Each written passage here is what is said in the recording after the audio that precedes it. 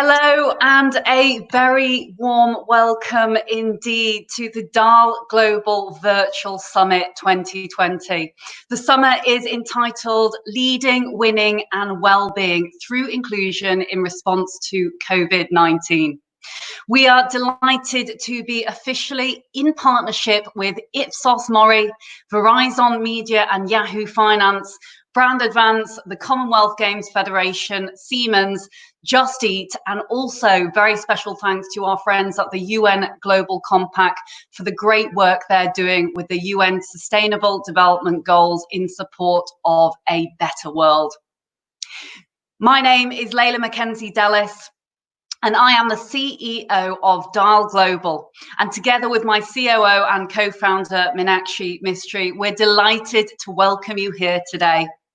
I'm a passionate business owner, author, founder, and entrepreneur, and I lead multiple businesses, social and charitable initiatives such as DAL Global and Layla Mackenzie Associates, a C-suite and board-level exec search firm. The fire in my belly has been driven by me and my wider team to relentlessly promote and campaign for the benefits of diversity, inclusion, and belonging in business and in wider society. DAL Global stands for Diverse, Inclusive, Aspirational Leaders.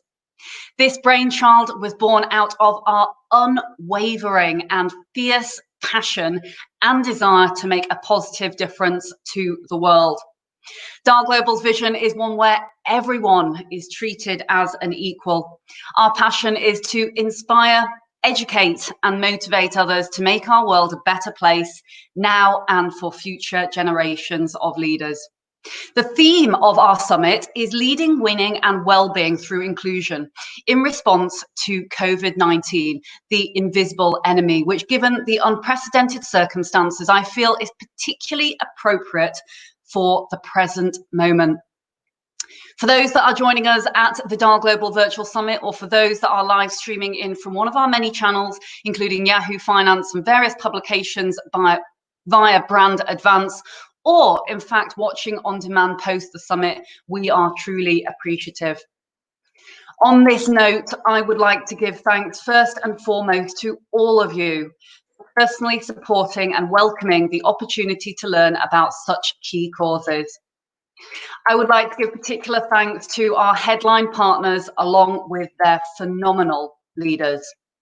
Ben Page, CEO of Ipsos Mori, Ramses Jean-Louis, Global Diversity and Inclusion Director, and Emily Heath-Halsey at Verizon Media, Chris Kenner, CEO and founder of Brand Advance, David Gravenberg, the CEO of Commonwealth Games Federation, Valerie Todd, CBE HR Director at Siemens, and Harriet Padina, Mira Magecha, Chief People Officer and Diversity and Inclusion Sponsor at Just Eat.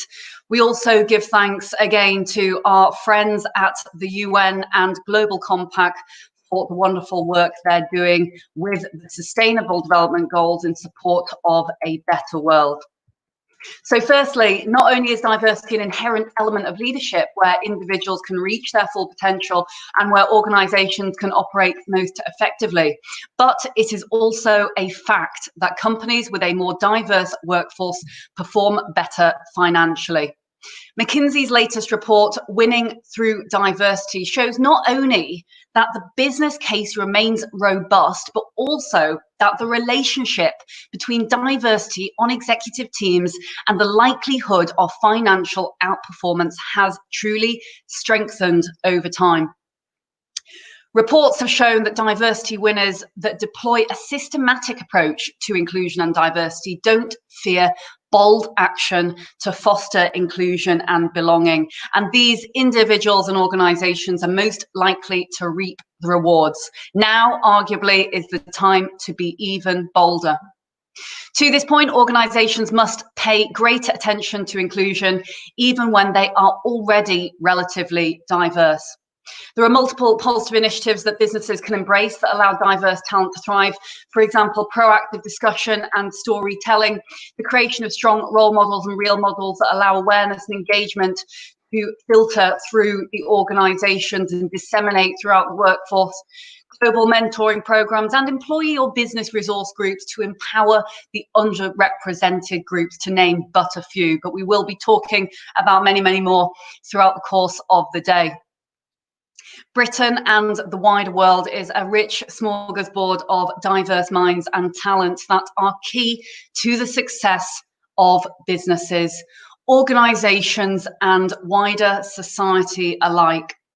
And as we dive deep into a force that binds us more closely together in this digitally interconnected world, we must learn to really utilise and harness the power of humanness, togetherness, by learning and sharing with each other to ensure the longer term sustainability of this rich, vibrant and diverse melting pot.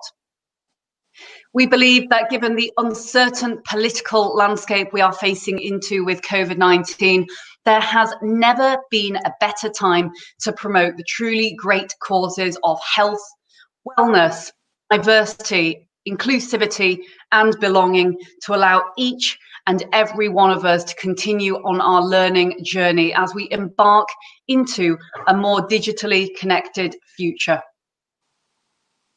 Diversity and inclusion is compelling, and indeed the business case simply cannot be disputed. I am certain that failure to address such issues are likely to put organisations at a distinct disadvantage or even commercial risk. We have a remarkable group of individuals here and organisations, guests and speakers from some of the world's most innovative and successful businesses. It is my genuine hope and that of the DAL Global team we all benefit as speakers and guests alike, as we all share our learnings and guests and speakers share their learnings and personal journeys of leadership and success. Thank you again ever so much for joining us all. I'm now delighted to welcome my co-host for the day, one of our valued advisory board members at DAL Global, the wonderful Campbell Fitch. Welcome, Campbell. Good morning, Leila. How are you this morning? I'm not bad. I'm not bad. Good. I'm really wearing today. I hope the sun is shining. Yeah, it's a beautiful morning here in the Clyde Valley in the west of Scotland. And for once, we might even be warmer than London today. So great way to start the day. Very much looking forward to the exciting day ahead, Leila. I can't believe that we're already here.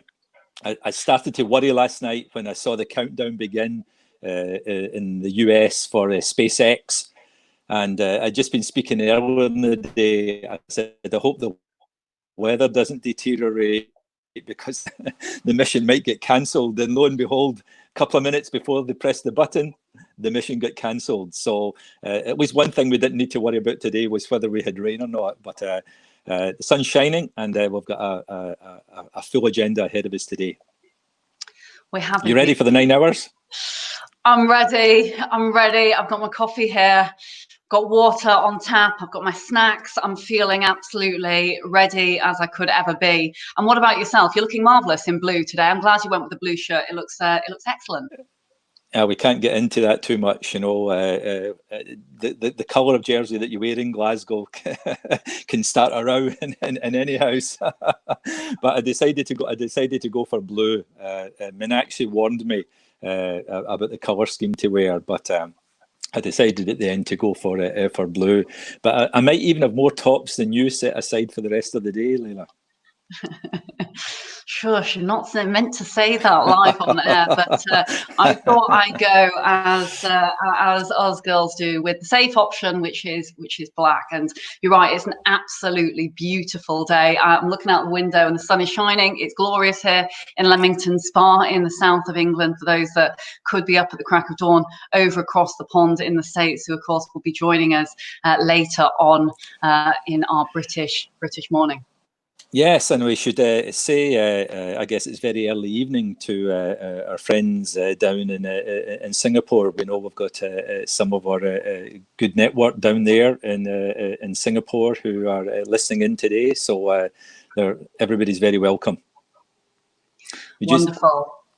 We've really got such a global audience. I was excited. I've been like an excited child watching everyone register and join. And thank you very much to all of those who've very kindly done shout outs on social media, been retweeting on LinkedIn, which is my main platform. But I can see some really positive messages and had a number of messages come this morning actually wishing us, the DAL Global team, very best of luck for today. But it's, it's absolutely heartwarming to see that so many people have come together at a time like this through COVID-19, this invisible enemy that we're facing. Yet actually it seems to have harnessed the world and kind of to a degree brought us more closely together in this digital world that we seem to be existing in at the moment.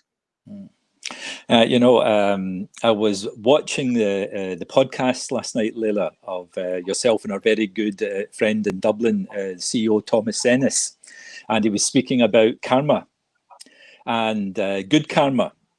And we'd been speaking ourselves at the beginning of the week about the number of people that had registered for today's event.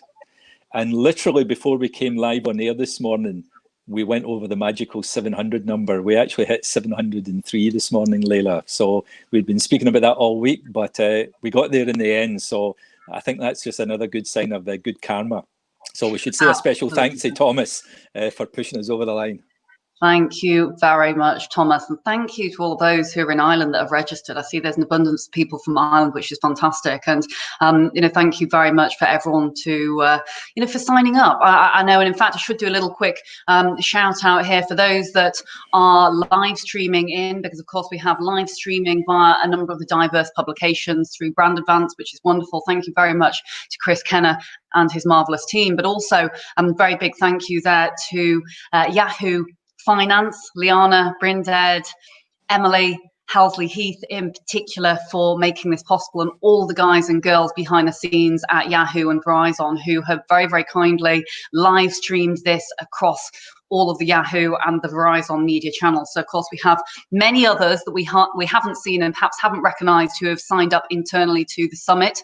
But thank you very much to those. And we're really looking forward to sharing with you what we know is going to be an absolutely fantastic day. I think, Campbell, you were doing the stats for looking at how many individuals we had speaking today, which areas they came from, which businesses, men, women. No, we get 25 speakers today. We'll get 15 women. You'll get 10 men. Which is a great split of diversity and in the speakers, and coming from 15 different sectors across all the industries. So a great set of speakers on all our panels today. Very excited about them. Very excited indeed. In fact, excited is an understatement. I can't wait. No. You've been like a cat on a hot tin roof for the last couple of weeks. That's a Scottish expression for anyone that's wondering. Yes. You can go onto Google and translate that one later. I just see, Leila, that we've got people just connected in from Turkey, from Poland, and from South Africa. So everybody's coming in from all different corners of the globe. It's so exciting. And what I love, I mean, that I could talk about diversity and inclusion, belonging all day. In fact, actually, this is my dream, because we are going to be talking about it all day. But the great thing about D&I and B is the fact that it really does embrace and include every single person. You know how I feel about being such a strong believer in that every single individual has got a diversity, inclusion, or belonging story. And so if you're listening in or you're tuning in right now thinking, what does diversity and inclusion have to do with me? Well, it has everything to do with you. It absolutely does. And that's what we're going to be talking about during this summit. And so I can see that we're literally just coming up now to 1 minute to 11. So we're going to be welcoming on stage very, very soon our first kickoff panel, which is absolutely epic, if I don't say so myself. So in advance of our 11 o'clock panel, as we near the 11 o'clock mark, we're going to be talking about a view from the top. And we've got some really phenomenal CEOs who will be joining us very, very shortly. We're going to be talking about how to lead and win through inclusion and how organizations can craft better inclusion strategies for a competitive edge, which is very exciting, especially because those CEOs are some of our headline partners who we must give very dear thanks to indeed for today. So I can see that David has just popped up here on screen, which is fantastic. Hi there, David. On that note, as we've just turned to 11 o'clock, I am delighted to announce our very, very first DAL Global panel for the virtual summit today. For those that have just joined us, a very warm welcome indeed to you. On this panel, we're going to be talking about a view from the top, examining how to lead and win through diversity and inclusion and how organizations can craft better inclusion strategies for a more competitive edge. We're joined by 3 phenomenal CEOs today on our very first panel. Ben Page, who is the Chief Executive Officer for Ipsos Mori. David Grevenberg, CBE, Chief Executive Officer for the Commonwealth Games Federation. And Christopher Kenner, Chief Executive Officer and Founder for Brand Advance. We're going to be hearing from our summit partners, these leading CEOs, on the importance of providing the vision, reassurance and motivation that, frankly, we need now more than ever before. But before we get into the nuts and bolts of this very first session, I'd love to hear from each of you a little bit of an introduction into your personal and professional background and any insights into why each of you are so very passionate indeed about diversity, inclusion and belonging. David, I'm going to come to you first, if that's okay. Thank you, Leila, and thank you, colleagues. It's a pleasure to be here. I've been looking forward to this since you caught me, Leila and Campbell. And I can attest. I'm also speaking to you from beautiful tropical Scotland. So it's absolutely stunning. Just to really start. This funny accent I have is obviously not Scottish. I'm from the United States originally, from the wonderful city of New Orleans, which within its own right is a melting pot of not only people but of cultures and different types of food and different perspectives, and it gave me a great basis to do the work that I do now. Across 71 nations and territories through the power of sport. I have was a former athlete. Sport was very much a vehicle, and it has given me the opportunity to expand my horizons in a number of perspectives, and working in really over 83 countries across the world in delivering both development programs, but also major sporting events.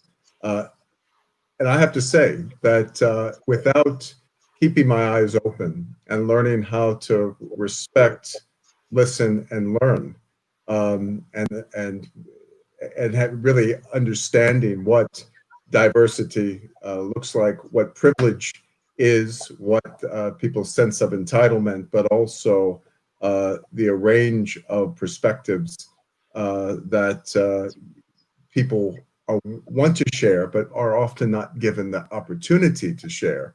It has continued to be a growth exercise for me in terms of reinforcing and constantly increasing the role that EDI plays, not only in terms of leadership, but true empowerment of people and giving people the social license, not only to explore, and to knock back their ignorance, recover from prejudice, but also really galvanize and strengthen their life and their sense of well-being through a greater perspective of embracing diversity, equality, empowerment, and inclusion, which ultimately, and in closing, which I think really talks to our identity and sense of belonging, not only in our communities or our neighborhoods, but certainly in the businesses that we have the privilege of working with and those that we serve. Thanks so much, David. And Chris? Did everyone just see me drop into blackness? I'm like, what has happened to my camera? Shows that it's live.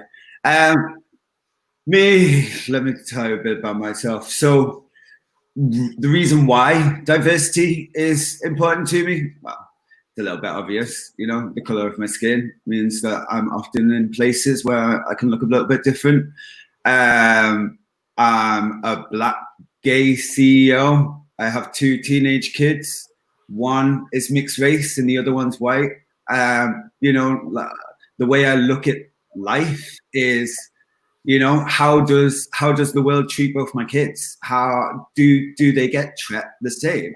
You know, as whether it's, I work in marketing, so whether it's from a consumer angle, they both have the same consumer spend, Bank of Dad, you know, so they should be treated the same. But are they? Are they treated the same as consumers? Are they treated the same as citizens of the world? So, and I'm sure we'll go into a little bit more, but, you know, I founded Brand Advance to sort of try and help make sure that they are looked at the same, you know, the things in the world like keyword blocking and other things in advertising and in society doesn't mean that, you know, my mixed race son has less of a chance than my white blonde haired daughter, you know, just for the very fact of how they look, or, you know, they're both half English, half German. I was in the British Army for 10 years. But they, you know, they should have the same even keel. And if me coming on, you know, working with Dial and standing on stage with streaming on stage with you people means that we can make sure that, you know, both my kids go through life equally, then yeah, I'll continue to shout it every day until it happens. Thanks so much, Chris. And last but not least, Ben. Hello. So I'm Ben Page. I run Ipsos Mori in Britain and Ireland. We're part of a large global research organisation that is all about just understanding humanity and why people do the things they do. I've stayed here for 33 years, which is pretty odd. But one of the reasons I've stayed there, apart from the fact that we did a management buyout, which I got sort of partly made me stay, was also in order to change the company to be the way I wanted it to be, and to be a place that anybody from whatever background, wherever you come from, is able to be the best person they can be. And our performance has dramatically improved the more to be honest, the more we've done that, the more we've trusted people, and the more we've empowered people, and the more we've tried to get people to bring their total self to work, whether they're, you know, LGBT, whatever ethnicity, everybody's background is different. You know, we've just removed the need to have any educational qualifications at all to apply to join what was our graduate trainee scheme. So we keep making those changes. I think that the business case for it is pretty clear. You need to be being diverse to represent the society that you serve, and we're in 90 countries all over the world. We need to understand those communities. When we've made mistakes, and so I saw something we did recently, and I realized we'd missed out something, and I looked at it, and I looked at the team that had created it, and then I realized, you know, that they weren't, there was one part of diversity that they didn't, they're pretty diverse actually, pretty odd lot actually, but there was one blind spot that they were missing, and it meant that we hadn't thought about one huge group of people in the world. And I think that's just shows the challenge that we face, particularly as an organization that has to represent the world in terms of understanding where people are coming from. So that's why it matters to me. And as I say, if you trust people, empower people, and let them be themselves, in my view, in my personal experience, you perform better. Thanks ever so much, Ben. And on that note, whilst we dive into the first part of this great panel, I wondered for all of you, but Ben to lead, what your thoughts are around how CEOs specifically are learning about the challenges given the COVID-19 pandemic. So anything that you're observing in particular, and why is it so key that CEOs do address what is ahead of us given this present time? One of the things that the data shows is that at times of crisis, people look to both political leaders and also business leaders for leadership, and it seems to be it's how all sorts of human societies work. So we've seen a surge in support for most politicians, at least during the lockdown phase of the crisis. Didn't quite happen to Donald Trump, but it did all across Europe. But we've also seen it for CEOs, because one of the things that the crisis has made me do, and I suspect other people on this at this conference, is spend a lot more time talking face to face with the digital technology that we now have. I used to talk to everybody every 3 months, literally face to face. Now, of course, because we're going through a sort of 180-degree turn in the business, having to furlough over thousands of people and all of that, we've done it. But I'm now talking to them face to face every week. I mean, I'm wondering whether I better stop soon. But I think people want transparency, they want empathy, and they want clarity, and they want to know that somebody has a plan. And even if you don't have a plan, you better appear that you do, because that's the sort of thing that people look to that at this sort of time. And so spending time doing that, I think, really pays off. You build confidence. You can take people with you, and they are looking for it. We can give you some immediate feedback there, Ben, because we were speaking to your team yesterday afternoon, and they're saying that your weekly chat with them is the highlight of the week. They look so much forward to you speaking to them on a weekly basis. So the power of the CEO speaking to the team. I'll pay you later, Campbell. David and Chris, any thoughts? Chris, why don't you go? Yeah, I mean, of course, we're leaders. We lead our team, and others look to us as well. I think for me, and for me and my company and my outlook on COVID, it has been a pivotal, wrong word, you know what I'm trying to say, change, in that. Let me give you an example. 2.5-3 months ago, people that were bus drivers, people that cleaned the streets, the lower end of people that worked in hospitals were called low-paid workers. Now they're called key workers. 3 months ago, no marketeer really put that much effort into reaching them demographics. Whether it's Black, Asian, minority, ethnic, or disability, or over 50, whether it's in advertising or just in general outreach. People didn't put that much, not as much sort of effort and resource as they did with mainstream, ABC One in advertising, etc. But now every government wants to speak to them daily, minutely. Every brand wants to reach key workers. Every brand campaign is about key workers, So I think the whole of COVID for me has been a sort of landmark change in one, as a company. I've been totally honest about this with every time I spoke about it. Our revenue has gone up by about 400% since COVID started. Globally, that's on this side of the pond and the other side of the pond. Brands and governments, and we were the outside agency that helped you speak to the other a few months ago. You would go to WPP to speak to mainstream. You'd go to Brand Advance if you want to, you've got a little bit budget left over and you want to speak to Black, Asian, minority, ethnic, LGBT, disability, religion, etc. Now every government wants to work and I'm making it sound all about us, but now every government wants to speak to that demographic. All focus of every brand is trying to be helpful. No one wants a toothpaste ad anymore, but we do need ads that tell us how to look after our dental hygiene when there's no dentist open for 3 months. You know, helpfulness is what every brand is looking to do, and they want to speak to all sections of society. I'm taking up too much time, but I hope that got my point across a bit. It absolutely does, Chris. And just very quickly before we move to David, which are some of the publications that we're actually live streaming on? Because I know that we've got some brilliant publications that are under Brand Advance, like the Gay Times, just for example, and I think the Indian Times as well. Oh, you want me to list some? Oh, gosh, nice. Me on the spot now. We've pretty much got 80% of all diverse publications within, you know, Europe, the US, Canada, Australia, etc. So yeah, we're on Gay Times, Attitude, Diva, through to Indian Times, Desi Mag, Muslim Vibe, you know, all these publications that have always been the other. You know, we have our own ad network, which has about 500-600 publications on it, reaching just over 1 billion people a month. We can reach in our ad network, and these have always been the outsiders.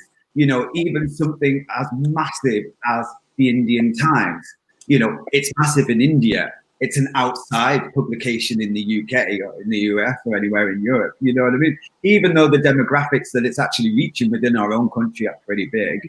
I absolutely love it. So bringing the outsiders in ultimately, and this is the great thing about the digitally connected world, is that literally it brings the world so much more together and becomes actually a lot smaller than we think. But David, sorry, coming over to you, just your thoughts on what you've experienced around this pandemic, and I guess how it's affecting sport across the board with Commonwealth. Yeah, it's interesting. Obviously, we're in the businesses of creating some people's proudest moments, and a lot of that is, you know, whether we're creating the in-stadium experience from your own home, or creating a festival of sport and culture, you know, like no other every 4 years. But when you stop the traditional convening power of mass gatherings in stadia to watch an event, it throws all that upside down. And actually, I think what certainly we have been reflecting on is obviously, first and foremost, our duty of care in terms of how we respect and protect those that we serve, and recognizing the diversity for those we serve. You know, the Commonwealth represents 71 nations and territories. We have our geography is vast and very diverse in itself, in terms of we have 2/3 of the world's small states and island states. We have half of the top 20 emerging cities in terms of growth are within the Commonwealth. So whether it's urban sustainability or the plights of small states and island states or vulnerable states, you know, 1.6 billion, 60% of the Commonwealth is under the age of 60. Okay, and that's you know, sorry, under the age of 60%, age of 30, age of 29.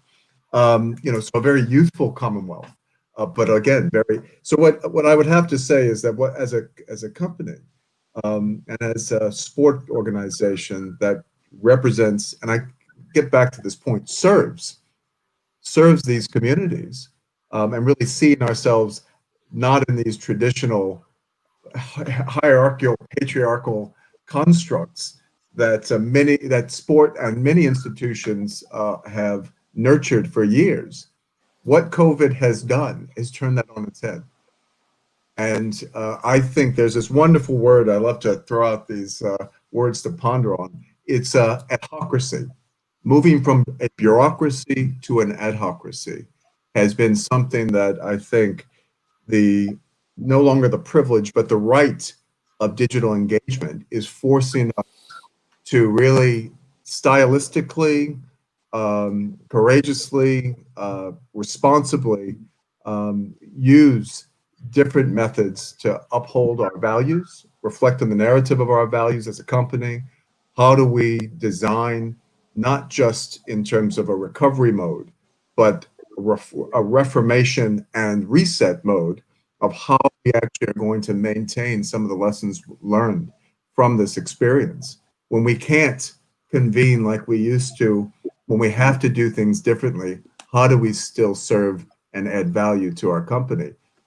That really comes down to the diversity in our message, the resonance and universality of our voice, but really comes down to the diverse representation of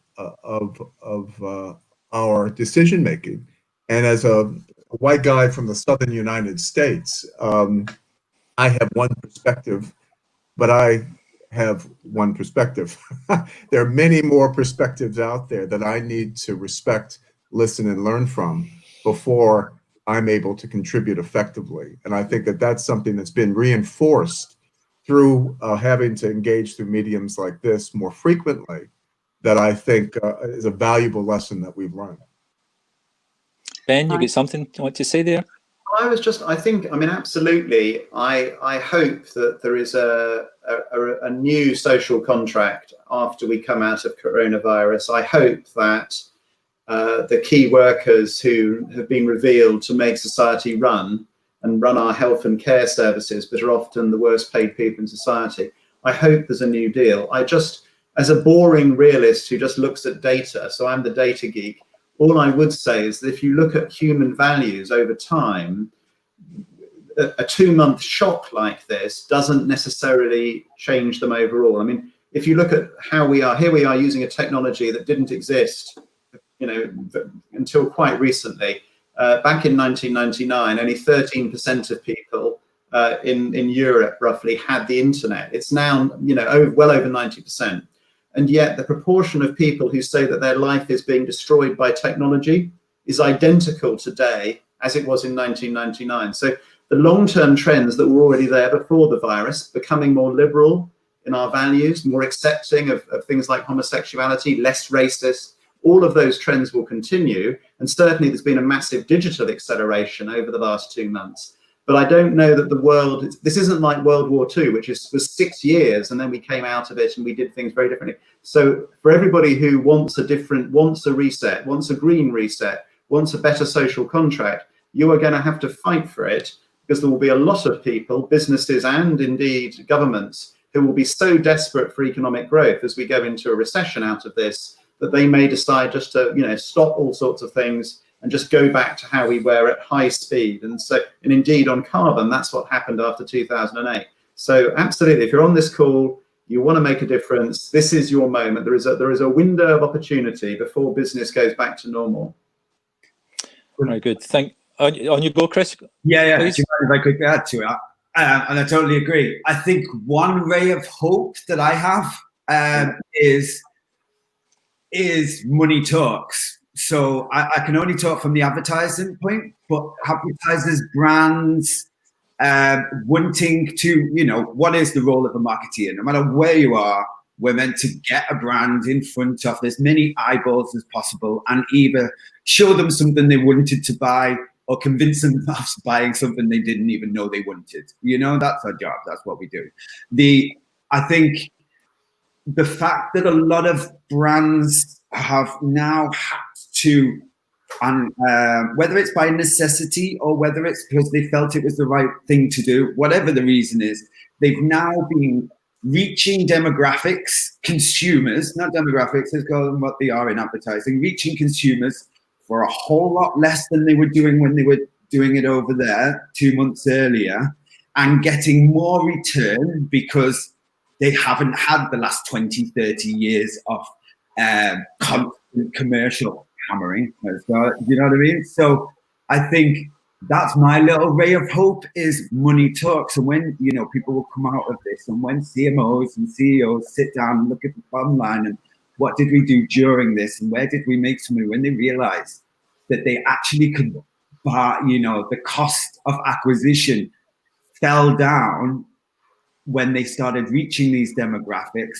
my hope and wish is that they sort of continue that, reaching the 9.3 million Black, Asian, minority ethnic in the UK is actually 1/3 of the cost of reaching everybody else. but actually they consume the products just as much. That you know, so that's what I hope. I hope I. Very good. No, thanks very much for that, Chris.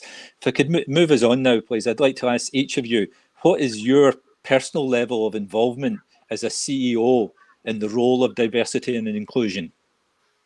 So, Chris, would you like to kick us off, please? Yep.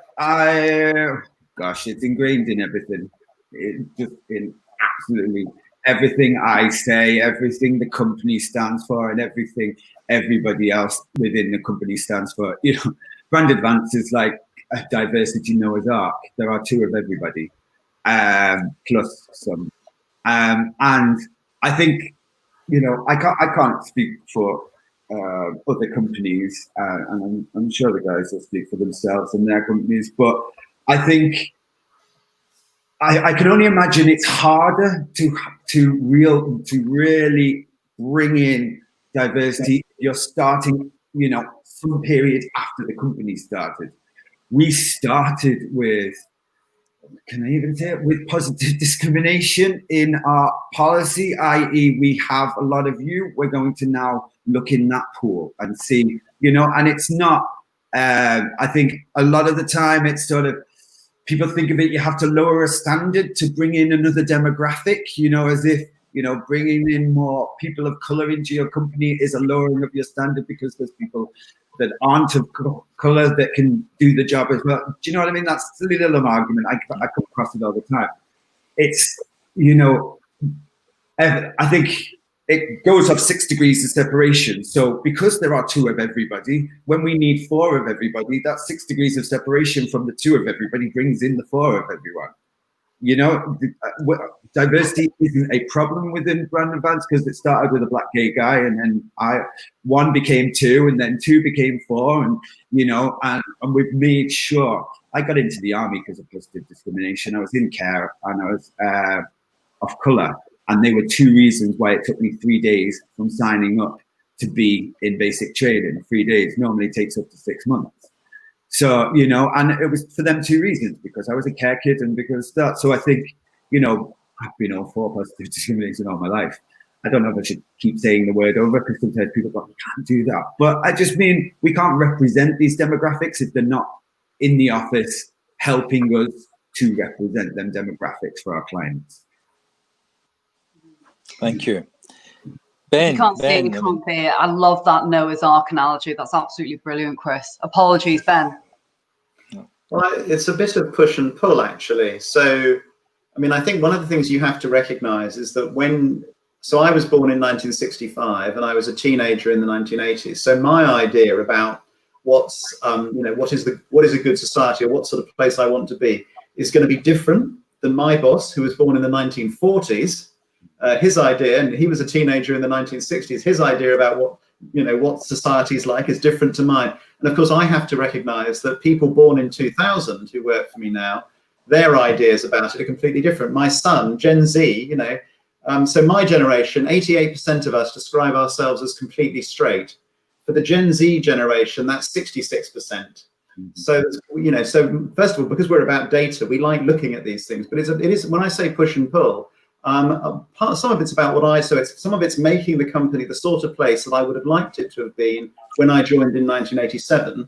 But actually, of course, there's generations now coming on after me, and they want something that's about, you know, is right for 2020. And of course, my attitudes have changed since the 1980s, but I am still a child of the 1960s. So I think it's recognizing that, and it's empowering people and giving them the tools to do things and create things. So we have networks, we have clubs, we have targets. We discuss data where, you know, the gender difference in pay is analyzed to death, you know, so we know exactly why we pay women slightly more than men until they're about 35. And then we become very prejudiced against women once they hit 35 and start paying men more. We know why we do that. We're trying to fix it. We know why we underrepresent Black and minority ethnic people at senior levels. And again, in some of these things are hard to fix quickly. There are a lot more white people than Black and minority ethnic people in Britain. Yeah. You know, but nevertheless, but I think but it is a mixture of push and pull. And indeed, when we look at how change happens in society, So it's always push and pull. When you know, homosexuality was legalized in the 1950s, 60s, when I was born, it was illegal to be gay in Britain, and we now have 66% who say it would be fine if Harry had married a man rather than Meghan Markle. And indeed, Meghan Markle probably would have been happier, to be quite honest. Harry might have been, for all I know. And so, you know, so society is changing, and you have to reflect that. You have to understand why things happen and why they're like they are, and then you have to put some steps in progress to make differences. So, you know, I just decided at one point to make my board gender neutral. In fact, my bonus is targeted on my ability to create a gender neutral pay across the company. So I lose money if I don't achieve that. But we need to keep going on that. And, you know, we're now having a big debate about whether we should be biased against people who went to private schools. You know, these are, and in a sense, it never ends, because society keeps evolving, and what society is like in 100 years' time will be different than it is now. And so there's a mixture of push, there's a mixture of pull from below, and you need to be on top of all of that. That's my take on it.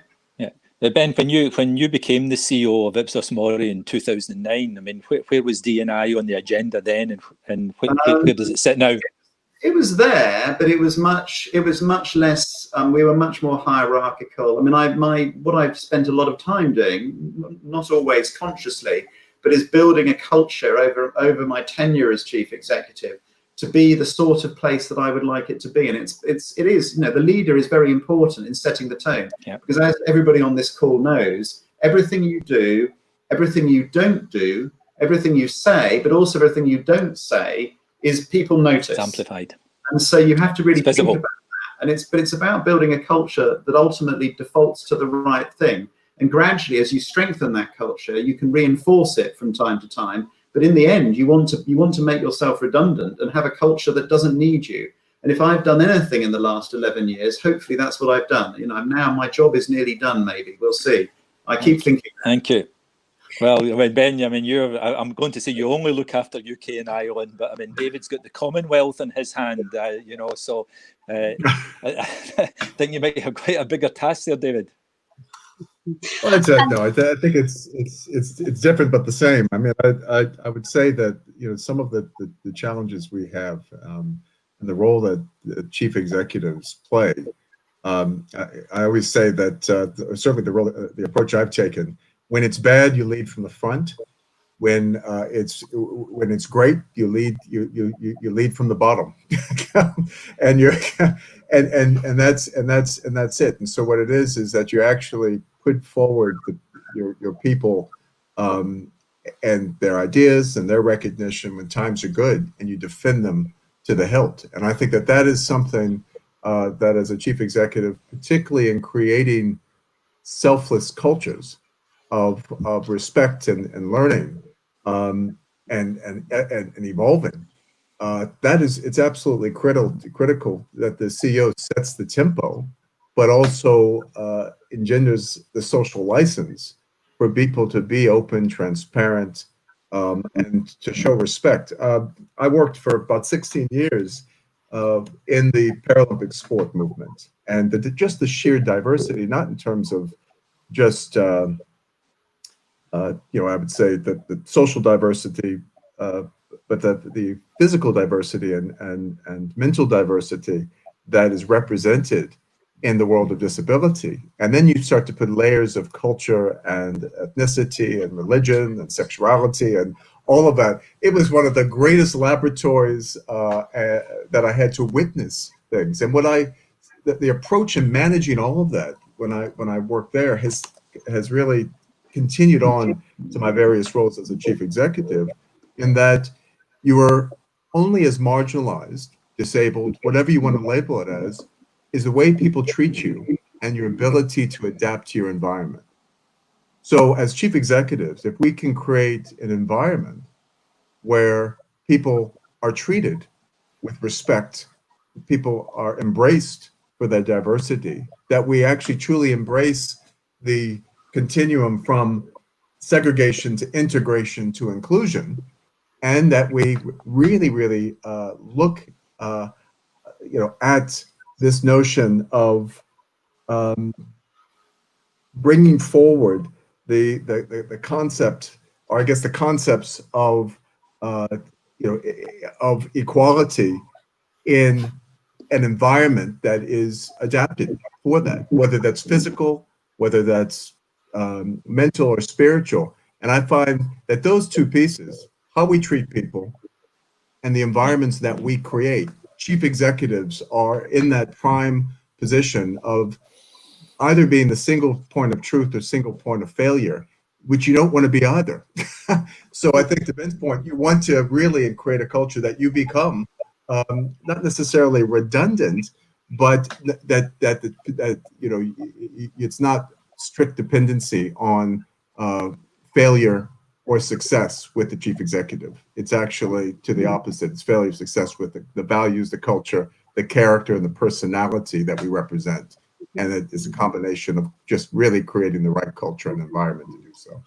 I absolutely concur, David. And actually, you answered part of my next question, which was all around creating this culture, which is ideal. And obviously, we want to get to that point where diversity and inclusion is business as usual for better and at all of those different levels, because this is, it's a pretty relentless task. It's got to be mile wide, but also mile deep. And, whilst we've kind of dipped in and out of kind of personal stories throughout the beginning of this, panel, I wonder whether there were any personal stories that each of you, David, I know you have a remarkable one that you may like to share about some of your personal experiences relating to D&I, or even, how you grew up. Chris, I know you kindly shared yours there, which I think is fantastic. And I do think where leaders, in specific CEOs, are brave enough almost to be vulnerable, that has a huge ripple effect, because it is in essence almost saying to teams and to the wider world, do you know what, it's okay, I'm not perfect, and me sharing is allowing you hopefully to then feel comfortable enough to share how you truly feel, and to be able to then ideally bring your true self into the workplace. David. Yeah, I'm happy to share.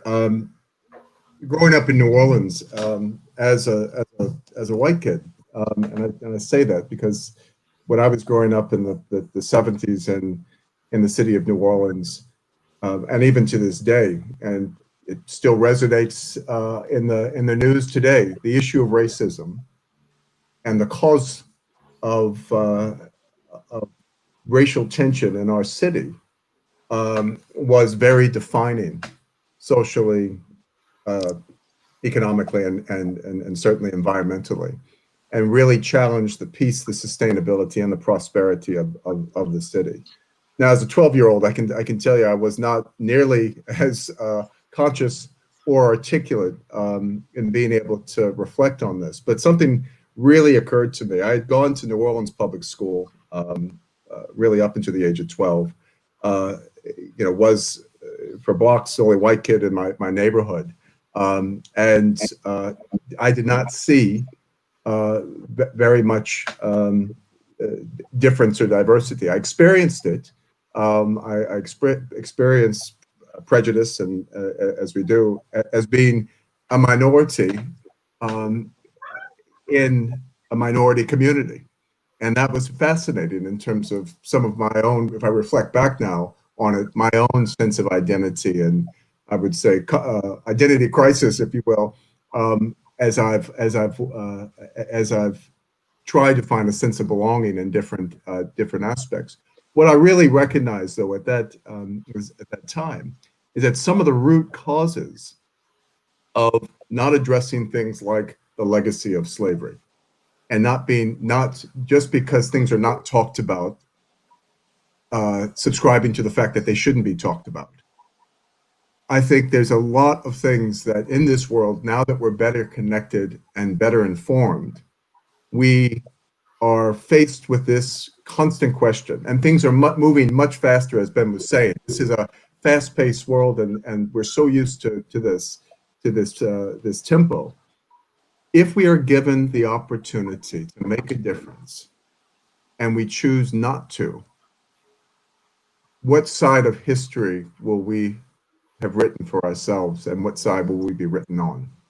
And I always look at that. That's one of the challenges I faced everyone. I think we all, what I learned through my own journey of having to actually, when I went to the great white public schools out, or private school out in the suburbs, going from my public school experience in the inner city, those different transitions and those transformations, the reflection that we do on ourselves and how we use that is quite important. And I do think everyone's personal story I know you subscribe to this notion of authenticity, Layla. That notion of authenticity is a combination of the stories that we hold in ourselves and the decisions we make and the impact of those decisions we have.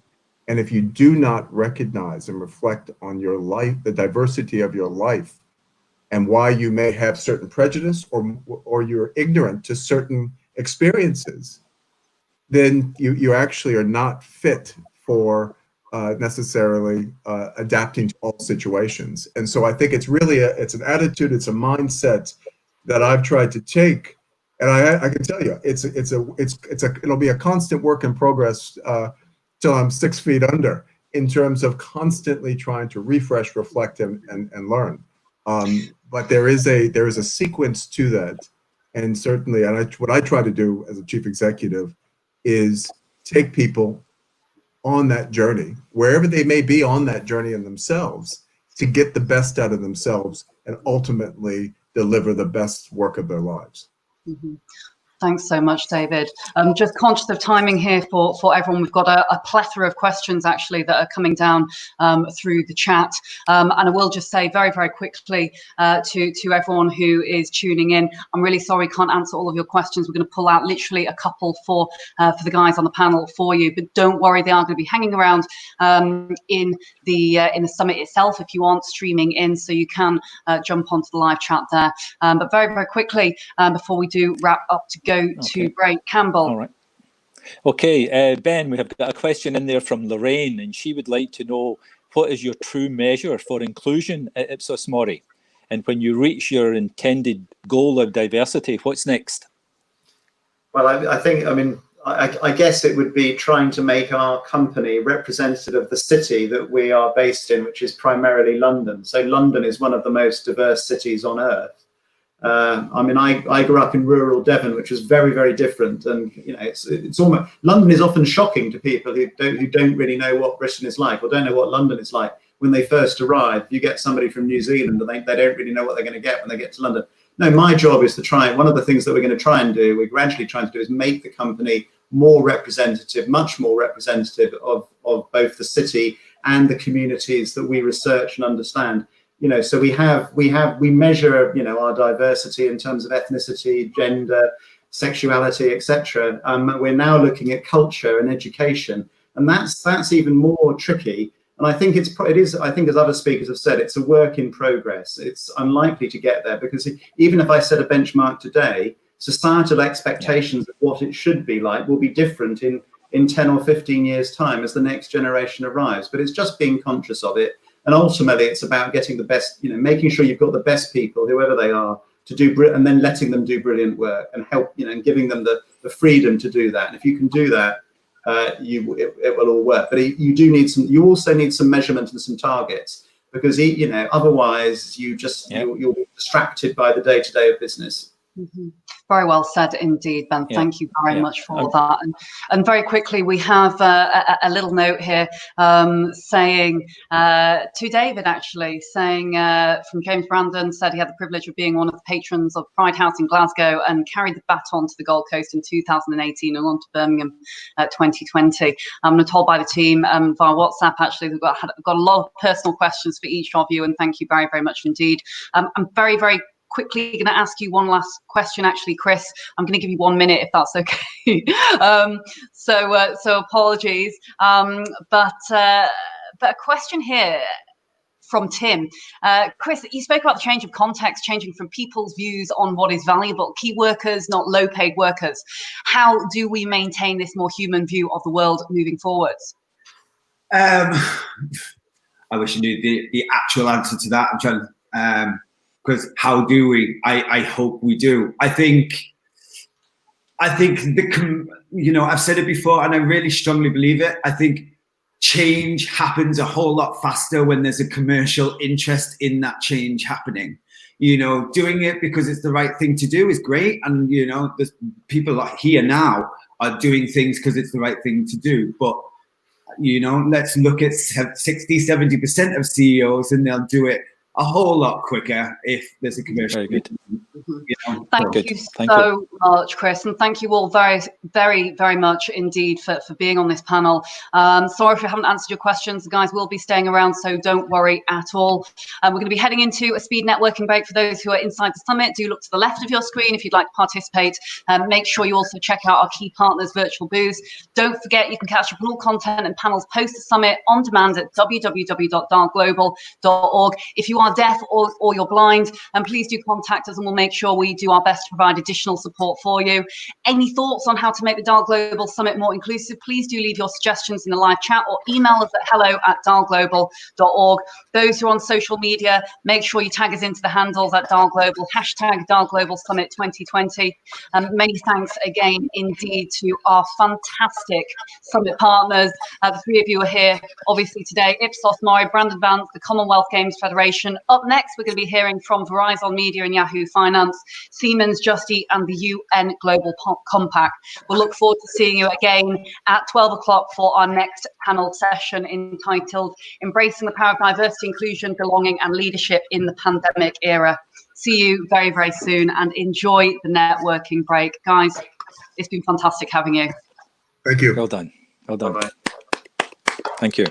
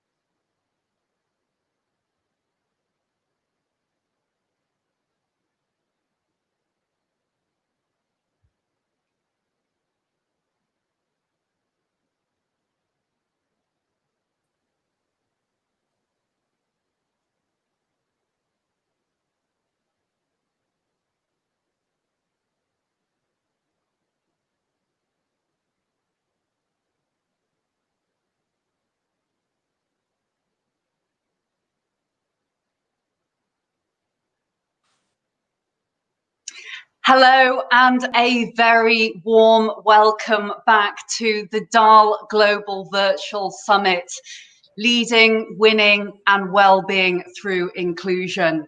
I'm now delighted to welcome our very special second panel of the day, entitled Embracing the Power of Diversity, Inclusion, Belonging and Leadership in the Pandemic Era.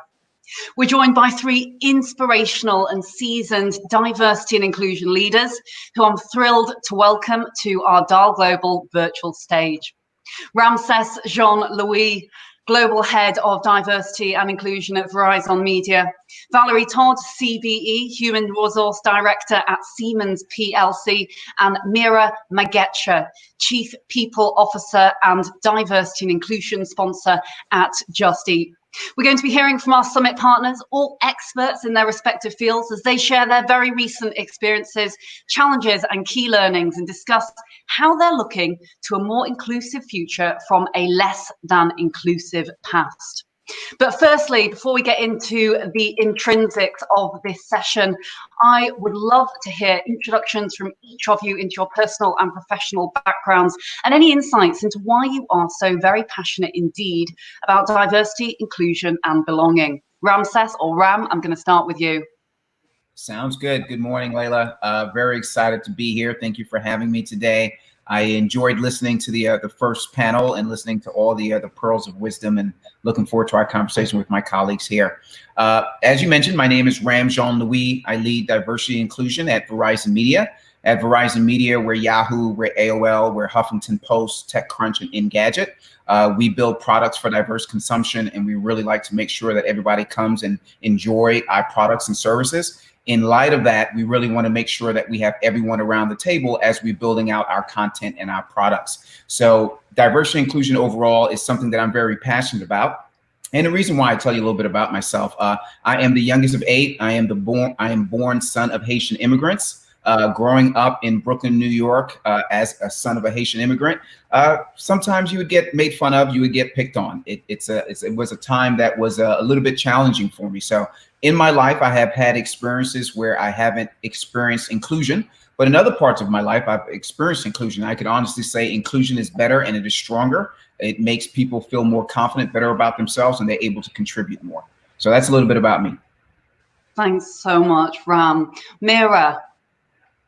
So thank you so much for inviting me on this morning. I don't even know what time of day it is. Mira Magecha. I work for Just Eat. I've been at Just Eat for about 5 years, and have been an advocate for inclusion and diversity ever since coming into the workplace. So it's a real passion of mine. I think it's really important being open, and my view of diversity and inclusion is the broader sense of that. So it's not around the 7 traits of diversity. It's actually about how do you have the intrinsic, the socioeconomic, how do you actually have different thought processes. So I think of diversity in the broader sense of it. So really excited to hear the conversation today. Thanks so much, Mira. Couldn't agree more. It's absolutely about that holistic approach. And Valerie. Hi, Layla. First of all, thanks to you and DAL for putting this conference together. Really, really pleased to be here. Everyone, my name is Valerie Todd. I'm the Human Resources Director for Siemens PLC. And in my spare time, I sit as a non-executive director on the board of the British Army. So I kind of do some non-exec and executive work. My passion for diversity goes back to, like Ram says, my upbringing. My parents were first-generation immigrants to the UK. Their experience was not always positive in terms of being Afro-Caribbean.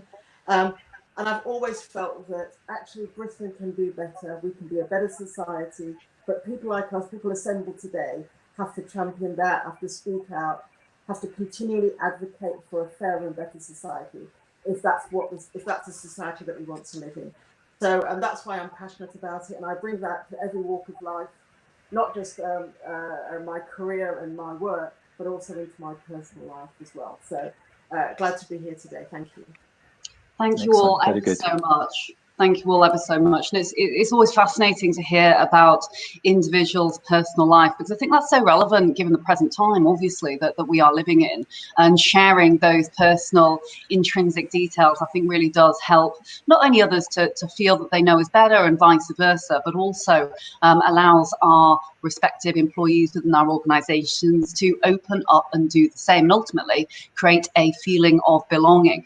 So to kickstart things, I wonder whether you might be able to give an overview, each of you, and take perhaps some of the hard-hitting and uncomfortable challenges that we've obviously witnessed over the last decade, and your thoughts really when it comes to the diversity and inclusion agenda and where that's heading into our globally connected future.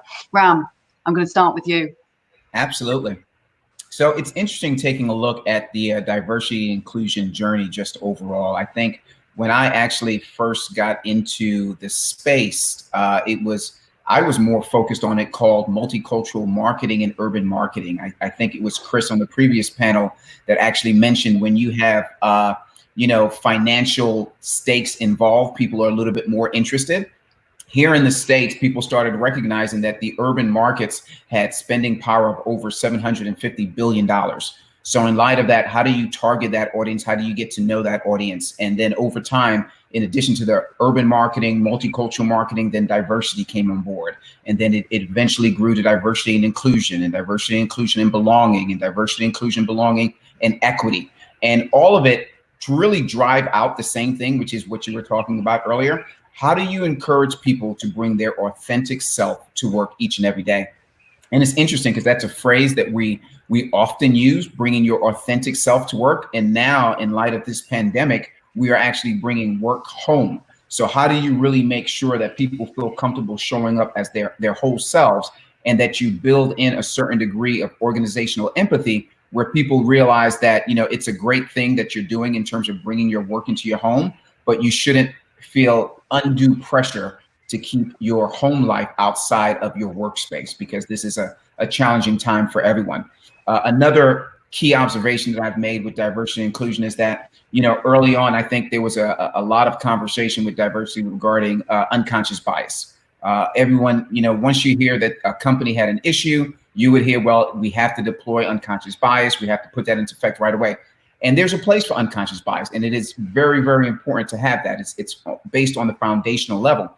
But most importantly, more so than unconscious bias, conscious inclusion is really the direction that we really want to focus in, and that we really want to spearhead moving forward. Absolutely. Conscious inclusion is so critical. And Mira, Valerie, any thoughts on your observations given this very weird time? Yeah, I mean, the last few weeks, if it's taught us one thing, it's taught us that as human beings, we are so interconnected. Our lives are dependent on each other, and humanity is almost like an ecosystem. What happens in Korea, what happens in Italy affects us here in the UK. And we also learn from those other places. So, society is not about individuals, it's about us as a community, whether that's your local community or the wider worldwide community. But I think one of the things that certainly from an employer's perspective is that COVID has taught us is that leaders have to be adaptable and they have to be inclusive. We have to find new ways of making sure we engage with people when they are not close by or when they have to work in a different way. And we have to recognize that the world of work is going to change irreversibly. Yeah. And it's how we embrace that, and how leaders not change who they are. Leaders evolve, and it's how they evolve to become more adaptive, to understand the new context, but how they also evolve to become far more inclusive, knowing that working patterns are going to change, people's expectation of the world of work is going to change, but also the stress that people have been under will change the way people view work. So kind of think leaders are going to be at the forefront, and diversity and inclusion is at the forefront of that. It's at the heart of that agenda, because COVID has not affected us all equally. It's affected us in many different ways based on our age, our ethnicity, and leaders have to now recognize that. So I think there's a big step change that we have to make in supporting leaders to lead in a different way. I couldn't agree more. The world of work will be fundamentally different as a result of this, and actually I see that as a potential opportunity in terms of what that means rather than a detriment. So yes, the pandemic has had its challenges and us getting through it, but actually I kind of have started looking on the other side of what this could mean, and that's where I see and start seeing some of the positives. The business hasn't evolved in 20 odd years that I've been working. I walked into a consulting gig and we were doing research on smart working and what that looks like. 20 years on, I'd say some organizations have fundamentally moved on, but we haven't really fundamentally shifted our perceptions of what and how you employ people. This pandemic means that we could be opening up a whole new raft of socioeconomic diversity, where people were educated, how that operates. Do people genuinely need to travel into work? Could we have more working parents in the workplace? What does this really mean? And genuinely, how do we transition the workplace? So to the point of leaders need to adapt and kind of embrace this change and find a way of leading through that. I think that's fundamental. And us in our people professionals, as well as in our diversity hats, actually have to help and educate the business through what that could look like and what the possibility is. And I think that possibility is an education piece that still has time to work through, and we've all got to work through it at the same time. On that point then, Mira, if I could ask you, what lessons have we learned so far within diversity, inclusion and belonging, and the experiences that we've gained from the pandemic, and how we can utilise these learnings moving forward in a more digital and highly interconnected world? I think it comes back to some of the comments that we've already made, which is actually we're all connected in some way.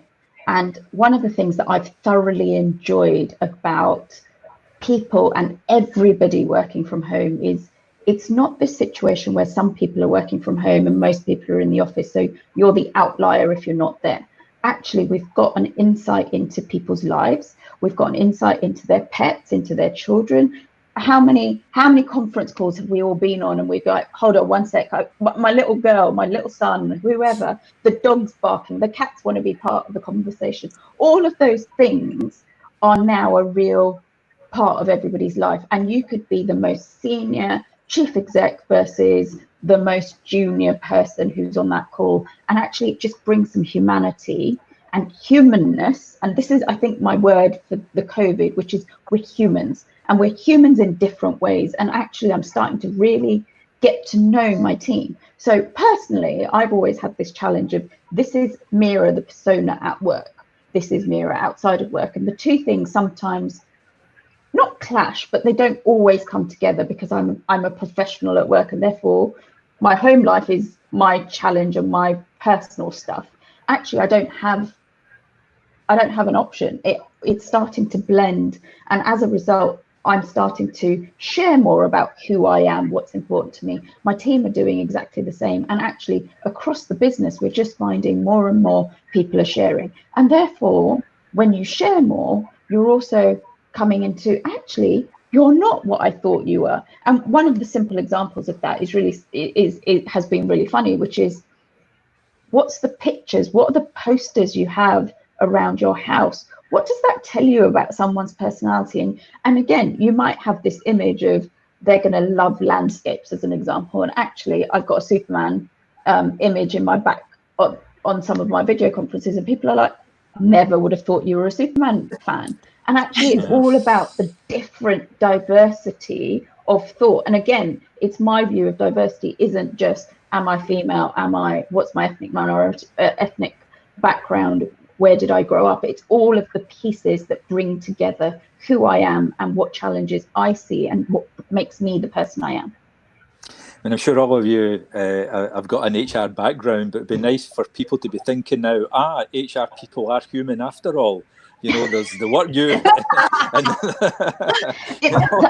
That's a genuine thing, actually. The number of times I'm in conversations and people go, oh, how do you actually engage a HR? It's really simple. I'm a human. And I'm a human before I'm a HR professional. And I'm looking at Ram's background now thinking, oh, I can't quite see what's on that poster there on the wall, but I wonder what it is, and I wonder what it says about Ram's personality. Yeah. Very good. Very good. I get that 100%. That's, I think as human beings, we're just accustomed to compartmentalizing different parts of our lives. And now that we're home, it's you have to accept, you know, the full person in every aspect of who they are, which is great. It's a great way to kind of get to know each other. Yeah, I mean, you mentioned the word there, about humanness. You know, something that I've heard been repeated over and over in the last few weeks is being exceedingly kind. You know, more than ever, it's just been kind. You know, I mean, the work pressures that you get, you know, projects, you know, this needs done, it needs to get done, you know, tomorrow. But it's all about how you ask someone to do it. And when you need it by, and to understand their situation rather than just get it done. You know, and I think a greater appreciation during the last 11 or 12 weeks now about just being kind to everybody, and the way that you want to be treated is the way that you should treat everyone else. You know, and it's you know, and it's a mutual respect. It's also being kind to yourself, and that's one of the things that we've been doing a lot of work in at Just Eat around. We're in unprecedented situations. No one, as far as I'm aware, has had to homeschool in my work lifetime, homeschool, manage workloads, have possibly 2 parents at home trying to manage work, children, life, not being able to go out, not being able to have the support networks that they would usually have, be that school, be that grandparents, be that neighbours, be that childminders. All of that support network has just gone, literally disappeared overnight. So everybody is working through the same challenge. And very good. There is that whole piece around be kind to yourself, be kind to others, but also understand and be real with what you can achieve and when you can achieve it. So be honest about some of those aspects of going, look, I'm working and I will always be working, but actually I've got some different priorities, and that means I need to flex my day. That means I need to do things differently. I need to balance my childcare. I need to balance my mental health to be able to go for a walk in the middle of the day, because actually I feel like I need to constantly be online, and that's not good from a mental health point of view. So how do you be kind to yourself and know your own triggers? Because everyone seems to be going through the ups and downs. What's really interesting is people are going through their ups and downs at different stages at different times, and different things are triggering their ups and downs. And again, it's because we're human and we're all different, and different things spark a different reaction. Absolutely. Valerie, how about Siemens?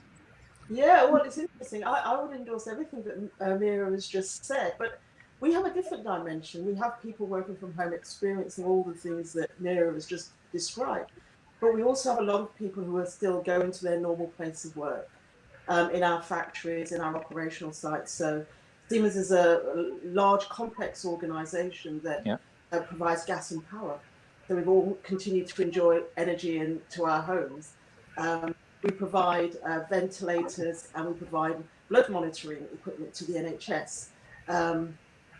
We provide transport services, transport to in London and other places. So quite complex. A lot of people have still been in their normal place of work, and that has brought additional pressures because they are, you know, having to travel, having to do all those things, and we are equally concerned about their mental health, their safety, how they're having to isolate themselves maybe from their families and loved ones, but whilst also then trying to go to a place of work where that environment is incredibly different, where there's demarcation lines on the floor, where there's they're having to wear face coverings, etc.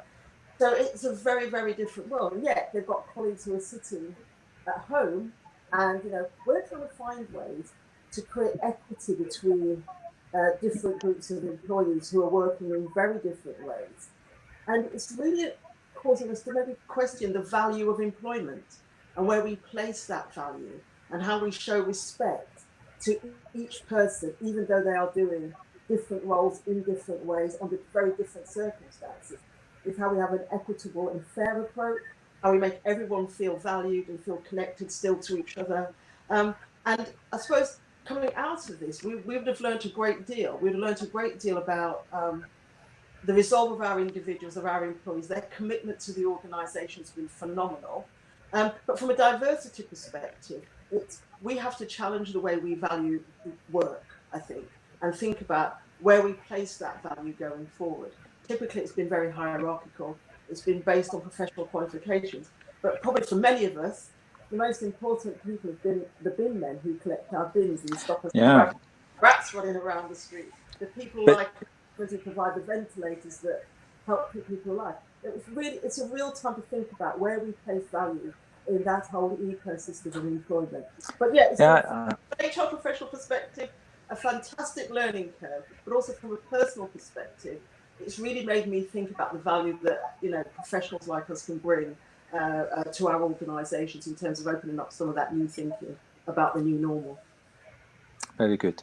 And Ramses, how about Verizon Media? So I have to really give a lot of credit to our senior leaders, our Chief Executive Officer, Hans Vestberg, Guru Garapan. They start off every communication by saying our number one mission, our employees. We have to take care of our employees. We have to make sure they're good. And 90% of our employees are working from home. And this was a very quick pivot. We did this all like everyone else in a matter of days and just really mastered it over a couple of weeks. If we had decided that we wanted to move into this virtual universe and have people work from home, it probably would take like a couple of years of planning to put everything in place. But we were really pushed into this situation quickly. And I think, as HR professionals, sometimes we like to be, optimistic and see it as half full. That's the way I view it. What are the opportunities now, as Mira mentioned, in terms of opening doors for a broad section of diversity? What are we doing for people with disabilities in terms of people who may have had mobility issues in the past? What are we doing for people who might have taken some time off to take care of family? So now we've kind of opened the door and created an equal playing field because everyone has similar situations. And I think one of the things that's working for us is we're moving away from the golden rule, which is, treat everybody the way you like to be treated, to the platinum rule. Treat people the way they want to be treated. But in order to do that, you have to take the time to get to know who they are and what are their challenges. Is it better for them to work during the day? Are they doing homeschooling in the middle of the day? Are they checking in on their kids? Or are they checking in on their parents? I think, everyone agrees here that, we are all in this together. The reality is we're all experiencing it differently, and taking the time to understand how we're experiencing it differently and being accepting of that is really what's going to give you the competitive edge. It's interesting to listen to the theme that you're going across what the three of you were saying there about the speed and the pace in which we've had to change, and some of the practices that we think about in our role as HR people, and then you plan it out and the length of time it's going to take, and it will be a big project and it'll take 6 months or 1 year, and we'll implement it next year. And then we have a big retailer like Tesco in the UK who say that they've changed more in the last 6 weeks faster than they've changed in the last 10 years. So they've just have to decide overnight that we're going to do this and change it tomorrow, and not take 6 months or 1 year to do it. We need to do it now. And actually, I can give you a similar example. So last year, we planned a smart working pilot to go, what does smart working mean for our teams? And we did a country. So we used a particular country, Australia and New Zealand, and we used a global function to understand, what does smart working mean for us?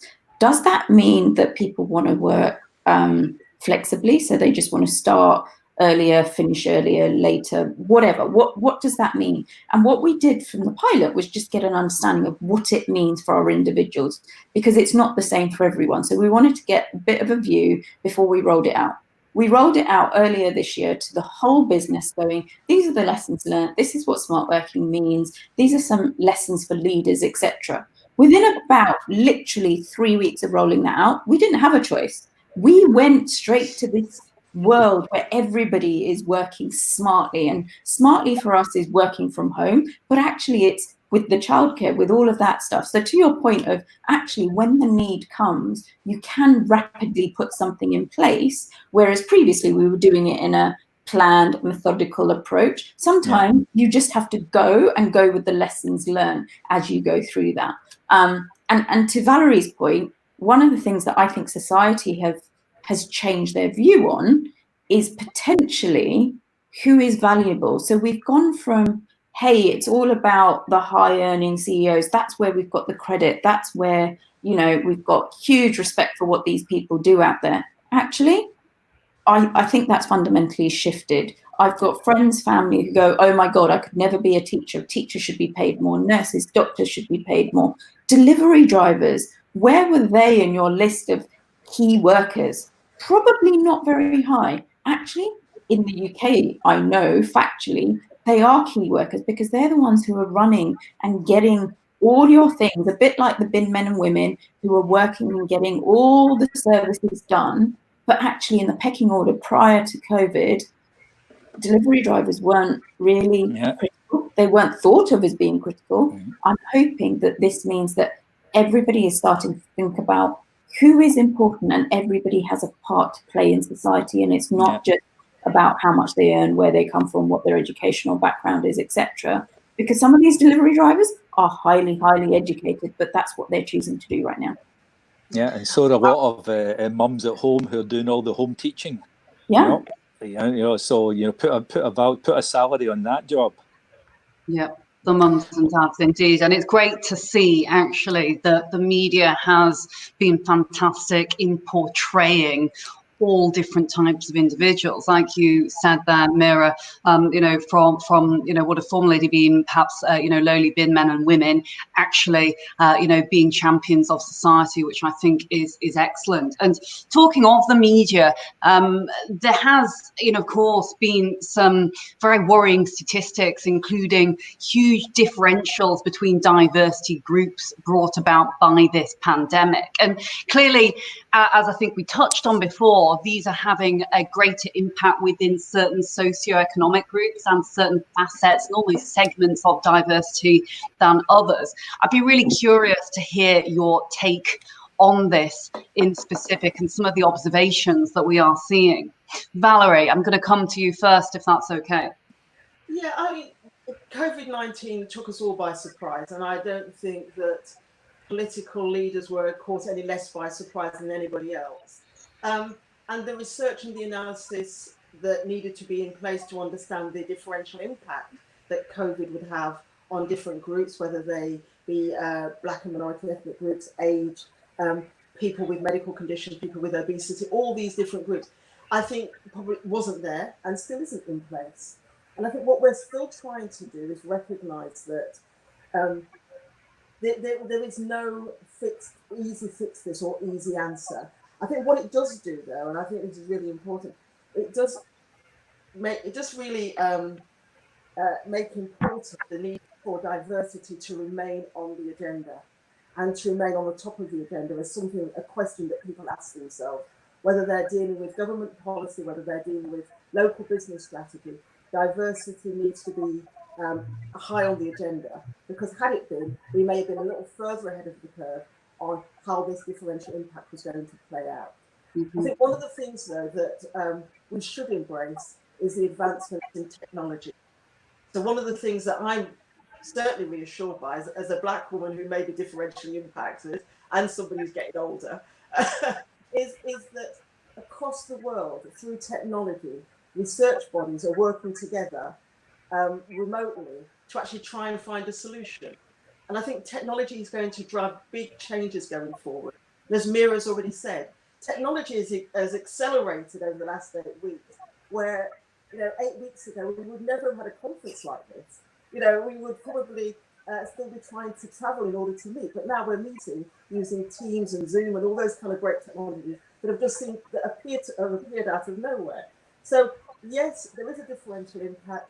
D&I is critical, and the focus on D&I is critical to understanding why that is. But let's use our intellect, our knowledge, our technology to try and find solutions quickly.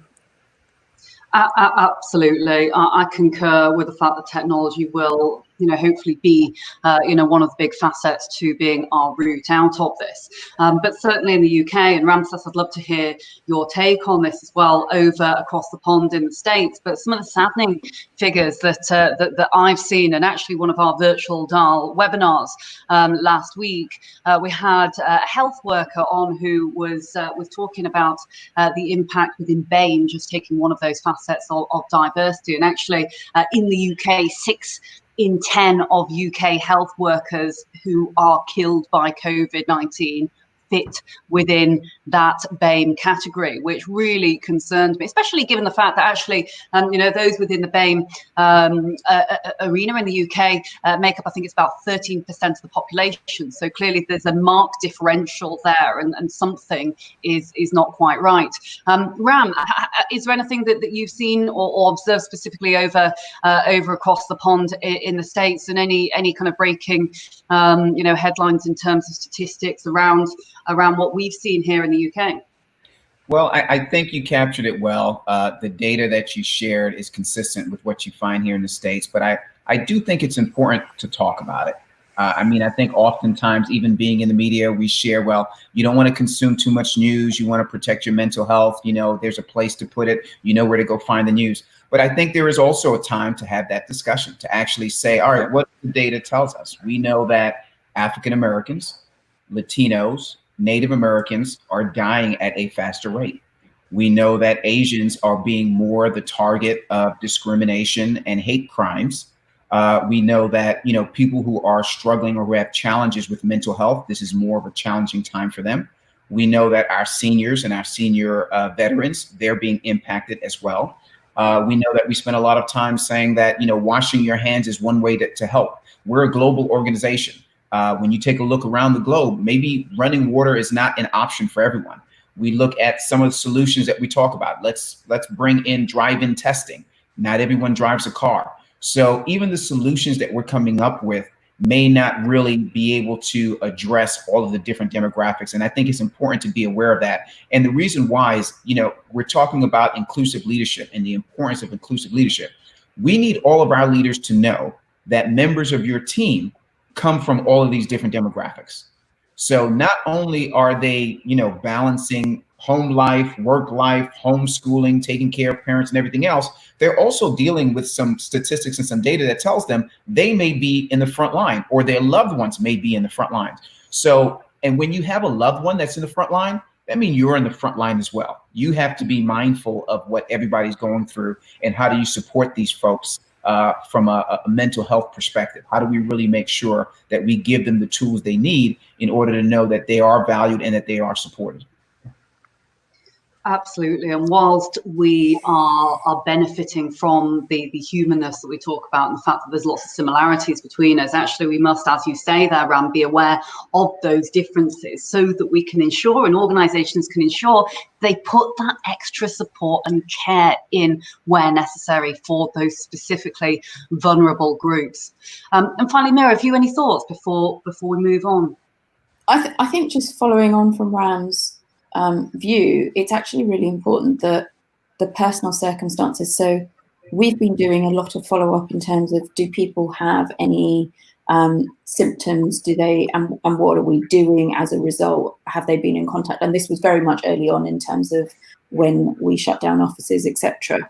But actually, it's not just you as an employee. What's going on for your family members?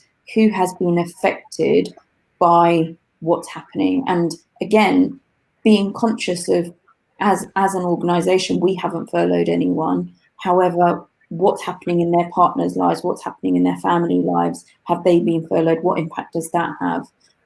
We had an amazing talk by someone who did contract positive, who was tested positive for COVID, and he came out of it, and he wanted to share his journey with the whole of our organization. So we set up a conference basically for him to come and talk, and people to ask questions and really share the journey that he's been on, so that it could potentially help others going through their situations, which may not be them personally, but it's what's going on for their family, and just having that network. And again, it's coming back to working from home or working from a different location to what you're usually working from, how can we continue to stay connected? How do you still provide the support? And we talk about leadership, but I'm not necessarily talking about senior leadership. I'm talking about all managers having the tools to lead and support their teams through any of this, and just being that check-in and just pausing and going, hey, how are you doing? And not just as you would in a corridor and go, hey, how are you? And you've already gone past, you weren't actually interested in that response. It's actually just genuinely putting a check-in call because you're genuinely concerned about someone's welfare. Thank you, Mira. Ramses, people are loving in the platinum rule. I can see lots of comments coming up about the platinum rule, so that may be a big takeaway from today's meeting. But going to our last question here. How can we be more consciously inclusive, and why is it critical for us to achieve buy-in from leadership and across all functions of the C-suite? I think one thought, if that's okay. Sorry to interrupt there, Ram. Just conscious of time because we want to answer some of the questions. So a brief thought from you each would be wonderful. Sure, that's a great question in terms of what conscious inclusion is and how you really can leverage it. At the end of the day, we want to encourage people to bring their authentic self to work each and every day in every interaction. So we need to make sure that we give them the tools where they feel comfortable doing that and kind of sharing who they are. Yeah, Thank you. Leaders who aren't consciously inclusive are morally redundant and probably shouldn't be in organizations anymore. There is no hiding place for leaders who don't get it. Oh my God, I don't follow either of those two. Agree. I concur. To kind of help and support leaders through that, because I think the world of work has changed. And I think as professionals, we have to give the business tools to help them through that as well. Very good. Thanks ever so much for all of you. And we have got a couple of live questions. We have a plethora, but we have just 2 here. So apologies in advance for those that haven't had their questions answered, but don't worry at all. Our wonderful speakers will be staying during the networking break. They'll be on the live chat in the summit. So if you've got any questions, do feel free to ask then. But first, we've got a question here from Alison Green in the UK and also in the States to our friends over the pond. During this pandemic, women are doing more caring and homeschooling than men. Are they more likely to be furloughed and lose their jobs? How do we ensure this change is a positive one for both men and women? That's a great question. What we're doing is we're being very mindful that that's the case, and we've been having that conversation internally within the organization in terms of the extra burden that women might be feeling. But what we've done was we've had a series of listening town halls where we really wanted to kind of get some perspective from different groups. So we know that, working mothers being able to balance all of these things require more support, and how can we support them? At the same time, we're also looking at single people who might have been quarantined and living by themselves over the period of 2 months, which is a tremendous amount of time. So again, we're all in it together, but we're experiencing it differently. How do we support people the way that they need to be supported? Good. Another question. Oh, sorry, on you go, Valerie. I was just going to endorse what Ram has said, but in addition, a couple of points. We've been accepting that there's going to be lower productivity from people who are working from home and homeschooling. So we accept lower productivity levels and complete flexibility in terms of working hours. So just to help them make that adjustment. And we've actually seen more of our men in terms of our town halls and getting the feedback. We're actually seeing the men who would traditionally be at work and in the office, they're actually enjoying the time with the family and spending time with the kids. And actually, because they're seeing the burden on traditionally the wife, the partner taking on that, they're actually more conscious of it. So they're actually saying, I'm going to take 2 hours in the middle of the day to do some homeschooling and provide that flex. And so we're doing exactly the same stuff. Interesting. Another question here from E. King, Valerie, is asking, you spoke about step change in leadership. How have you been preparing your leaders for this step change?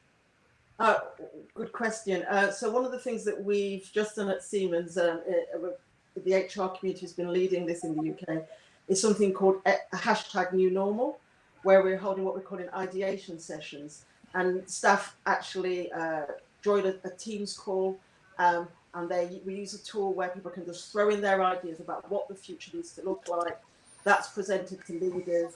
Leaders evaluate that and really start to think about what changes need to be made. The changes are, I mean, we've had hundreds of ideas, and some of them are absolutely amazing, things we wouldn't have thought of, and each one is being taken seriously. We may not be able to carry all of them forward, but it's really meaning that we have to think about how we train people, how we develop people, how we recruit, how we structure work, where we work from, everything.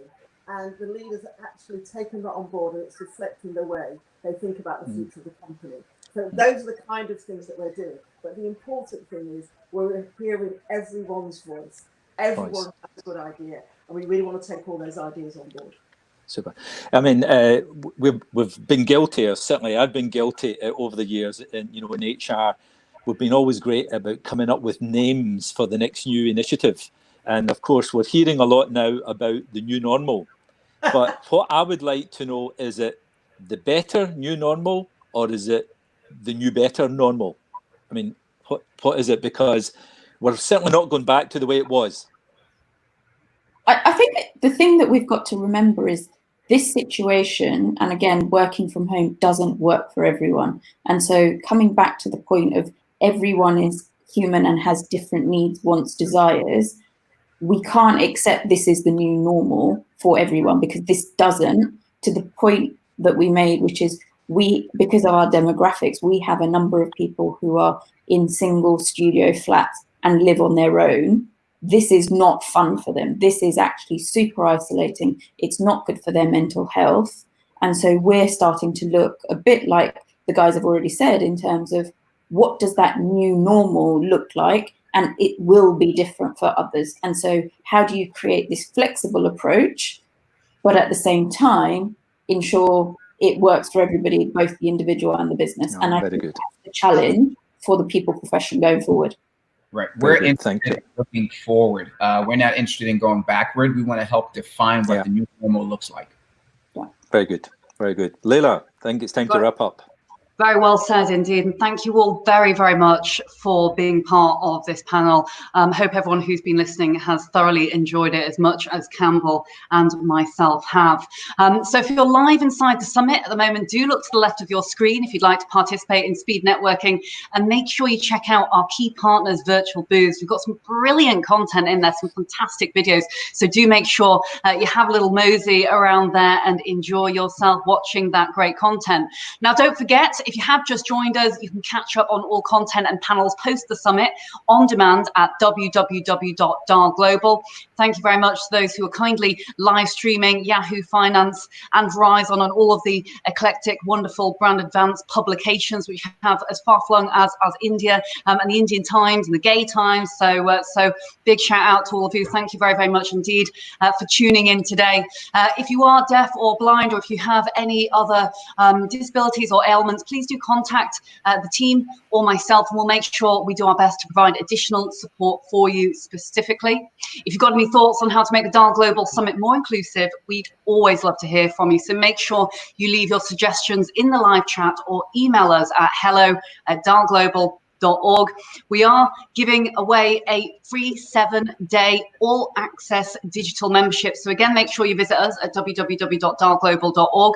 I know you all love social media, as we all do these days. So make sure you use the social media handles. If you're doing any selfies or taking any screenshots, make sure you tag us in, because we'd love to see what you guys and girls are up to.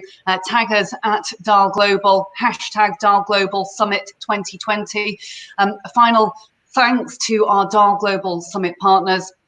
3 are here on this excellent panel: Ipsos Mori, Brand Advance, the Commonwealth Games Federation, Verizon Media and Yahoo Finance, Siemens, Just Eat, and our friends at the UN Global Compact with their excellent sustainable development goals, which are truly inclusive.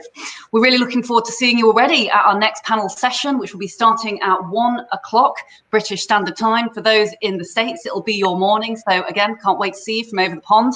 Our next session will be called Healthy Body, Healthy Mind and Healthy Business. And we're going to be joined by 3 remarkable guests from the NHS employers, from Minds at Work, all around mental health, and also from Bupa. We've got Paul Deemer, Jeff McDonald, and Alana Linney coming up next. So look forward to seeing you again at 1 o'clock. Enjoy the networking break or a comfort break if you are tuning in via live stream across one of our many platforms. But thank you very much, Ram, Mira, and Valerie. You've been absolutely exceptional, as fully expected, of course. Thank you. Thank you. Thank you. Thank Bye. you.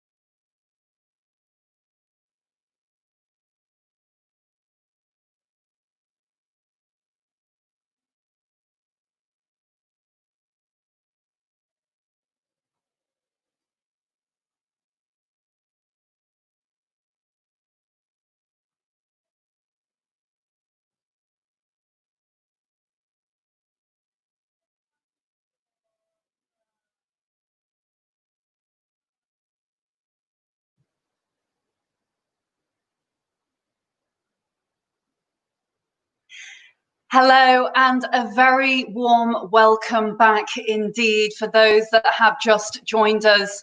You're at the DAL Global Virtual Summit, Leading, Winning and Wellbeing in Response to COVID-19. Our third panel of the day is entitled Healthy Body, Healthy Mind and Healthy Business. We're joined by three exceptional leaders from the related health and wellness sectors, who I'm delighted to welcome to the DAL Global virtual stage. Paul Diemer, Head of Diversity and Inclusion at NHS Employers. Jeff McDonald, mental health campaigner and co-founder at Minds at Work, and Alana Linney, commercial director at Bupa. Our experts from the wider health and wellness arena are going to be discussing the impact of physical and mental health on organisations and wider society, and give us all their recommendations on how to navigate through this extraordinary, challenging time, supporting both ourselves and also others around us. But before we get into the granularity of the session, it would be fantastic to do a couple of round robin introductions into your personal and professional background and any insights into why you're all so very passionate about diversity, inclusion and belonging. Jeff, my friend, I'm going to come to you first. Thanks, Layla, and congratulations to you and the team. I mean, I think this is amazing what you guys have done today.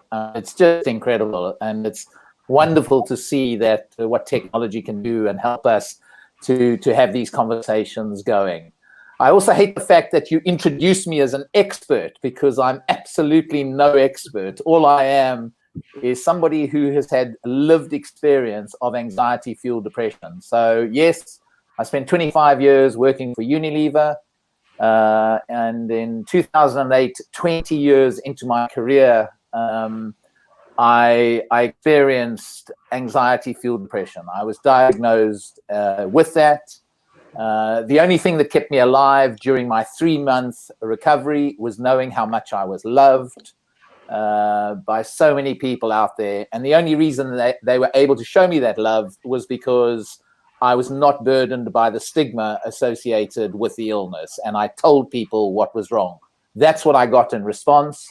In 2012, I lost a very good friend to suicide, and the night he died, I made a decision, and it was just an insight, which was stigma had just killed my friend. The only difference between him and I is my ability to talk and his inability to say a word. Alpha, male, Afrikaner, South African. You can imagine it. He couldn't have the conversation, and instead he took his own life. And it was that evening, October of 2012, which catalyzed me into then leading some work in Unilever around addressing stigma, and then leaving Unilever at the end of 2014 to go out into the world with a very strong sense of purpose. And that is to create workplaces all over the world, where in those workplaces, people can just put their hand up and ask for some help if they are suffering from a common form of mental ill health. Because just one conversation could save a life, and that's worth fighting for every single day. And that's why I'm here joining you all today. Thank you ever so much indeed, Jeff, for sharing a personal story there. Alana. Well, that's a tough one to follow, I think. So Alana Linney, and I'm the commercial director at Bupa. So we have a health business that people are more familiar with, the insurance business. But we look after 50 clinics, and we provide a range of health and wellbeing services. My background is I'm a health and wellbeing consultant with a really keen interest specifically in women's health and how pervasive health inequality stops us from reaching our full potential. So that's why I'm very excited to join the panel today and kind of give it that female angle. Thanks ever so much, Lana. And I'm sure there's many listening in who are very, very keen to hear about that gender insight in particular. And last but not least, Paul. Thank you, Layla. And thank you, Jeff, for being very honest in your introduction. And Alana as well. Thank you. And it's really interesting, actually, because it sort of sparked a thought in me in terms of why did I come into this area of diversity and inclusion. So, sorry, hello, my name is Paul Deemer. I'm the Head of Diversity and Inclusion at NHS Employers. And I'm a HR professional with about 30 plus years experience. And it's interesting because I came into diversity around the time of the Stephen Lawrence inquiry in the UK, which people may or may not be aware of. So that was around an inquiry into the death of a young black teenager in the 90s. And the inquiry was published in around 2000. So that's about 20 years ago. And it was a hugely politicized time within the UK around race equality. And then I'm reflecting on today, and I'm looking at the news, and I'm not while I'm talking to you, but looking at the news today, I'm looking at the case of Ahmaud Arbery in the US. And, you know, and if there's anything that's going to keep me motivated and fired up in terms of wanting to continue to work in this area, it's that really. So I always say that my catchphrase is diversity is life. And it is, you haven't got to look very far, and it's there right in front of you. So I'm looking forward to today's discussion, Layla. Thank you. Thank you very much indeed, all of you. And obviously, Paul, special thanks to those key workers at the NHS and all respective other key workers who are doing a phenomenal job at this time. And I wonder, as we kick off, how has COVID-19 specifically sharpened our focus on physical and mental health, but also clearly brought this to the top of the agenda? I'd be very curious to learn about your thoughts within your respective businesses and organizations, and also within wider society, some of the impact that's had. Paul, I'm going to come to you first here. Okay, thank you. So I think, like many organisations at the moment, Layla, the NHS and our health and social care colleagues within the UK are sort of starting to actually look forward post-COVID, if there is such a thing. And we're moving into this phrase that I know in the previous conversation, people were talking about the new normal. I think Campbell used that phrase. But we're calling it reset or recovery. And so I think this is a good time actually to reflect on exactly what we've learned from the COVID-19 situation and what it's taught us about ourselves and about others as well. And this sort of plays in a bit to what Jeff was touching on, I think. And I think for me, it's taught us two things. So about ourselves, I think it's reminded us and taught us just how vulnerable we are actually as individuals, not just in terms of our susceptibility to viruses, but also in terms of the frailty of our systems and processes within our society. And in terms of others, I think it's taught us how important those others are, whoever those others are, whether it's family, friends, work colleagues. I think over the last 10 weeks within the UK particularly, we've learned just how reliant we are on others and how important that human side of society is to us, which is something we might have forgotten. Obviously, within health and social care, we've been blessed with many examples of the gratitude to the NHS and the key workers. So ranging from the Thursday claps, where people go outside their houses and applaud the key workers, which is fantastic. And also the thousands of gifts that I know from talking to colleagues that have been bestowed upon hospitals and delivered to hospitals over this time for the staff to keep them going. And I think that's great. And I think the challenge now, though, is to go back to your original point, Layla, is that much of the focus to date has been around the physical impact of COVID-19, whether it's the sort of whole process of cleanliness, the importance of cleanliness, whether it's the lockdown, whether it's the social distancing. And we've responded, I think, appropriately to that with a range of policies, certainly within the NHS, a range of policies and processes around shielding, home working, personal equipment, risk assessment, and those type of things. But I think tragically, as you know, there's been a huge loss of life in the UK and other countries, and in the UK as well. We've had 200 NHS and health and social care staff who've died as a result of COVID.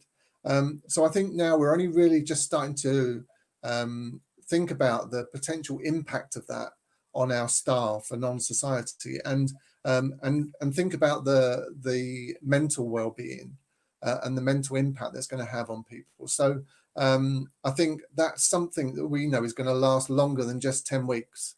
That's something that could take potentially 2 or 3 years to show itself and unravel. So yeah, I think I'll stop there, Layla, because I'm sure Jeff and Alana will have something to say on that as well. Fascinating insight. Thank you very much indeed. Alana, how are you finding things at Bupa? So I mean, it's been a really challenging time as a business, and depending on which part of Bupa you're in, there are different challenges. But being in the provisioning business, 10 weeks ago we had 50 clinics that were seeing people face to face, and we were managing primary care services, physiotherapy, mental health services, etc. And overnight, that's had to stop. So there has been a huge responsibility from a people perspective in terms of how do we manage people through this transition. And one of the ways in which Bupa has done that is that we've come up with this kind of unexpected benefits as a kind of campaign, internal campaign. My unexpected benefit is that for the first time since my child was 5 months old, I spend more time at home, and we're able to have breakfast together every day. And so there are things that are building into the routine which are positive, and that there's for every piece of adversity there's often opportunity within it. So that's the way that we're trying to view it as a business. And I guess kind of on a broader societal level, maybe one of the unintended benefits of this, as a country, we've been trying to get people to take notice of their physical and mental health for years. We've been asking people to do more exercise. Who would have thought we would just have to tell people in Britain that they could only do 1 hour of exercise a day to make that everyone everyone's furious about the fact that we're limiting the amount of exercise we can do. And habits are formed roughly around 3 months. And, in terms of actually this having long-term impact, clearly there's going to be some big repercussions in terms of mental health. And I'm not trivializing that. And I'm not trivializing the impact that it's going to have potentially financially and economically. But I do think that, exactly as you said, actually the benefits are people really appreciating family and those kind of community structures much more than they ever did before. And wouldn't it be wonderful if we came out of this with people who are aspirational, being the doctors, the nurses, the key workers, rather than whoever was on, Celebrity Big Brother last year. So I think, if it has a societal change in that way, from an exercise point of view, a mental health point of view, and also what we're impressed by, what motivates us, then I think that there are some really good things to come from this too. There's such valid points there, and I couldn't agree more. And very nice segue actually into any thoughts from yourself, Jeff. No, I don't want to repeat anything. I mean, I think there's a lot there that I agree with, and as Alana said, and so is Paul. I mean, there are real tragedies coming out of this, but there are some silver linings. One for me is I think that COVID-19 has democratized mental health all around the world. It's democratized now. I am having calls and have been overwhelmed by doing work in countries where I've wanted to take my message and they haven't been ready for it. Well, now they're ready for the message. And so it's just kind of democratizing and normalizing, helping to normalize this conversation. And I think the other thing that I would hope going forward, and I think Paul hit the nail on the head, and I love reset. We're either going to reset or we're just going to revert. And I'm just hoping we reset. And one of the resets I'm looking for is a reset which says, you know what? The health of your people is your most important asset. Yep. Not people are your most important asset. Yep. The health and the energy of your people is your most important asset. So why don't you now elevate that to a strategic priority within your workplace, and forget about having well-being weeks and tick the box. Yep. Do this properly and create workplaces which are going to enhance people's health and make them healthier, because we know that if people aren't healthy, there's no work, there's no business. Yeah. Yeah, Jeff, I mean, I've been reading some articles in the last couple of weeks about the organisations that are going to be the winners during the pandemic and post the pandemic are going to be those who have sustainable strategies. You know, it's not just something that's, you know, here for today and gone for tomorrow. So to your point that you're referring to there, how will looking after the health and wellness of our people impact the future sustainability of our organisations, society and wider communities? Is that to me, Campbell? Yes, that's to you, Jeff. Okay, Yeah, no, okay. So just from my point of view, Campbell, you're an ex-pro footballer. You love your football, and unfortunately, there's a club out there. I don't know where it's come from in the last 2 years. It's called Liverpool, because I'm a real Arsenal supporter. But this bloody Liverpool club has arrived from somewhere, and I don't know where it's arrived from. They're now winning leagues, Champions Leagues. And I'll tell you what's happened. In the last 2 years, they parachuted this guy in called Klopp, who brings the most unbelievable energy and passion to that club. Well, look at it. Look at it. And, you know, I think that if we want, you know, individuals, teams, and organizations to be sustainable into the future, we need to enhance people's energy. You know, most workplaces I go into, it sucks every bit of energy out of people. Yet it's the most important driver of their performance. And you know where we get our energy from? Is our health, our overall well-being, our physical health, our emotional health, our mental health, and having that sense of purpose and meaning in our lives. And so I just hope that more and more we begin to see that by creating and enhancing the health of our people, that is going to lead to sustainable performance at an individual level, at a team level, and at an organizational level. And, you know, Campbell, it's a little bit like, we know this, I know this is about, you know, we're talking about, diversity, inclusion. It's a bit like the diversity debate, you know, we've known it's good to have more diverse senior teams, yet we make very little real progress. And I just hope that in some ways, you know, this experience has really brought this to the fore, and that by imagine having an employee value proposition in your organization which says, come and work for us because we'll enhance your life rather than diminish your life by going to work. And doing that, keeping people and maintaining and helping people to enhance their health. And an organization has some accountability for that, but individuals themselves also have accountability to maintain their health. And by the way, we've done it for safety. We spend billions in health and safety. Guess what? It all goes to safety. The time is to invest now in enhancing the health of our people. Yeah. Oh, fully echo what you said there, Jeff. How about at Bupa, Ilana?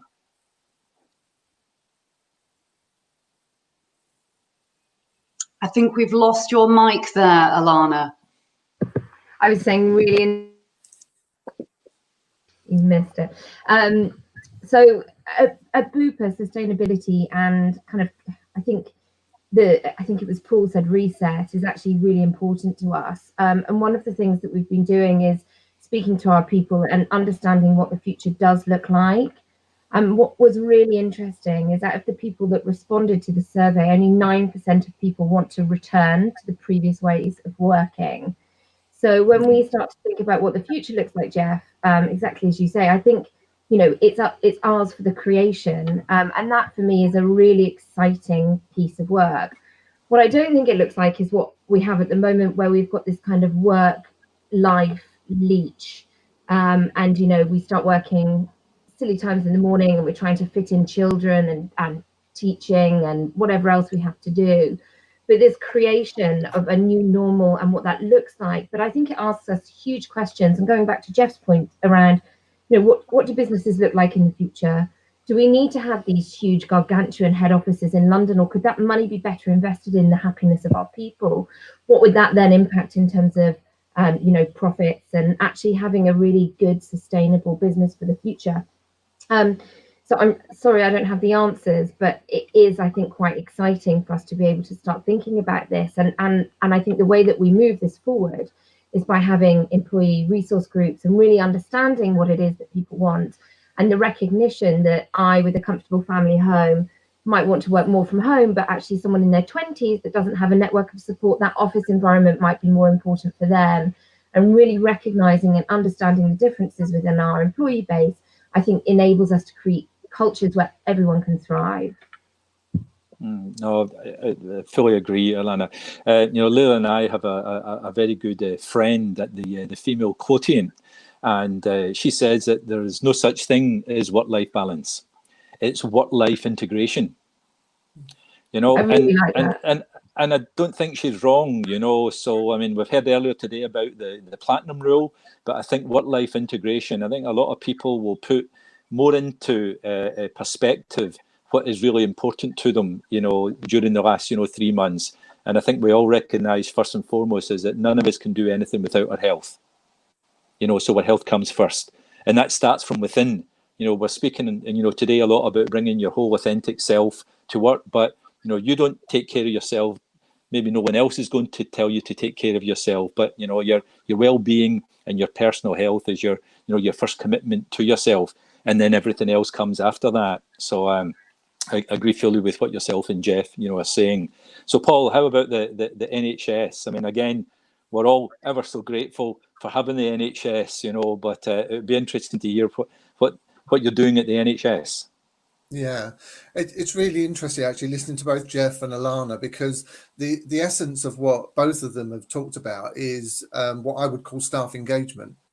And it's really interesting because if I think about pre-COVID, the NHS was doing a lot of work around staff engagement, but in typical NHS style, it was doing it in a very sort of structured, bureaucratic, mechanical way, if you like, and it was all feeling a little bit stodgy and a little bit inhuman, I suppose, to use that phrase.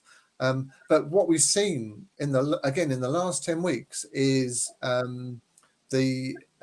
quickly you can change those processes and systems and actually connect very quickly and very easily with a whole raft of people from all different backgrounds and perspectives. Alana talked about employee resource groups. We talk about staff networks.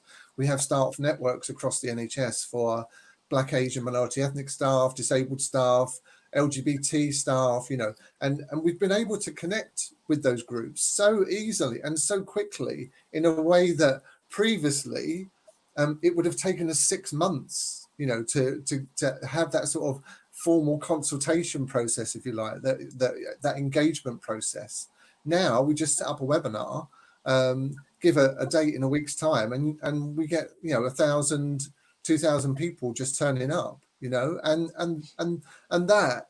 And I think I'd be interested to hear what Jeff said, but for me, mental well-being is a lot about having your voice heard. We talk a lot about voice within the NHS and hearing people's voices.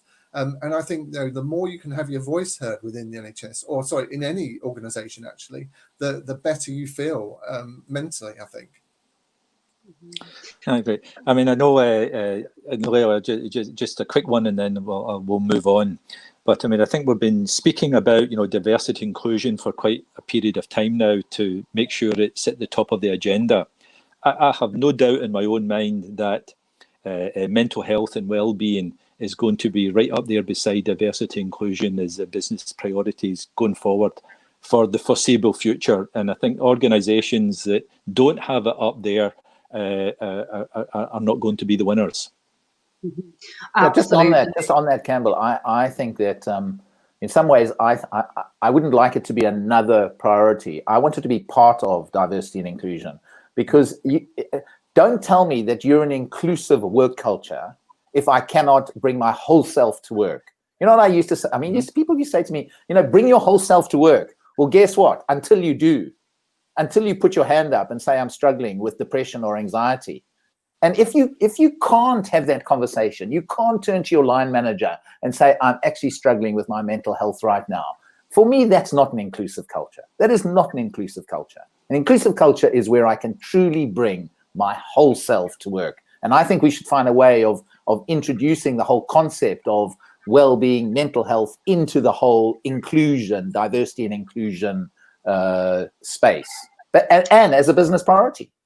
I fundamentally agree. And what's interesting is when we talk about diversity, inclusion, and belonging, I think stereotypically or archetypally, individuals or people may have seen this as purely some of those visible diversities, you know, your gender, your BAME, you know, whatever they might be. But actually, this absolutely mental health, wellness falls into that diversity, inclusion umbrella as an invisible diversity. You know, there's so many which are, you know, surface level only, but so many of those diversities exist below the skin level, be it mental health, be it social mobility and such. But ideal segue from what we've all said there into the next question that I had actually, which is really, you know, from your perspectives, what have been the most noticeable changes that you've seen during this unprecedented period? And also what steps have your organisations taken to support people during these times in order to lessen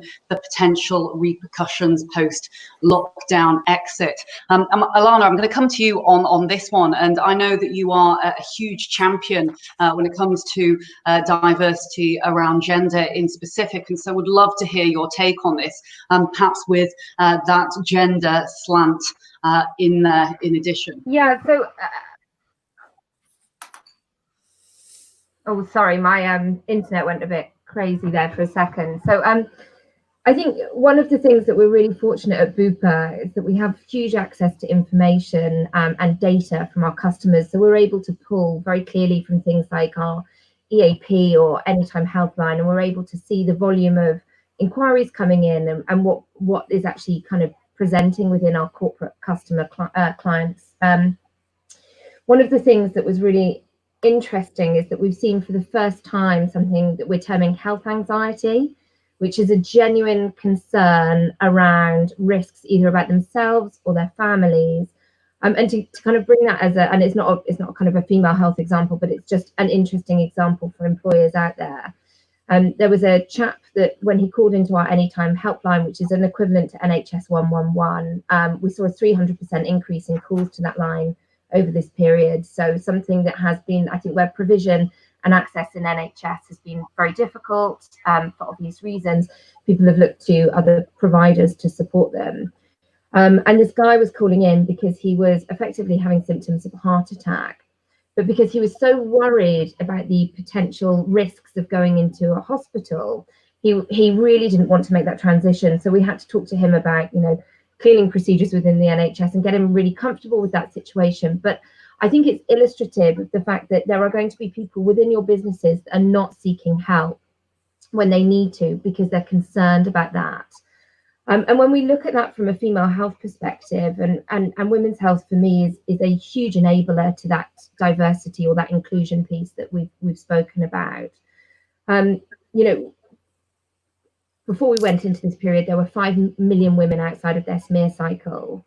Women are not going in and having that routine smear. It's one of the biggest killers of women. So if we start to play this through in terms of what this knock-on impact might be for the future, we need to start thinking very carefully around how we manage things like women's health. The other thing that we've seen a big increase in domestic abuse, and I think it's been pretty well documented that there's been about 49% increase in domestic abuse nationally in the UK, and this is something that we're starting to see play through.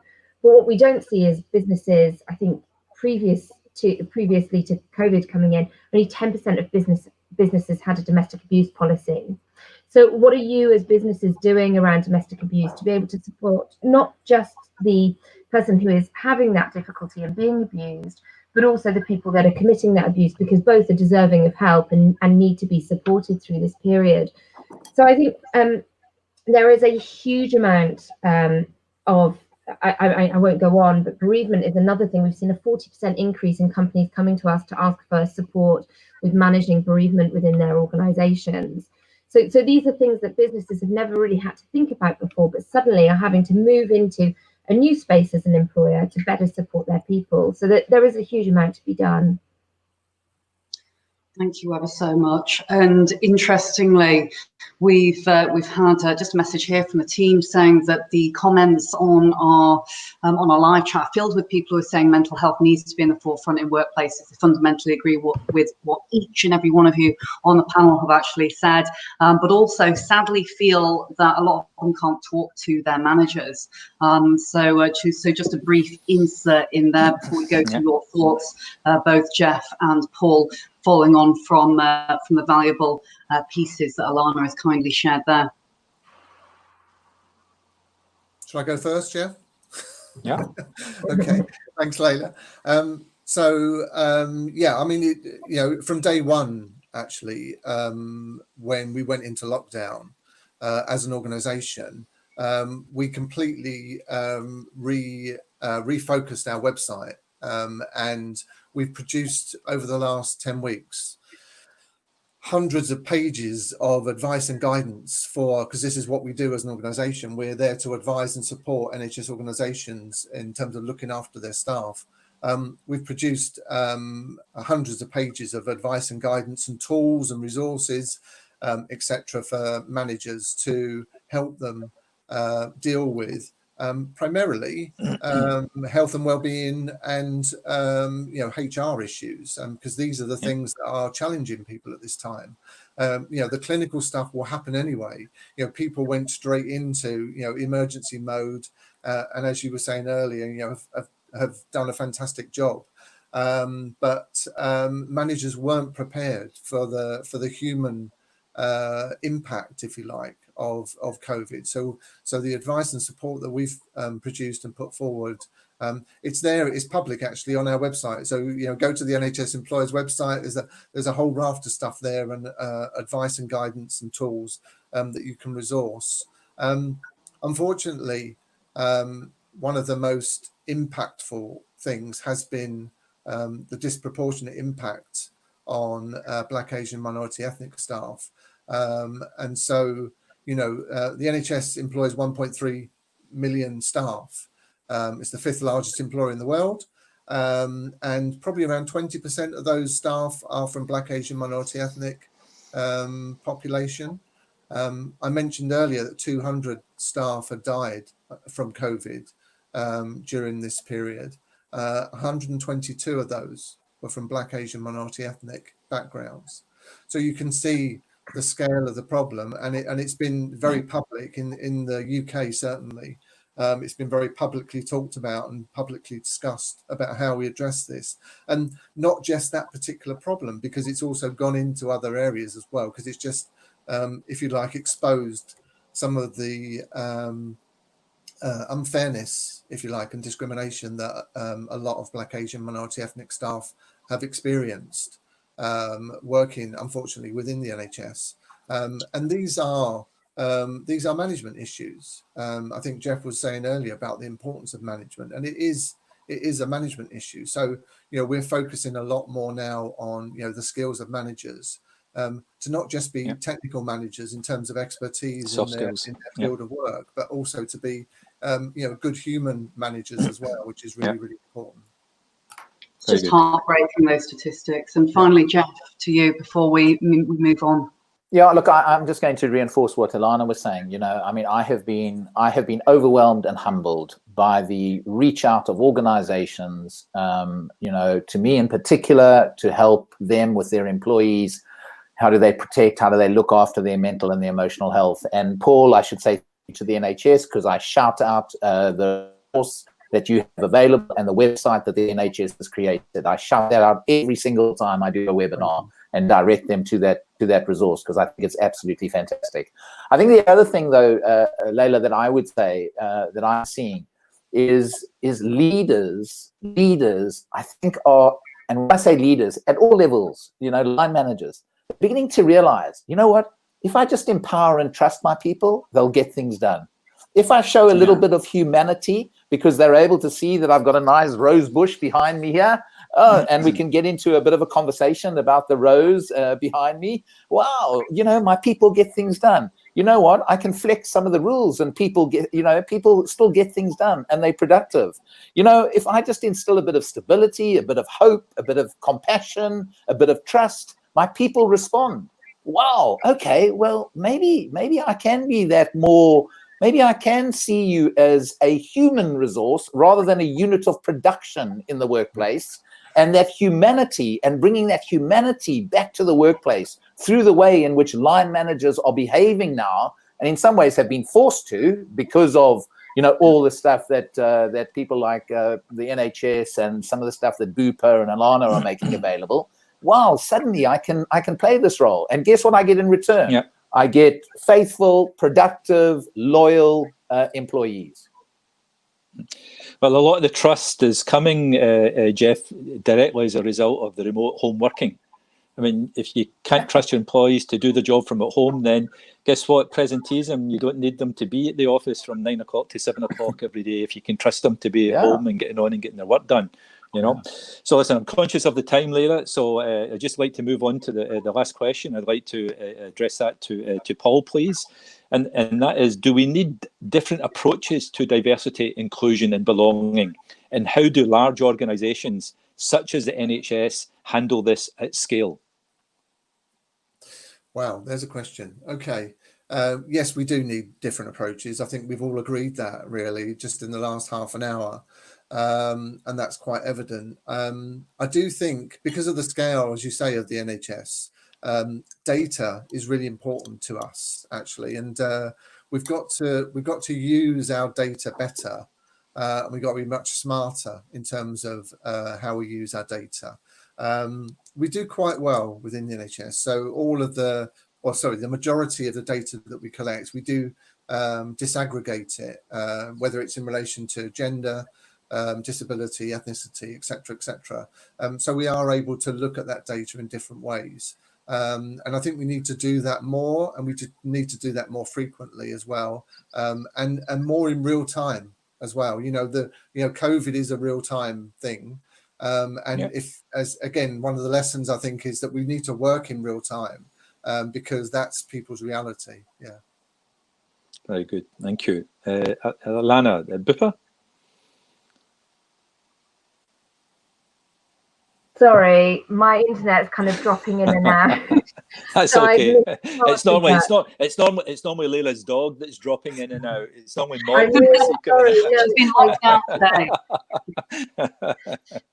So I'm worried about continuity. Sorry. That's okay, no problem. Jeff, you get any final quick comment there? No, I'm not going to add anything to what Paul says. Let's get some questions from listeners. Let's get some questions in, yeah? Absolutely. So actually, I was going to ask one final question. We have had a number of very similar questions from the summit actually live as well. So Alana, I'm going to come to you first on this one. What advice would you give when it comes to looking after our respective teams, our employers, but also critically ourselves? So as the famous flight adverts say, you should always put your air mask on before you put the oxygen mask on of those who are around you. Your thoughts? So it's actually, I'll speak from kind of personal experience. It's a really interesting time because, as I said, there's some amazing things about it, and there are some things that I find personally very challenging. And one of the big kind of juggling pieces that I really struggled with at the beginning was managing being a mother to a 4-year-old who needed quite a lot of attention whilst also having quite a big job. And all I could see was on social media, people doing amazing, kids are dressed, their teeth are brushed, they're doing Joe Wicks. And I decided to write something on LinkedIn to say, this is my experience of being a mum in a pandemic, and it isn't, my kid's not dressed basically, often before lunchtime. And what I got, which I thought was really positive, was this overwhelming outpouring of kind of me too, me neither. And I think it was maybe Jeff that said something earlier around being honest. And for me, just giving people permission or explaining to them that actually I need to take from 11 till 12 off every day because that is the time that I spend with my son, and I make him lunch and we talk, and that he then can go off and play. But building in routines, but demonstrating to my team and giving them permission, because I actually didn't feel like I had permission. And it wasn't until I kind of spoke to my manager and gave myself permission to do those things I started to feel much more in control about. So for me, it's around transparency and honesty, and not pretending everything is easy all the time, but just demonstrating and kind of leading by example. Those are such valuable points there, and actually it feeds back in quite nicely from the multiple comments the team tell me we have over individuals struggling to talk to their managers. And I would say this as a shout out to everyone who's tuning in or inside the summit. Do share those personal experiences. We've had some great personal experiences here. Alana, I saw that post, and I see a lot of the articles that you write, they're exceptional. I would encourage people to obviously have a look at those. But it is our responsibility as leaders to, as you say, not just put a shiny front on things, to give the real raw insight, because otherwise people don't feel that they can be their true selves. And so shout out to all who are managers and leaders, of which I know many people are, who are listening in. Please do share your personal stories, if not for your sake, but for those of the team. Jeff and Paul, any thoughts before we move very quickly on to another quick question from the panel? Jeff, you can go first this time. Sorry, Paul. I mean, Layla, around which particular bit? Was it around the, finding time to look after yourself, what Alana was saying? Absolutely. Personal advice. No, I think the only thing I would say is, look, we probably all know the kind of tips and the things that we should be doing to look after our physical health, our emotional health, our mental. I mean, we know that stuff, right? For me, it's about mindset. It's about mindset. And it's what Paul was and Campbell referred to. What is your mindset? Are you going to put the oxygen mask on everybody else, or are you putting it on yourself first? And unless you have a mindset of it's on you first, I'm not sure you really get into doing the stuff that we might be able to share with you in terms of practical tips. And that's been my biggest learning. As a result of my crucible moment in life, the most important thing in my life is my health. It is the most important thing. And so therefore, there is 1 hour every single day in the diary, and it's called Jeff's meeting. And it's for Jeff. And it's to devote that time to connect, to be active, to be nice to others, and to just observe and to discover. And it's so important, having the mindset. But if the mindset is work's more important, kids are more important, everybody else is more important, then you never get the time to do those practical things to look after your health. Thanks very much indeed, Jeff. And any final thoughts there from you, Paul? I mean, it may not particularly answer your question, but I think the key to going forward from here is inclusive leadership, which we've touched on. And the key to inclusive leadership is empathy. And the key to empathy is self-awareness. And self-awareness takes time. Yeah, I mean, you have to give it time. You can't just suddenly say, I'm going to be a self-aware, empathetic manager. You have to give it time, and you have to learn and teach yourself. Yeah. I mean, I spend at least 2 hours a week watching TED Talks because I love them. And I think they can give you so much insight into other people's worlds and other people's way of thinking. But it requires you to put that time by and to try to improve yourself. And I think if we are going to be more inclusive leaders in the future, we've got to do that. Yeah. Thank you very much indeed. And I think we're running out of time, I'm afraid. So I'm very sorry to all of those who have not been able to ask their questions. Hopefully the panel has answered plenty, however, of the things that you have been wondering. And look, we're absolutely here to support myself, the team at DAL Global, the individuals who are on the panel. Please do reach out and don't be a stranger. Do not, under any circumstances, suffer in silence. Now, don't worry, the summit will continue. And do you know what I love as well is seeing people's personal backgrounds. We are in the pandemic right now, and so being and having a window into people's lives is absolutely lovely. And I wish my husband would come and bring me a cup of tea, actually. Me too, my wife. Yeah, there's a biscuit here as well, a shortbread. Oh, God, you're making me very, very jealous. I want to reach into the screen now and grab that. But a special thank you. Can't get my words out now. A special shout out, I should have said, and a thank you from myself and thank you, Campbell, from myself and from the Dial Global team, in particular to the NHS and all those key workers at this time. We will never forget what you have done for us all. We are so truly grateful. So thank you very, very much. Round of virtual applause here. If you are live inside the summit, do look to the left of your screen if you'd like to participate in virtual networking. Make sure you also check out our key partners' virtual booths. We've got some fantastic content in there, so please don't miss out on it. One very special shout out I do have is for one of our Dial Global Steering Committee members, Gareth Elliott, or the Gaz as we know him. He has actually dedicated a very special version of a single that he's released by Over the Water. It's called Hello Pano, and Hello Pano, interestingly, is short for panic attack. He's curated us a very special music video and single, which he actually released on Mental Health Awareness Week. The single is there. The music is incredibly endearing, so do make sure you check it out. It is all about panic attacks, mental health, and why we should be drawing attention to such critical factors. Don't forget, if you have just joined us, you can catch up on all content and panels post the summit on demand at www.dialglobal.org. If you're deaf or blind or you have any other disabilities, please do contact us and we'll make sure that we do our absolute best to provide additional support for you.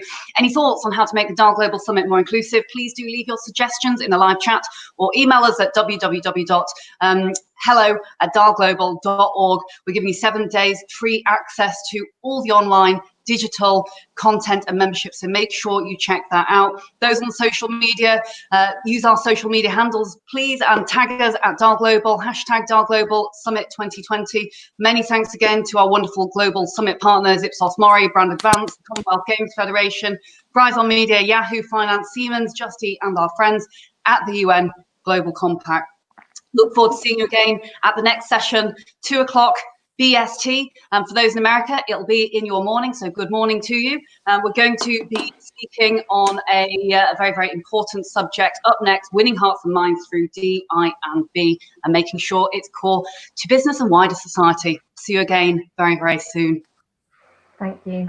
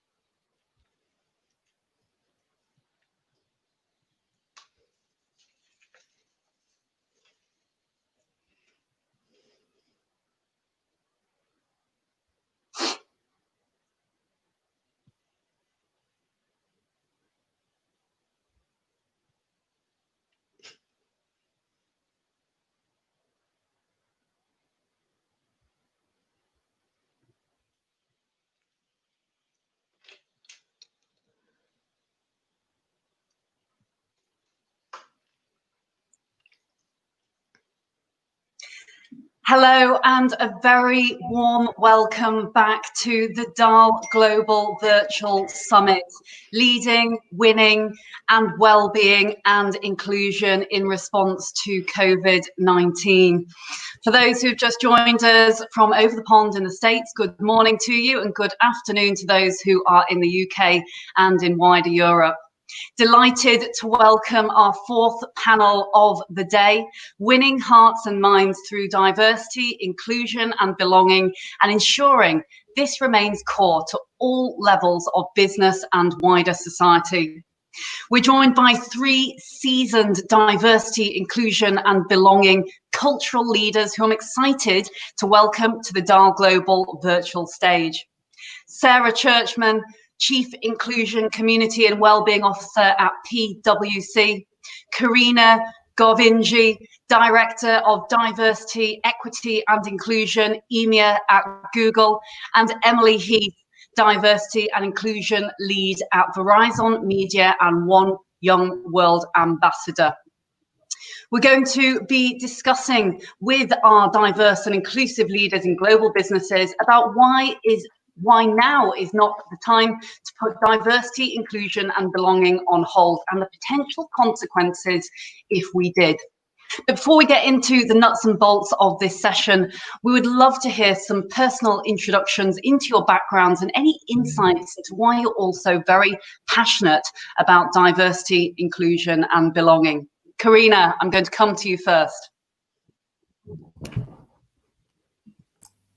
Great, thank you so much, Leila. Thank you for having me here today and for DAL to be able to host a fantastic event like this. So I'm Karina Govinji. I currently lead diversity, equity and inclusion across Google's EMEA region, that's Europe, Middle East and Africa. And prior to joining Google about 10 months ago, previously I was the global diversity lead for Vodafone. So that was across sort of 30 countries that Vodafone led. And prior to that, my experience has been in consulting, where actually I was applying diversity through an engagement lens. So I've had an interest and sort of passion in this area from as early as going to university and really understanding the social psychology behind why we have inequality. So very pleased to be here today. Thank you for having me. Thank you ever so much, Karina. Sarah. Thank you, Leila. So, yeah, my name is Sarah Churchman and I lead on diversity and inclusion alongside employee wellbeing and mental health and all of our community engagement work here at PwC. It's a role I've had combined with a variety of responsibilities, really, but D&I has been part of my remit for the last 20 years. And if you like, I was the founding mother of the agenda at PwC, which grew out of a big piece of work that I led back in, believe it or not, the late 90s. I know it's hard to believe, but looking at work-life balance issues in professional services. And really, it was out of our inability, really, to accommodate people who wanted to work flexibly, and look at us all now, that our business case for diversity originally, originated. It's important to me, I'm very passionate about it because I think it just goes to the heart of my values and what I prioritise outside of work as well as within work. And there must be also the influence of having a son and a daughter who, you know, I've invested equally the amount of money and love in both of them and want them both to be successful in whatever they do in life. So yeah, very passionate and feel quite privileged really to have a job in which I'm allowed to pursue my passion every day. Thanks ever so much, Sarah. And the lovely Emily. Hi everyone, it's Emily Heath. I'm a diversity and inclusion manager at Verizon Media.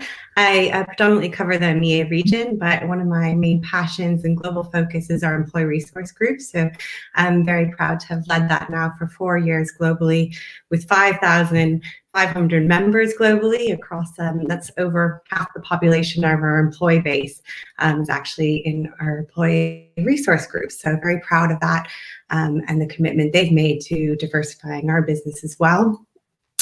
For me, it started, obviously have an American accent, born in Indiana, went to Chicago at the age of 4 and came to London at the age of 9.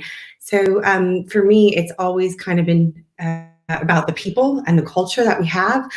Diversity for me started at a very young age, from Southside Chicago to being in a very predominantly white area in Indiana to what does that mean now in the UK, and how we focus on that and the difference of cultures that actually create the space for conversation as well. So it's actually started for me at a very young age. So Thank very you happy to be here, Layla. Thank you so much for having me. Thanks so much, Emily, and thank you so much to all of our wonderful panelists today. Clearly, there are longer-term sustainable opportunities in learning, given the present environment versus what has perhaps previously been this short-sighted game that some companies would have formatively adopted. Now, how can we ensure that diversity, inclusion, and belonging continues to receive the support that it really does need? Sarah? Well, I think it's so important that it does, for all the reasons we've kind of obviously outlined already in terms of our passion. But I think there's always the risk, and we've learned from previous crises, that there's always the risk that organisations do put this onto the back burner or deprioritise it when there are obviously so many present issues that businesses will be focused on. But, you know, I think I would hope that we can learn from previous crises and the downside of doing that, because I think if you just think about why organisations have prioritised inclusion and diversity in the past, the value that it brings, the commercial opportunity that it brings, those things aren't going to go away, nor are they going to be diminished in the future. So I think it's about organisations really thinking hard about why they prioritised diversity and inclusion in the first place. Why do they need an inclusive culture? And if they have a strong and robust and well understood business case, it should therefore not fall off the agenda. But I do think what we will see is, I guess, a different approach depending on where different organisations were at. Were they leaders or trying to lead in this space, or were they laggards trying to catch up and maybe hadn't quite convinced themselves of the commercial imperative of creating the right culture in which diverse talent can thrive? But if you think about the world we will become, the new normal or the next normal or whatever we're going to call it, you know, what we do know is you can't go back in time. So the past is the past, and the future is going to be something quite different. And to take on difference, you know, head on, in a kind of confident way, what we know is we're going to need very different kinds of people with very different kinds of skill sets and experiences, because that's what creates good decision making, right? Robust decision making. That's what leads to innovation. And we're all going to have to reimagine what we do in a world that's going to be very different going forward. So I think it's going to be a test for organisations as to how committed were they, and how strong was their real commercial case for diversity, or was it more about the optics or the window dressing and a little bit about corporate reputation? So I think we might see a variety of approaches, winners and losers. Fascinating. And again, I absolutely concur. I think those that perhaps have paid lip service, I dare say, to diversity and inclusion and belonging, and of course, welfare, health and wellness, perhaps will find themselves falling a little bit short given the present circumstances and the fact that actually everything's online these days, so we can see what is happening. People talk. So Karina, I wonder, you know, your thoughts on this. What are you seeing personally, and of course at Google? Yeah, thank you, Sarah, and lovely to see you again. You know, like Sarah said, actually, I mean, I think we're already starting to see. I saw some emerging research that said, you know, over a quarter of D&I leaders are already saying that, you know, the activities are either stalled or on hold, you know, indefinitely due to COVID. So I think, you know, like Sarah said, it will depend on the stage that organisations are at. But you know, the reality is we all know this is a long-term game, but one that we have to keep at, and we have to keep making it business relevant. And I think, you know, where you know, organisations make it business relevant, they're much more likely to be in that long-term game. And so, you know, even sort of bringing in experience of the COVID, you know, what does that mean for inclusion, and making it really relevant to businesses, making it part of leaders' agendas ongoing, and making them responsible, and integrating it into people processes, so it doesn't rely on, you know, this separate unit to create D&I, but actually it's part of everyone's jobs. Absolutely. And Emily, your thoughts, and of course at Verizon Media. Yeah, absolutely. So I think that, you know, Sarah and Karina both touched on some some very valuable points there too, and embedding it into the organization. I think organizations, it's easy to have a strong mission and some values and some goals from the top down, but it's really about the people at the end of the day. So how are you making people part of that strategy? And I think that's what we're seeing right now in terms of that longer term. If you are built people into your strategy at the heart of your organization, then actually you're going to be winning right now, right? Because you're in a time of crisis, but you've already built that foundation of it being employees first. I think it's also a multifaceted approach, as we've all said. It doesn't just start with D&I, you have to embed it in the organization. So making sure it's part of the business, making sure it's part of your product, building your product. What is the end consumer going to see at the end of the day? So it's also building for the world and that we live in and that we represent, and making sure that those products are diverse for your consumers. And again, that goes down to people. You can have all the awareness training in the world from unconscious bias training, but it's not that solved. So again, long term, how is that kind of learner's journey and the continuous learning path that you take people through on that awareness? Maybe foundational unconscious bias training is the place to start. What's that plus? What are the courageous conversations, the allyship programs that you put in place to champion individuals? And again, going back to people being at the heart of the business.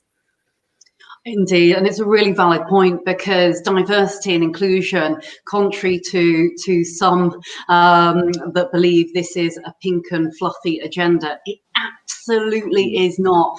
Those like yourselves who are leading practitioners in the field know that this is an absolutely relentless task. Diversity, inclusion and belonging is mile wide and mile deep. Not only, as you said there, Emily, is it important to have that buy-in from the top and from those C-suite leaders, but it is something that we need to be looking at embedding right from the bottom, right from those grassroots level, and then horizontally right across the organization. Well, that probably leads nicely, Leila, into the next question, which I'd like to address to Karina. Is D&I seen as business critical, or does it still need to justify itself? Thank you. Well, I think we are way beyond D&I having to justify itself. And I think, this idea of sort of discussing the business case or, justifying should we or shouldn't we, I just don't think that's an option anymore. And those, that are still having that debate are going to be left behind. I think the progress that we have made, on representation, albeit slow, albeit not enough, has happened because businesses have moved beyond trying to, justify whether or not we should be doing this, but moving on to action and trying to find solutions. But for that progress to be, accelerated or even sustained, we absolutely have to go with that point of view. And I did, see the McKinsey sort of most recent research about, is diversity, does it still matter? And, again, we come back to the qualities that characterize, diverse organizations. So innovation and resilience, even more than ever, we need those right now as we go through this crisis.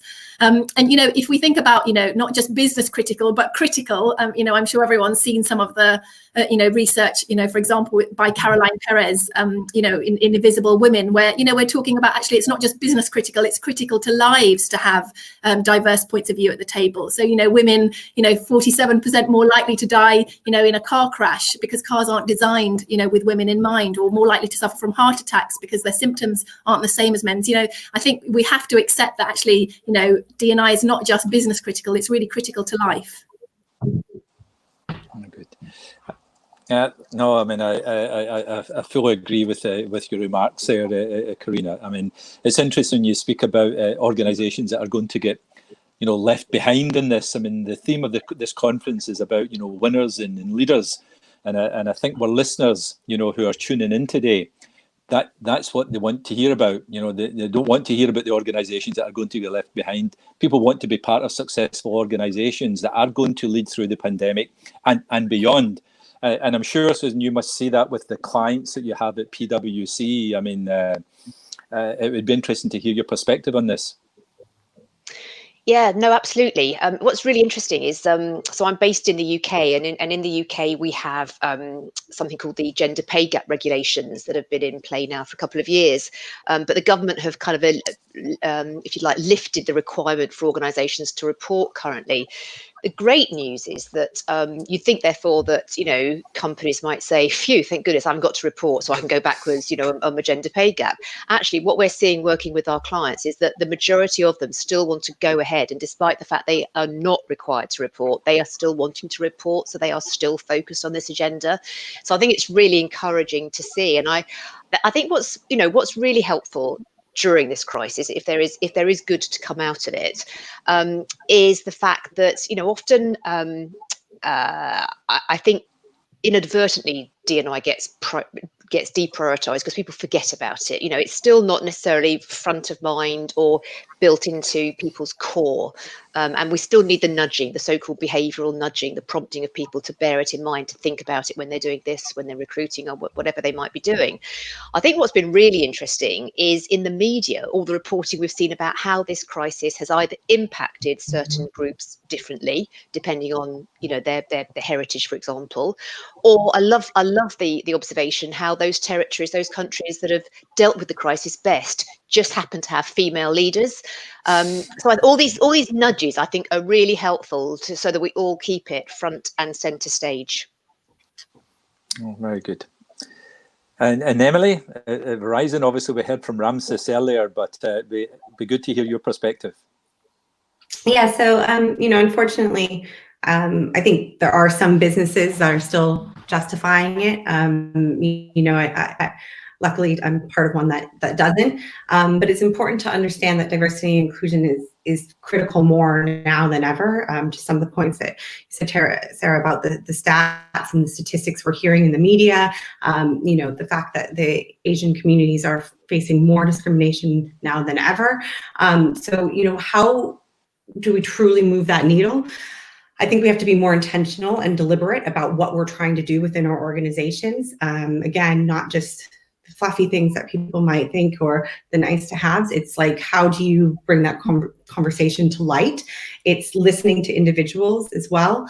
You know, I think I'm very fortunate to be part of Verizon Media, you know, who hasn't stopped their agenda for D&I right now. In fact, more than ever, we're leveraging our employee resource groups to have those conversations, giving them the platform to open the door for their membership, but also their communities, to really have the conversation about why it's still important more now than ever. And as we're moving to this new workforce of the future, or whatever that's going to look like, how are we ensuring that we take this opportunity to say, okay, how do we make it, you know, our workplaces, or whether that's, you know, what that's going to be like for parents, for those with disabilities. You know, now we have the chance to hire in a different way that we never saw before as well. So making sure that we take those opportunities to really do that. And again, I think the buy-in that we've seen from Verizon Media is, you know, from CEO Hans Vestberg to our own guru in Verizon Media, daily conversations, you know, from them, and again, weekly conversations with our employee resource groups.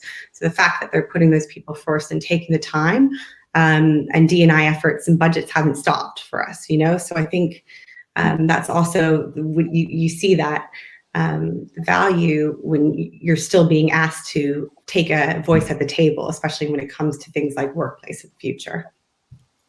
Thank you so much. I think as long as we continue to have the conversations and don't let them go away, if we just stop having the conversations, and okay, if at first somebody maybe say no, we don't have the budget now, budgets are on hold, then if we just forget it and don't go back to it, then we've wasted all the effort. I mean, I really think we've got to keep on, pushing until we get the right answer.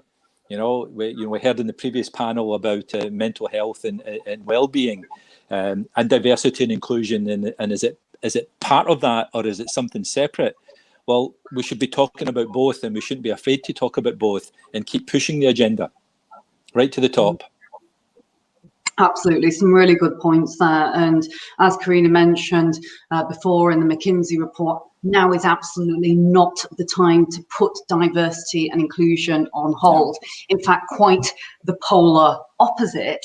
This is the time to really place this at the forefront. And I truly believe that businesses will be remembered for this when we are finally out of the COVID situation, which we all know now is highly unlikely to be a V shape, more like an elongated L shape. But Emily, thanks for sharing that piece there. And obviously, myself and the DAL Global team, very lucky that we get to work closely and know Verizon Media very well. But I know that you guys have done some brilliant things, including having, helplines, which really, 24-hour helplines. I used to work for the Samaritans for 3 years, and it was tough going to keep a helpline open for 24 hours. So the fact that organizations and Verizon have actually got that facility available on hand to their global workforce, that's absolute, I put my hands up, that is something to be commended. And segueing nicely into the next question that I have, and it's for you actually again, Emily, to lead, and again, love thoughts from our other panelists, Sarah and Karina, but how can we build this real significant level of organizational empathy across all levels of the business? Because we did mention before, this is multifaceted, it's not just one segment of the organization that is responsible, it is all. So how can we build that that level of empathy across the board? Yeah, thank you. And I think again it goes back to the listening platforms and creating those conversations. But sometimes it's as simple as holding up that mirror and saying, okay, we all at a baseline understand what it feels like to be excluded, whether that's from a classroom or, a sports team to a meeting, or not having that conversation or being brought in when you think your voice could be very valuable. So sometimes it just takes to have that reminder that, we all have that feeling of exclusion, and that doesn't feel very good. So sometimes it's having that mirror, but, we also have to accept that we're also different. The experiences that we have are very different. So, how do we learn from each other and open those conversations? In essence, it's our differences that are our superpower. So also like saying, that, having that different view to a team, or inviting someone that you've never worked with before into a team meeting to almost open those doors, and leading by example really help. And again, going back to the point that we really can't ignore the situations that are going on now. So as much good is happening in terms of connecting individuals, there's some really horrific things that are happening right now in our world that we've seen, from Minneapolis to Alabama to, the Asian community's discrimination they're facing. So, I think it's, also the fact that there's people of color that are being affected right now at a higher rate. So how do we have that platform to have those conversations, for us to listen and learn from how people are feeling? Just yesterday in our team meeting, we started off just with the conversation about how is everyone feeling about some of the things that they've seen in the news. That allowed me to learn things about my colleagues that I hadn't learned before, and then create empathy for those communities that they're representing. So I think it's creating those forums for employees and leaders, because you want leaders in those conversations too, to listen and learn from one another. Many thanks, Emily. And Karina, what are your thoughts? Because I know that you're a champion of culture and inclusivity, and would love to hear how this is stretching across the board within your organisation and some of the experiences that you've had perhaps previously. Because I know that you and Sarah have worked together before, which is great. We have, and I think just to maybe just to build on what Emily shared, I think this idea of formalizing that listening and those experiences is super helpful. So I'm a sort of allyship is really key to sort of building that empathy. And I think where we can find ways as organizations to encourage that, to recognize that, to formalize that, I think that really helps, rather than just leaving it up to individuals to do that. And the idea of allyship is to support those in marginalized groups where you don't necessarily identify with them. And at Google specifically, that does center on the challenges surfaced by these underrepresented groups, and then developing that kind of consciousness, that compassion and that humility as an ally. You know, that might not be my experience, but how can I, you know, step in those shoes? And I think, you know, the reality is everyone can practice allyship, but I think we need to be, you know, much more purposeful as organisations about how we help that to happen. Absolutely. And when you say stepping into people's shoes there, that is so critical and very difficult to achieve unless we are sharing, listening, learning, and, you know, storytelling in particular, absolutely key to being able to almost look through the lens and a window of someone else. But Sarah, your thoughts? Well, I absolutely agree with what Emily and Karina have said. And I think actually the current situation whereby we are, in my organisation, we have across the globe, you know, thousands, hundreds of thousands of people now able to work from home, and not every organisation can do that. But we're all meeting, we're continuing to connect and meet, and those meetings take us into each other's homes. And I think this is a great way of actually supporting our leaders to become more inclusive, support all our people to become more inclusive, because all the assumptions that we may have made about people and their background and their circumstances are being blown away. I think it's very difficult. You know, this ability to put yourself in someone else's shoes is quite hard. It sounds easy, but it is quite hard. It's much easier if you can actually see into other people's lives, their lives outside of work. So you know, we've got so many different scenarios, but you've got the family of 4 in a 5 or 6 bedroom house, and you've got the family of 20 in a 2 bedroom house, but they're coming together to meet and really seeing what life in someone else's shoes is like. So I think there's a real opportunity. You can tell that I'm a sort of an optimist, or a cup or a wine glass, hopefully half full person, looking at, you know, every cloud has a silver lining, and there will be things that come from this that we can take away, and they were an opportunity to move us forward. But I think we've just celebrated Mental Health Awareness Week in the UK, and the theme of that week was kindness. And kindness, compassion, empathy, these are all the skills of an inclusive leader. And we know our leaders need to be inclusive going forward, because it's the humanity we bring to work that's going to differentiate us when we're all more reliant on technology and tools, etc., that leverage technology in the digital world.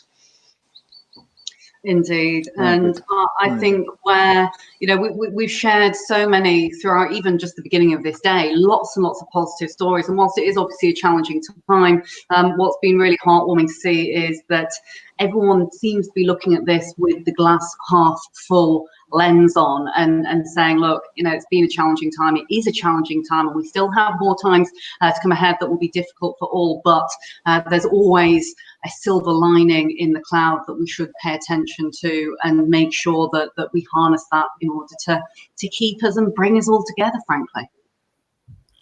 Yeah. So Sarah, do you think that inclusive business leaders need to place more value than ever in minority and underrepresented groups? I think they need to place equal value on everybody. And I think, you know, whether it's more value or equal value, I think it's going to be different from perhaps where we've come from in the past.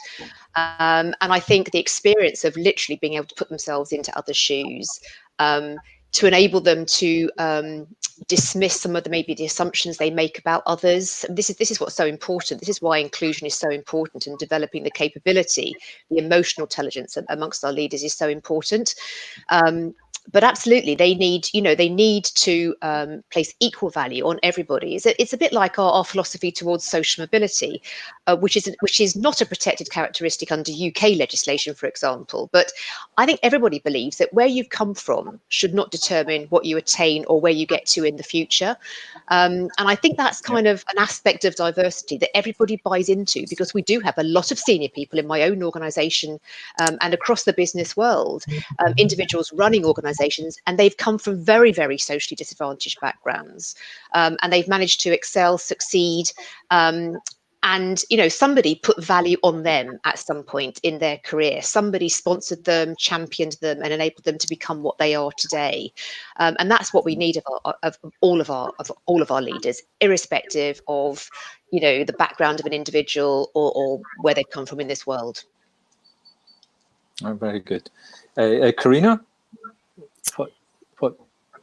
Yeah, so I mean, I think, we've shared today how, COVID has highlighted, that inclusion matters more than ever before. And, when you're in a remote working situation, that needs to be, more conscious to make sure that biases don't play out even more. If we think about, for example, the fact that children are home and, if we play into stereotypes that, it's mothers who, take on that role, all of this can, if we're not careful, we really need to be clued into some of these potential impacts and be very purposeful about the impact. And, the reality is the data is showing us that our underrepresented groups are disproportionately impacted by COVID. So you take in the UK, I think it's something like, 14 to 15% BAME in the population, yet there's 17% plus who are dying of COVID. So these are real facts that actually is, I think, our responsibility to draw attention to leaders on that. I mean, the other area is domestic violence. And, if we look at the increase in that, how do we help managers and leaders know how to pick up those cues when you're working remotely? If you see someone on video, conference, how might you be able to tell, how might you be able to support them? So I think there is a need to lean in more in this time to our underrepresented groups, to be listening, to be sort of, understanding, and like Sarah said, not to be making assumptions. Very good.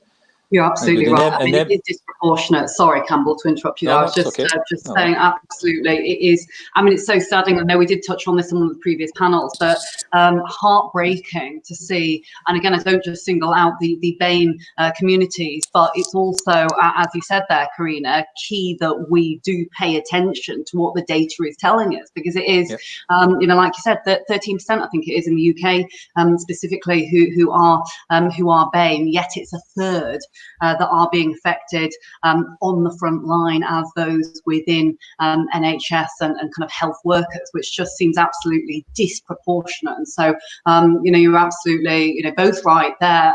It's our moral responsibility as human beings to be able to be looking after these others so that we can all go forward on an equal and stable footing. Sorry to interrupt there, Emily. No. Are you seeing anything particularly across the EMEA group, Emily? Yeah, so I think, again, looking at it from, Sarah, I think you brought to a great point there that, it's just not one, but it's looking at the wider group, because again, right now, even getting on video calls for some people is very difficult, being in this virtual world, and also, people being alone. So, we talk about families and everything, but there's some people that have literally not seen someone for weeks, months, and they're completely isolated in their home without that connection, and how that plays on people's mental health.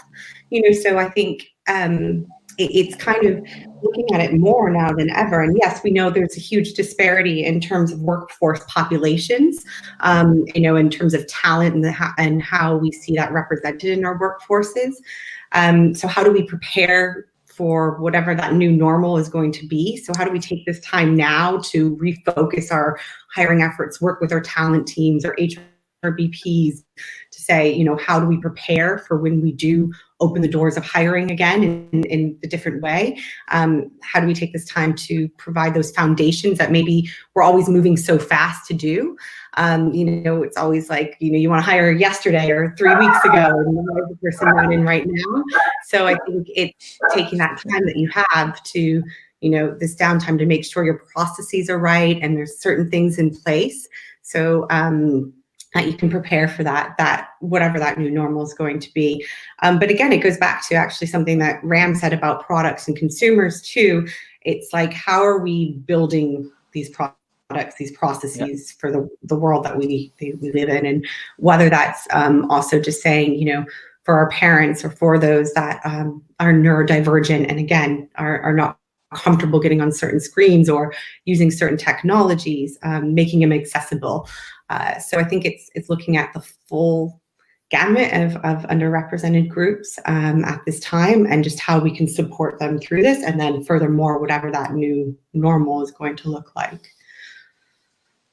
Absolutely, and I think it is. It's that holistic viewpoint that you've all mentioned there. Is when we look at diversity, inclusion, and belonging, instead of kind of looking at it as that one-dimensional, purely gender or purely BAME. Actually, there's so many eclectic pieces that represent that diverse and that kind of that rich smorgasbord of diversity and inclusion. Be it visible diversities through to invisible diversities. In addition, now I'm just moving us on very quickly because I know we've had a plethora of questions actually from the live individuals who are in the summit. So thanks very much all for your questions, and apologies as well for those that we haven't answered any of your specific questions. Don't worry, our panelists will be joining in with the virtual chat when we go into the networking break, so don't worry about that. Apologies as well for my dog barking. I don't know how I actually somehow escaped in to the room and made an appearance, so apologies for that. Benefits of home working, clearly, and desperately wanted to be live streamed on Yahoo. So yes, escaped in, so apologies for that. Campbell, I'll let you lead with the first question from Very good. There's a question from Tim, and he's saying, is there a level at which D&I stops?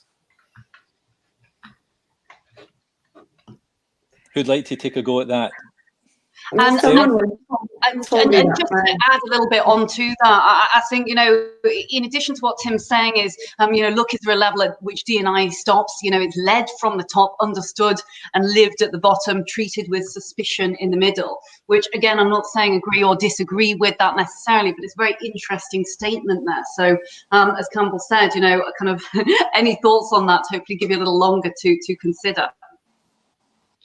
Someone once told me that we would be out of a role in D&I when the question stopped, whatever that looked like. But the questions of what is D&I? What are employee resource groups? What is this about? What's the business case? When those questions stop, and let's be honest, they haven't stopped since this is created. And Sarah being a pioneer in this and where we've gone to now, yes, things have changed, things have developed, but there's still these conversations happening, there's still these questions. So that doesn't directly answer that, but I think which stops is when there aren't any questions, when we all have a baseline, we all understand what diversity is, we're all inclusive, and we see more representation as well. And this is where you need diversity. This is why you need diversity, you see, because I'm interpreting that question in a slightly different way. I'm wondering whether it means more about the hierarchy in an organisation, and does it stop when it gets to a certain level?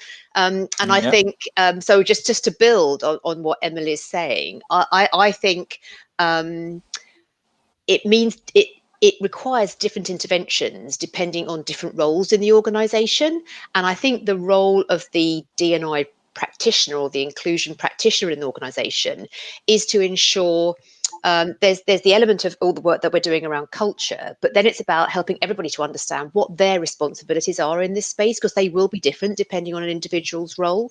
So I think it's breaking it down.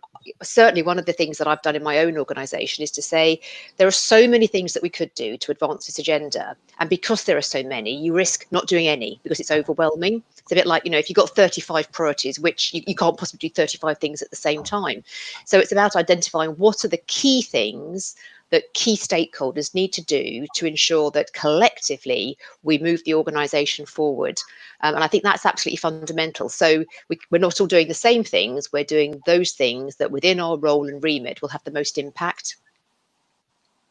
Very good. Another question that's in there from Kirsty, I think's best initially addressed to you, Sarah, would be, do you think equality will be reached in the gender pay gap? That's an interesting one. I think there's so much confusion as to what the gender pay gap is, and most organisations, having done detailed analysis, would be quite confident in saying publicly that they're not paying unfairly to one group over another, women versus men, but the gap is driven by underrepresentation of women at the very top. So then that begs the question, are we ever going to get sort of 50-50 and therefore completely equal pay? the optimism comes through again. I think that has to be possible. I think what is often the driver of a gap within an organization is the functional responsibilities that people have. So are there certain functions or professions that women are attracted to that just, is it because they're attracted to them more than men that they pay less, or what's going on there? But, you could argue that, is HR as a profession paid less than finance, for example? So you've got kind of the job segregation challenge there. But I think, one of the things that we do as an organization is a huge amount of outreach activity, going into schools, reaching people at the, students at the youngest possible age, to try and dispense with the idea that there are jobs for boys and there are jobs for girls. Actually, you can be anything you want to be if you set your mind to it. And so hopefully by starting at a very early age, we will overcome what have been quite demarcated female and male roles and jobs. I mean, I think give credit where it's due. I was reading the report on Unilever recently, and they just reached gender equality. 51% women, 49% male, which is fantastic. But it maybe goes back to the point about D&Is were work ever finished, because they might tick. That's been achieved now, but what's next? So gender pay equality. So how long is it going to take us to get with gender pay equality? And these things don't change overnight. And if there's a commitment over the longer term period, and that's where you're going to go, then we will get there. I mean, I share your positivity, Sarah, but I mean, it's not going to happen overnight. Correct, unfortunately. Sorry, Karina.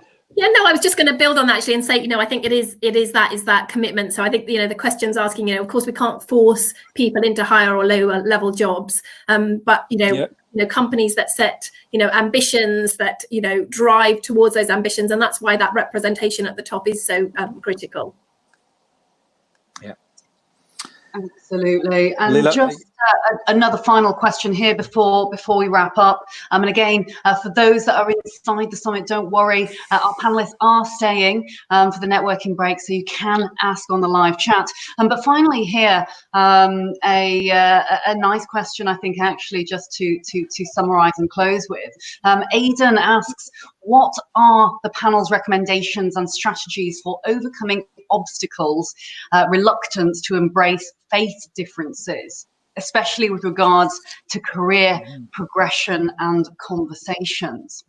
So love to know your thoughts on Aidan's question here.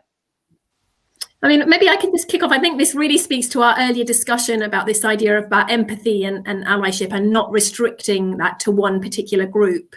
Because the reality is there are so many, sort of endless dimensions of diversity. And so if you take something like faith, if we have the principle of having that idea of empathy, of that idea of understanding, then that should apply also, when it comes to faith differences. Part of the challenge we have, certainly across, Europe, is our legislation around how much data we can have around some of these categories. Yeah. But, I'm a big believer in not having data doesn't mean you can't have discussions, and you can't look at it with that lens. You may not be able to do it as scientifically, but I think that's really critical to open up those conversations multidimensional. You're absolutely right. You're absolutely right, Karina. And any final last words of thought from yourself, Sarah or Emily? I would absolutely concur with what Karina has just said. At PwC, obviously you can't monitor this in many countries, but in the UK we can monitor faith. It's best practice to monitor the faith of our workforce, and we have 5 faith networks in the UK firm, and we bring those networks together. And one of the wonderful things that we've realised is understanding faith is a fantastic education, and an education providing different cultural insights. But when you bring faith groups together, there are so many things that combine them than separate them. There's so many values that combine the different faith groups, which is, I think, very, very reaffirming and very encouraging. So yes, it's not easy in those territories, but I think it's absolutely right. The conversation is and the curiosity are fantastic skills to have. Mm-hmm. Thank you ever so much. And I'm afraid that's all we've got time for before we go into our networking break. So I will just very quickly say thank you very much indeed to our fantastic diversity and inclusion panelists. You've been wonderful. Thank you ever so much.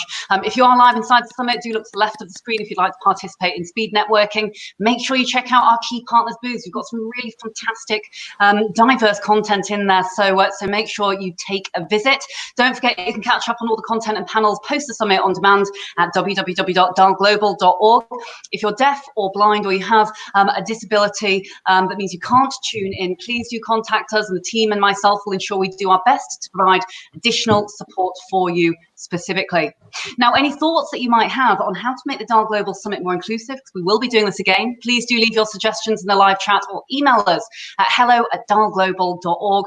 We are giving away a 7 free day online all access digital membership, so we'd love you to join our community. Visit www.dahlglobal.org. And for all of you social media fans, of which I know there are many of you, thank you very much for all the great shares that we've seen coming up there. Do make sure you tag us, because we'd love to see what you're up to. At DAHL Global, hashtag DAHL Global Summit 2020. Many thanks again to our summit partners, Ipsos Mori, Brand Advance, the Commonwealth Games Federation, Verizon Media, Yahoo Finance, Siemens, Just Eat, and the UN Global Compact.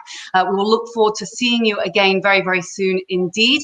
We'll be with you again at 3 o'clock for our next and fantastic panel. As always, some brilliant people coming right up. We're going to be talking about future-proofing the workplace and shaping the new and better normal with people at its core. See you again at 3 o'clock. Bye for now. Thank you.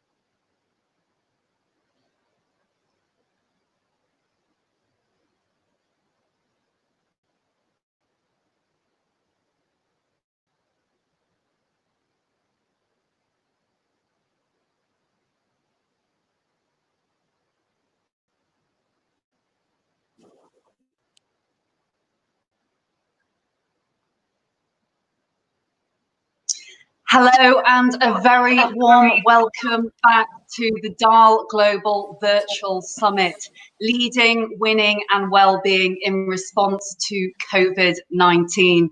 For those that have just joined us in the States, good morning to you all, and good afternoon to those who are in the UK and in mainland Europe and around the world. Our fifth panel of today is entitled Future Proofing the Workplace and Shaping the New and Better Normal with People at its core. We're joined by three extraordinary people, diversity, inclusion and culture leaders who I'm thrilled to welcome to the DAL Global virtual stage. Susie Welsh, Group Chief People Officer and Advisory Board Member at DAL Global for Odeon Cinemas Group. LaFawn Davis, Vice President of Diversity, Inclusion and Belonging at Indeed.com, and Anne Pickering, former CHRO and Chief of Staff for O2 Telefonica UK. Our executive leaders are going to be explaining how they're preparing for the future, however uncertain that may be, and tell us all about their perception and challenges ahead in our new world of work. But before we get into the meat of this session, we would love to hear some personal introductions into your backgrounds, both personal and professional, and any insights into why you're all so very passionate indeed about diversity, inclusion, and belonging. LaFawn, I'm going to come to you first. Sure. Thank you so much, Layla. So I am LaFawn Davis, Vice President of Diversity, Inclusion, and Belonging at Indeed. I've been doing this work for about 15 years, mostly in the tech sector. So I've worked for Google, Yahoo, PayPal, Twilio, and now Indeed. And I became very passionate about this work for a very simple reason. I looked around and didn't see a lot of people that looked like me, and was wondering why that was, especially in tech, a really booming industry, a new industry, especially out here in Silicon Valley. And so that's really how this passion started, is trying to understand what's stopping people from entering the space that I was in. I felt extremely lucky and privileged to be there, and I wanted to make sure that more people could experience the same. Thanks so much, LaFawn. Susie. So I'm Susie. I work for Odeon as their Chief People Officer, have always worked in kind of hospitality and leisure, and love that kind of guest interaction. And for me, I suppose diversity and inclusion has come from two places. It has come from being a mum and how my children grow up, and particularly my little girl, and wanting her to have as many opportunities as she possibly can. And then also just ensuring that the guests that we've been serving, actually the people that make all of those decisions, are reflective in all ways of the people that we serve along the way. So for me, it's kind of been the dynamic of those two things that have made me kind of really passionate about this area. Thanks so much, Susie. And Anne. Hi there. I guess I'm Anne Pickering, and until very recently I was the HR Director and Chief of Staff at O2, which is one of the major telecommunications company here in the UK. And there was a moment in time when I was the only female on that leadership team. And it was a very lonely place, even though my colleagues were, to a person, delightful. I left O2 a couple of weeks ago, and I'm delighted to say that of a 9-person board, there were 5 females. And the most important thing about that was not their gender, but it's just about the quality of the thinking by having such a diverse team. So, and the other point I would say is, yes, it's the right thing to do to have a diverse and inclusive workforce, but everybody knows that commercially it makes great sense. Twice as likely to meet or exceed financial targets, 6 times more likely to be innovative if you've got a diverse board. So it makes commercial sense as well. I think that's a really important point. Absolutely. It's also great to see, Anne, that you promoted internally your successor, another woman that was moved into your role. Absolutely, wasn't going to be any different way, Campbell, as you would know. No way. Absolutely, well done, you. Well done. Absolutely, and Campbell, I just must say, I love that you've changed your shirt, especially for the HR panel, which I'm guessing, as an HR leader yourself, pink. especially have to be confident in pink. Have to be confident in pink. Absolutely. And as we dive headfirst into the discussion for this session, I wonder, firstly, when looking at people's strategies through the COVID-19 lens, should diversity and inclusion be at the heart of successful people strategies? And additionally, what has the pandemic impact actually been from our observations? LaFawn, I'm going to come to you first, if that's okay. Sure, totally okay. So the pandemic has changed everything, right? It's changed the way that we work. It has changed some of the industries that are here that may not be here after we shake out of this. And it is a health crisis, but it's also a financial crisis. It's an economic crisis that is global.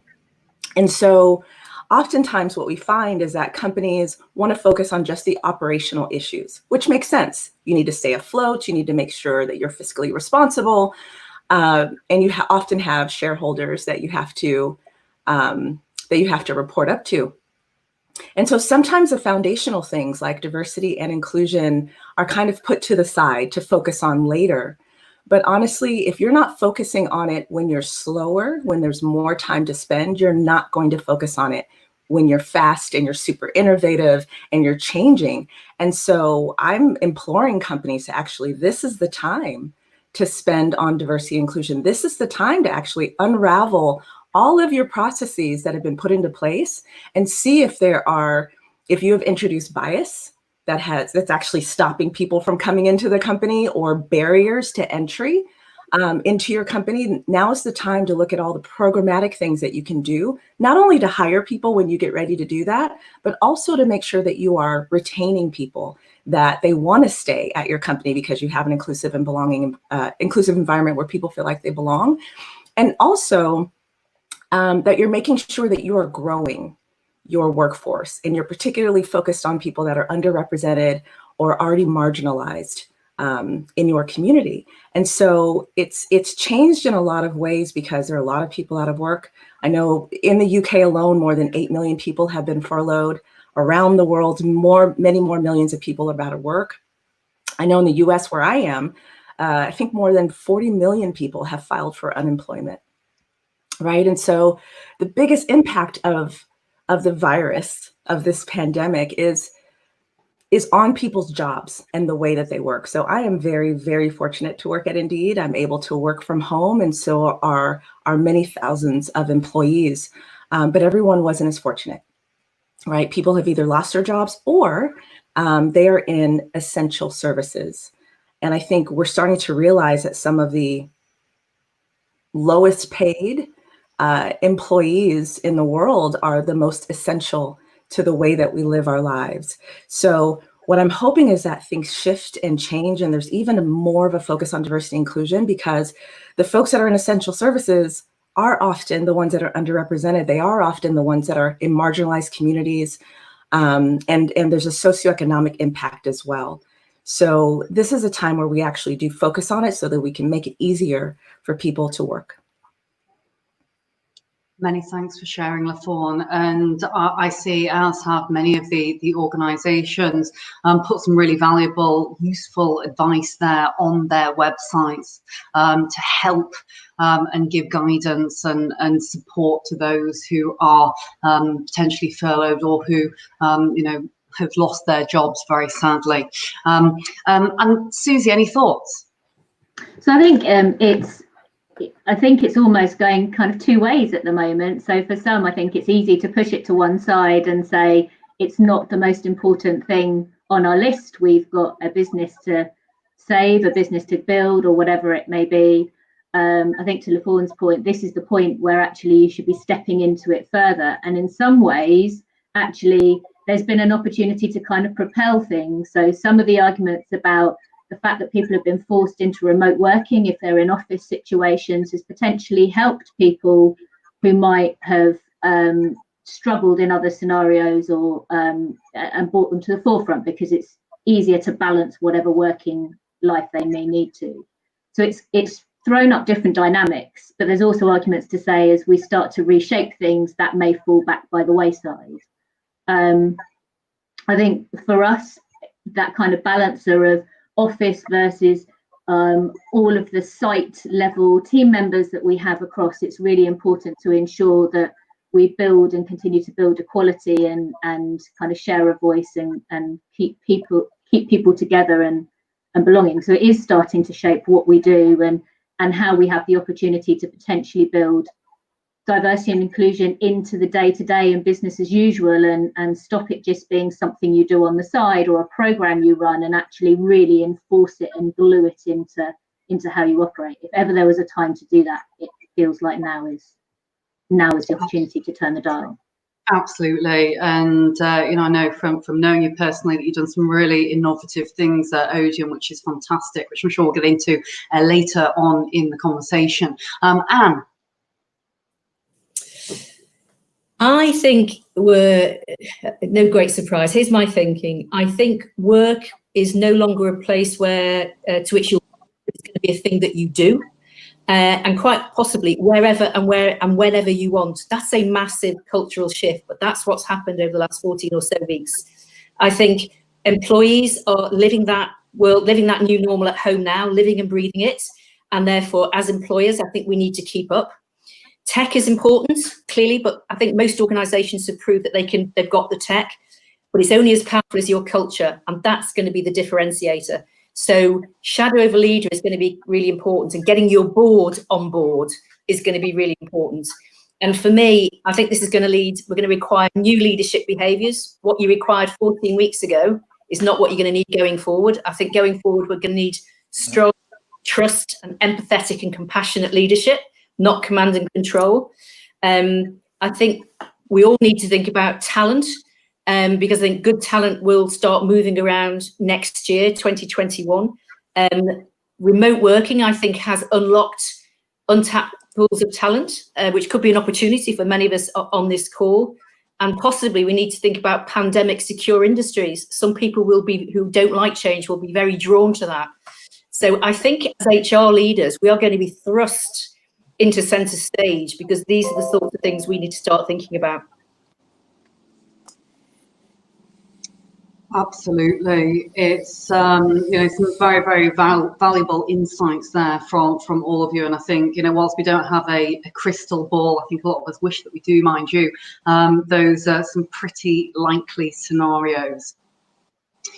Now, sorry, Anne, picking up on that point, how do we prepare for that though? Because I mean, you spoke about leaders that were command and control, and then all of a sudden you want them to be empathetic leaders. I mean, that's just not something that you can just make that change overnight. How do we deal with that? No, you're absolutely right. I mean, what I've always done, and in when I've been working with boards, is spend a significant amount of time looking at board effectiveness, not just individual performance. As a board, what is it that we need to do to be effective? That has never been more critical, because to your point, Campbell, a lot of your boards might not understand that that they need to change the way they lead. So I think HR need to take leadership teams on that journey and explain just that, what's required going forward. And I've been speaking to a CEO of a major consultancy in the UK this morning, and he is scratching his head about how he does that, and it's all about taking them on that journey. They've got to think about how can you be visible and directional when you're not seeing your employees every day. So I think getting your people together in a virtual room and having those conversations and giving them the freedom to express their concerns, because a lot of them are going to be really anxious about this, is going to be absolutely critical. No. Journey that we have to start now. Well, you've teed me up nicely for the next question, Anne, so thank you very much for that. So we can swap roles around now later. We can. LaFawn mentioned earlier about, unfortunately, some people have lost their job in this. A lot of people are, been laid off. I mean, incredible numbers in the US, up to 40 million. But those that are remaining at the place of work, employee engagement, how can we empower and engage the virtual teams with the current ways of working remotely? Because I mean, it looks as though that's here to stay for the foreseeable future. Susie, would you like a stab at that? Got to be kind of different in the cinema world. Yeah, so I think hospitality and leisure is a sociable environment to work in. And similar to retail and other things, we've got a whole group of people that aren't at the end of a laptop that we need to engage and work alongside and keep within the culture of the business. And then we've got the group that sit on a laptop and can interact on Zoom and all of those things. And I think it's been interesting to see, to a degree, how quickly people have adapted and actually have kind of disproved in some way that you can only do certain things face to face and together and in the same room, and actually you can have different ways of thinking. But also it's now challenging what you do when you start to bring people back together and how you balance those two. They're very firmly, for me, two halves. They're not either one or the other. You've got to have both for us in the business that we work in. It's been hard, and you have to work really hard. That's what I've learned over the last 17 weeks. So you can't say things once, you can't do things once. You've got to come at it from different angles. We've done a lot around communication, a lot around open and asking opinions and building pieces up rather than downward communication.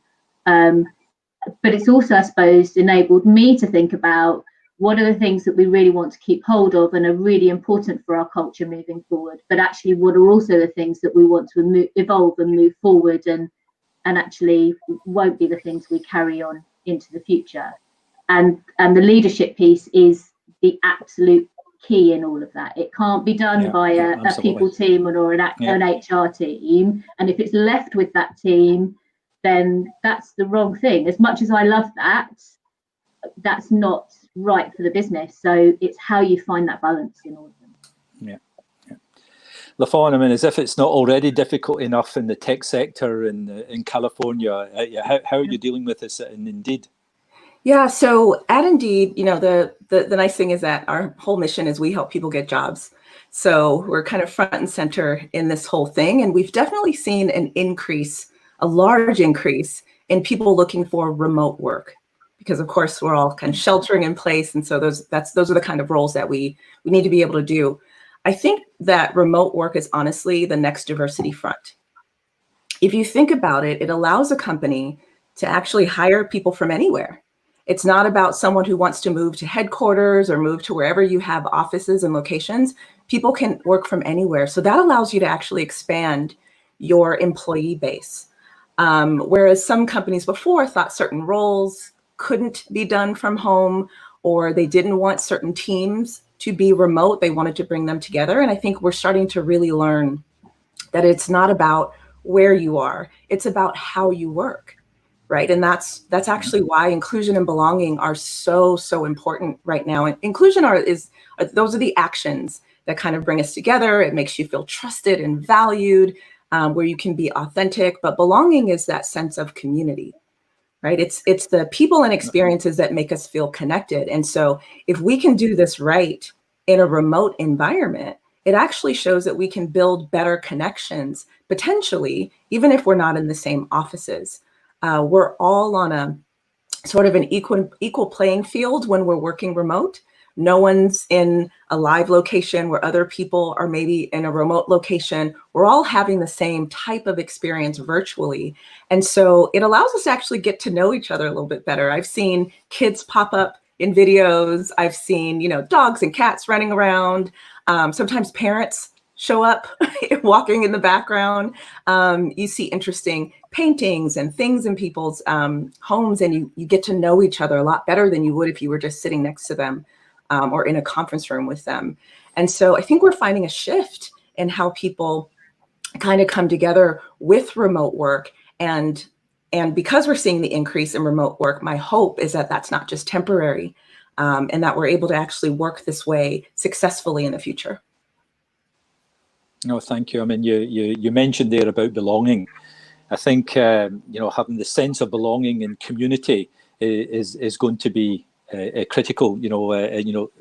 If you're going to decide whether to stay with the organisation that you're with today, if you've got that real genuine sense of belonging and you felt as though your organisation, treated you well and looked after you well, during these difficult times, and that, that's the kind of place that I want to be at. So if you've got the good cause, you've got the career, and you've got the community. That sounds like a good place, to be in an organisation. Anne, I mean, what were you seeing at O2?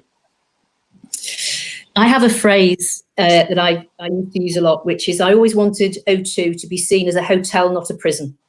And what I mean by that is that our employees choose to stay there because they want to, not because it pays the bills. And if you can engender that sort of culture, it really does help, and people will go the extra mile, and you get huge amounts of discretionary effort. And seeing the way the employees, 6,500 employees in O2 have pulled together to service our 34 million customers has been nothing short of amazing. So we had to shut all our stores. We decided not to furlough anybody, but those people who worked in stores were so grateful for that they were ringing our customers and helping them.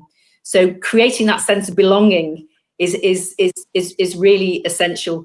And the other thing I would say, I agree with everything the speakers have said. Underpinning everything has got to be great communications, and thinking about what platform you have to communicate with your people real time is so important.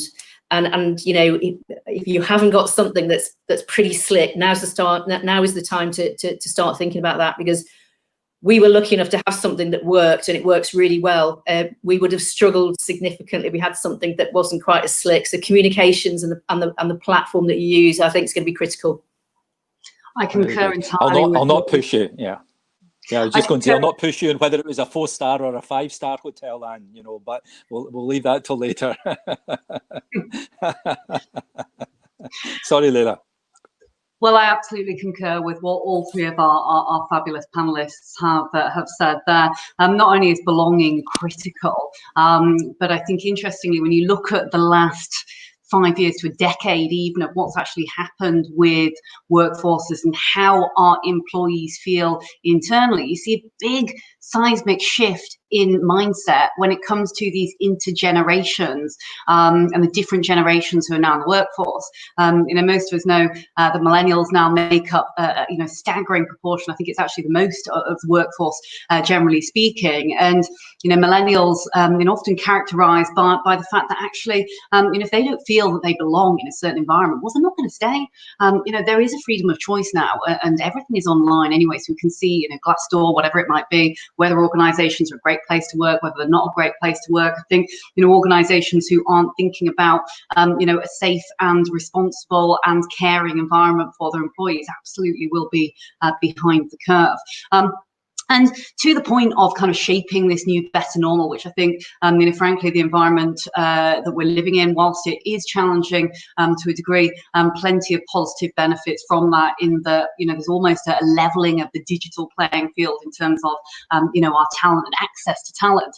But how can we balance flexible working alongside actually achieving goals? All three of you, are senior, in your respective positions, have had brilliant careers, but I think there has historically always been this juxtaposition between kind of work, achieving goals, also balancing that home life. And again, I don't say this is just for women, this is for women and men, and for anyone who are parents who are tuning in, but actually that is something that has been historically a challenge. And I guess how do enablers like technology in this current environment really kind of expedite that success? Anne? We've always had a culture of flexible working in O2. It just always worked for us. So we were able to adapt quite quickly. And, for me, it's all about trust. But if I go out to talk to the employees in O2 and talk to them about what they value most, they all said to me, flexible working. And it's because you trust me to do my job in a way that suits me. And I really value that. And what does that mean in practice? It means that I can drop my kids off in the morning and then I can start work at 9:30 as opposed to be in the office at 8 o'clock in front of my boss in my new suit. So for me, this is culture. We've had a flexible way of working in O2. We've had 15 quarters of consecutive growth. There's not many organizations in the UK that can boast that. So for me, that's proof it works. People like to work in a way that brings out the best in them, and if you can achieve that, whatever that might be for your workforce, then you're onto a winner. In O2 it happened to be flexibility, that was key. In other organizations, it might be something different. So really understanding what's important to your workforce is key. And the schoolgirl error I used to make many years ago is I assumed I knew what my workforce wanted. Surprisingly, if you ask them, they will tell you, and it can be quite different. So there is something about making sure, you're talking to your people to understand what works for them rather than what you think works for them. Absolutely, because we all have different idiosyncratic details and different wants and desires. So it's a very, very good point there. And Susie, your thoughts? So I think tech definitely, and that kind of the ability to work remotely, the last 12 weeks have kind of pushed us in that way. And it is really important. It has kind of showed us what we can do. I think there's an interesting balance of potentially the hours that people work. So it's very easy to get caught in the 9 to 5-ish. But I think this will also now start to shape the different hours people can work. And actually the fact that people may not want to work 5 days a week in the way they have done. They may choose to work slightly shorter hours because they've not had commutes. Or there's just so many different dynamics that I think are playing out at the moment. However, I do think it could be really easy to slip back if we don't continue the kind of empowerment and trust that has gone along with this. As soon as you put people back in an office, it will become very easy just to not continue with what we've done so far. So I think keeping that kind of conversation going will be hugely important to how we move forward. But it has to be a balance of everything. It's not just about tech. It's not just about the kind of conversations. It has to be kind of all of those elements, I think. No, you're absolutely right. And I think, to some of your points there, keeping conversations going and making sure that this is long-term is absolutely critical. I know, Susie, you've done some, remarkable things at Odeon with kind of Facebook groups and looking at kind of social engagement in really innovative ways and podcasts and everything like this, which I think is, just, excellent. LaFawn. Yes. If we're talking about the last question, yes. I think some of what our research is showing us, specifically in the UK, is that flexible work is the number 2 biggest factor of what people look for in a job. Number 1 is salary, which makes sense, right? But number 2 is actually flexible work environment, and work-life balance and the culture and things like that seem to be a little bit more important for some of the younger generations, the Gen Z, millennial. I'm Gen X, which I think is the greatest generation, but we won't go there. And so I think we're finding different indicators are starting to shift, right, with the different generations.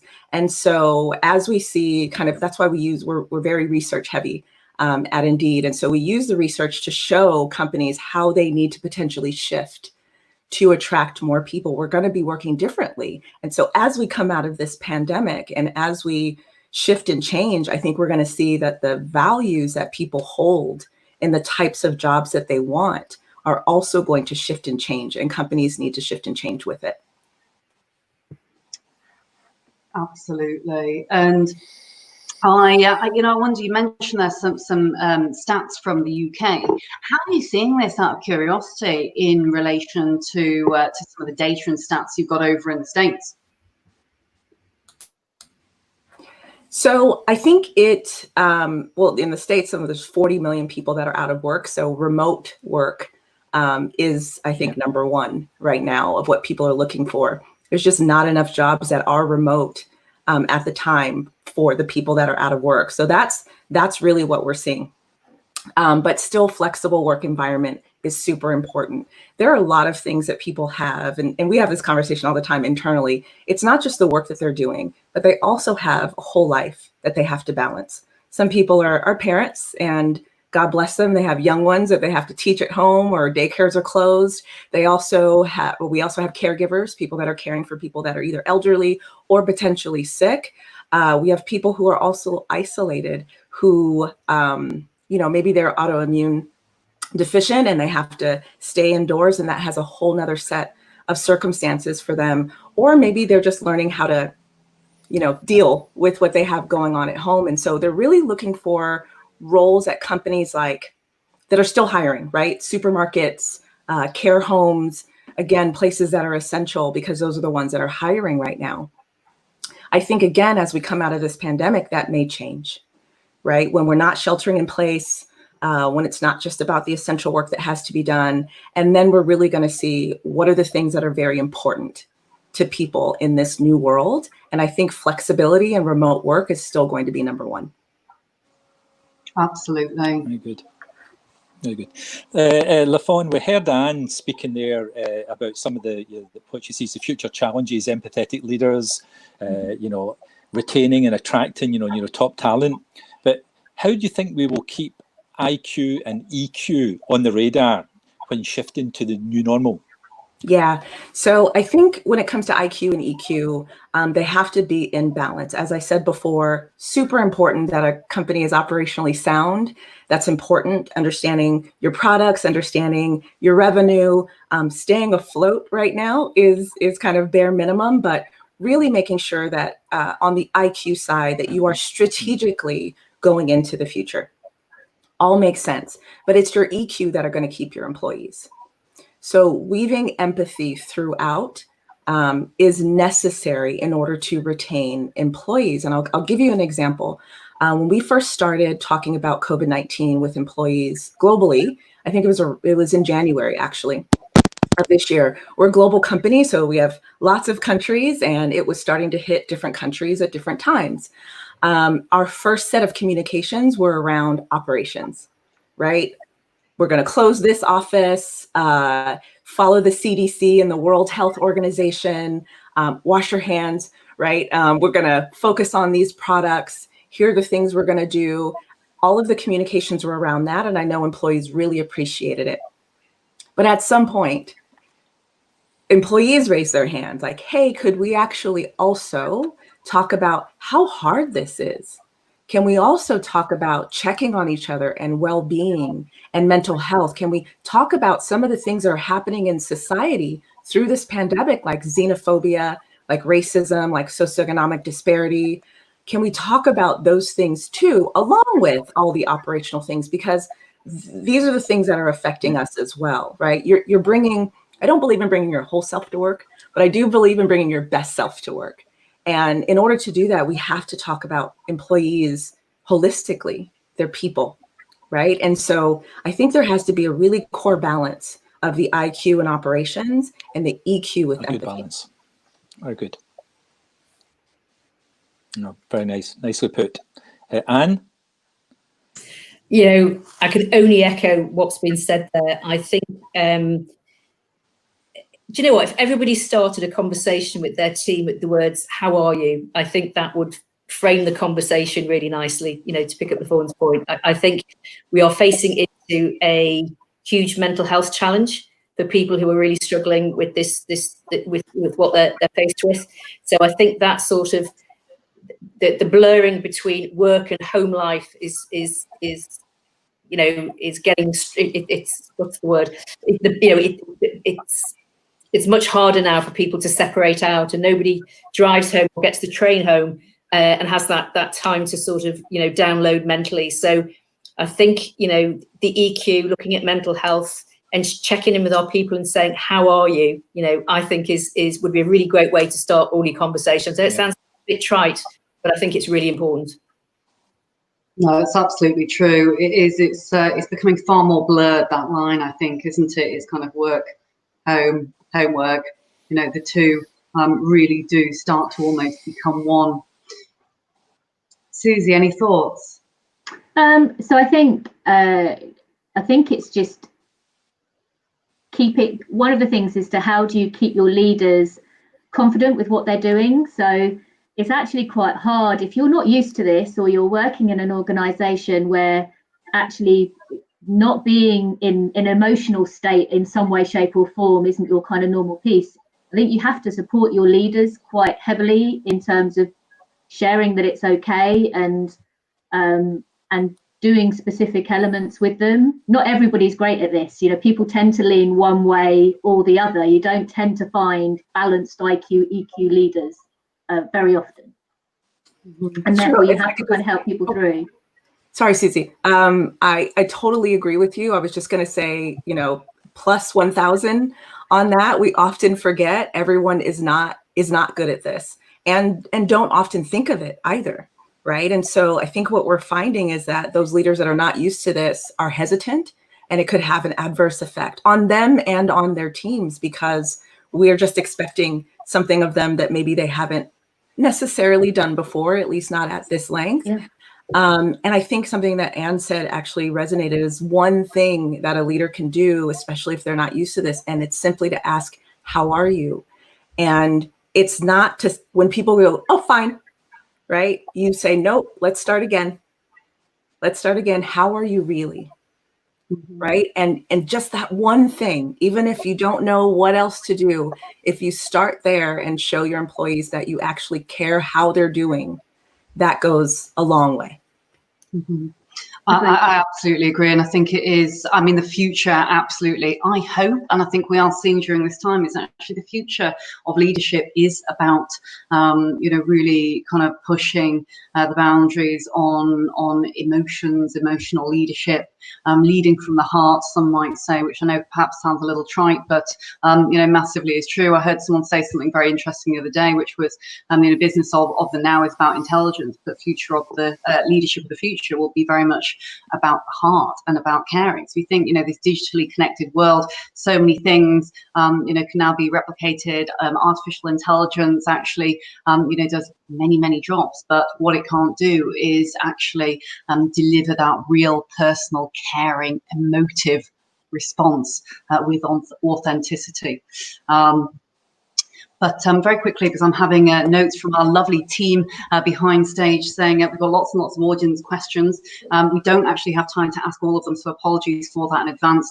We are, though, going to give the opportunity in our live chat, which is inside the summit, and our speakers will be available to answer questions there as well. But a last quick question before we head into some of the questions from the floor. And Susie, I'm going to come to you with this one. It is actually segueing very nicely from what we were talking about. It's the subject of returning to the workplace and hopefully this exit out of COVID-19. How can we look at the employer's duty of care, and does health and safety play a bigger role now than before in terms of how we do look after our people?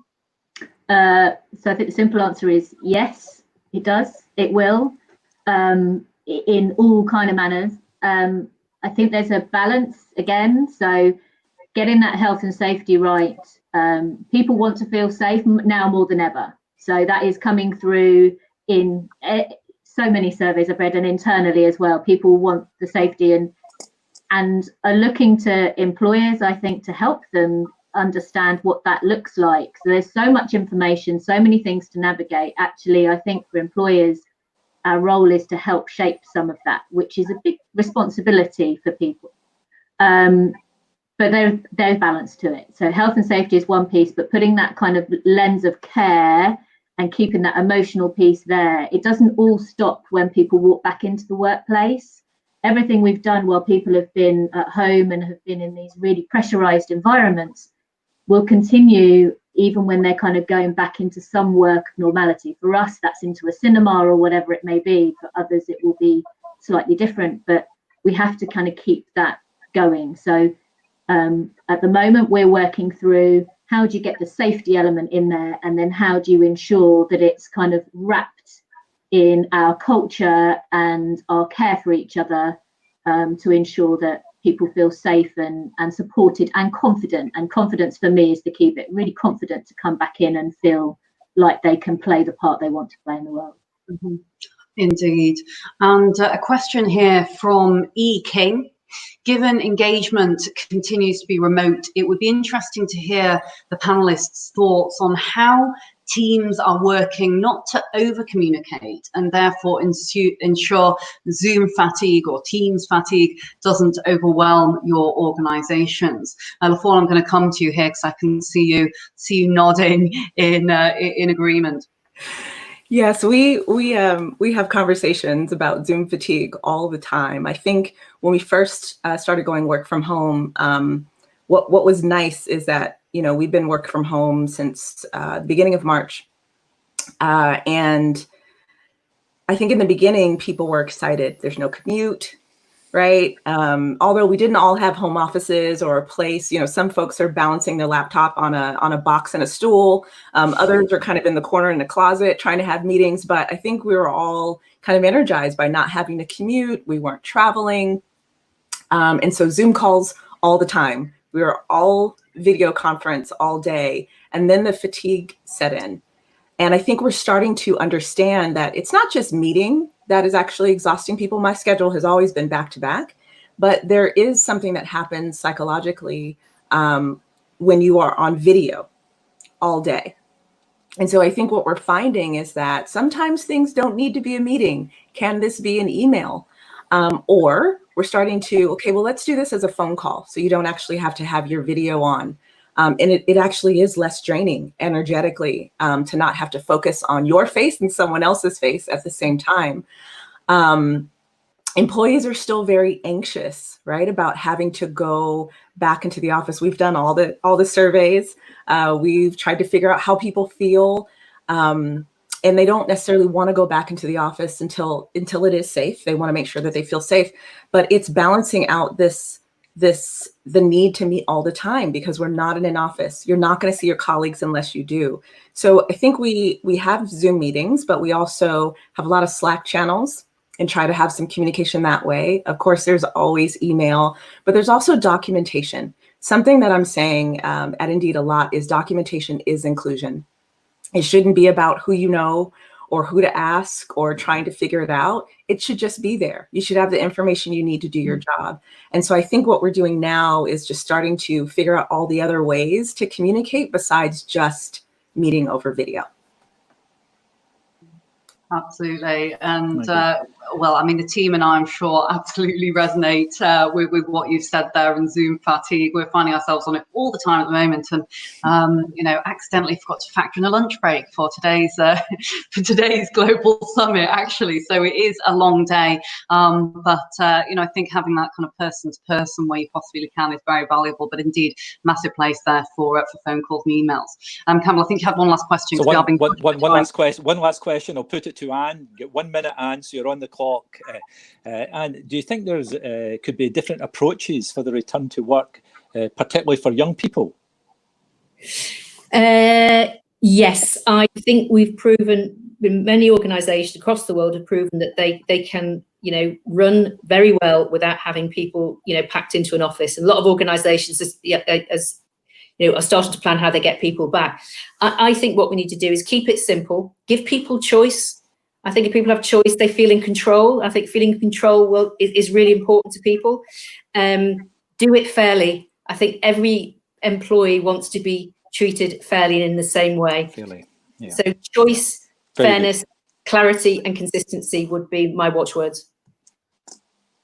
Thank you. Communications. We'll add all the C's. Very good. Thank you very much. Leila, wrap up time, please. Thank you very much indeed for our fantastic panelists, and I wish we had much more time to speak, because actually both Campbell and I can sense that we could talk about this literally all day. But we are pushed on time because obviously we are live. So I'll say thank you very much indeed for all of you for joining us. You know, it's been an excellent discussion. If you are live inside the summit, look to the left of the screen if you'd like to participate in speed networking. Our speakers will be around for a little while, so do make the most of them if you'd like to ask any further questions. Make sure you check out our key partners' virtual booths as well. We've got some really wonderful, diverse, and inclusive content there from all of our partners and from some others as well. Special single there, which is been released by Over the Water with mental health at the forefront. So do check that out. Don't forget, you can catch up on all of our content and panels post the summit on demand at www.dahlglobal.org. If you are deaf or blind, or you have any disabilities, which mean that you can't tune in to the summit today, do let the team or myself know, because we'll make sure post this summit that we can provide additional support for you specifically. And if you do have any thoughts, because we'd love to, of course, be inclusive, which is what we stand for, any thoughts to make this summit more inclusive, please do let us know. Leave your suggestions in the live chat or email us email us at hello@dahlglobal.org. We will be doing this again, so we always want to improve the experience for all of you. 7-day free online all access as well as what we are giving to everyone. So for those that are keen on hearing more, digital membership will be completely free for 7 days. Visit www.dahlglobal.org. Those on social media, thank you so much for sharing all of your great posts and for supporting us and for our fabulous speakers. Make sure you use the social media handles and tag us at Dahl Global, hashtag Dahl Global Summit 2020. Thank you very much again for your support from our summit partners, in particular Ipsos Mori, Brand Advance, the Commonwealth Games Federation, Verizon Media, Yahoo Finance, Siemens, Just Eat, and our friends at the UN Global Compact. We look forward to seeing you again in 15 minutes time at 4 o'clock UK time and morning still for those who are in the States. Our next panel session will be coming up very, very shortly indeed. And we're going to be speaking again to some really excellent guests. We're going to be talking about strategic insights and holistic business case for D&I and integrating work and life in a volatile, uncertain, complex and ambiguous world that we are living in at this present time. Thank you ever so much again for joining us, and we will look forward to seeing you all very, very soon. Thanks for Ellie Satlafon. Thank you.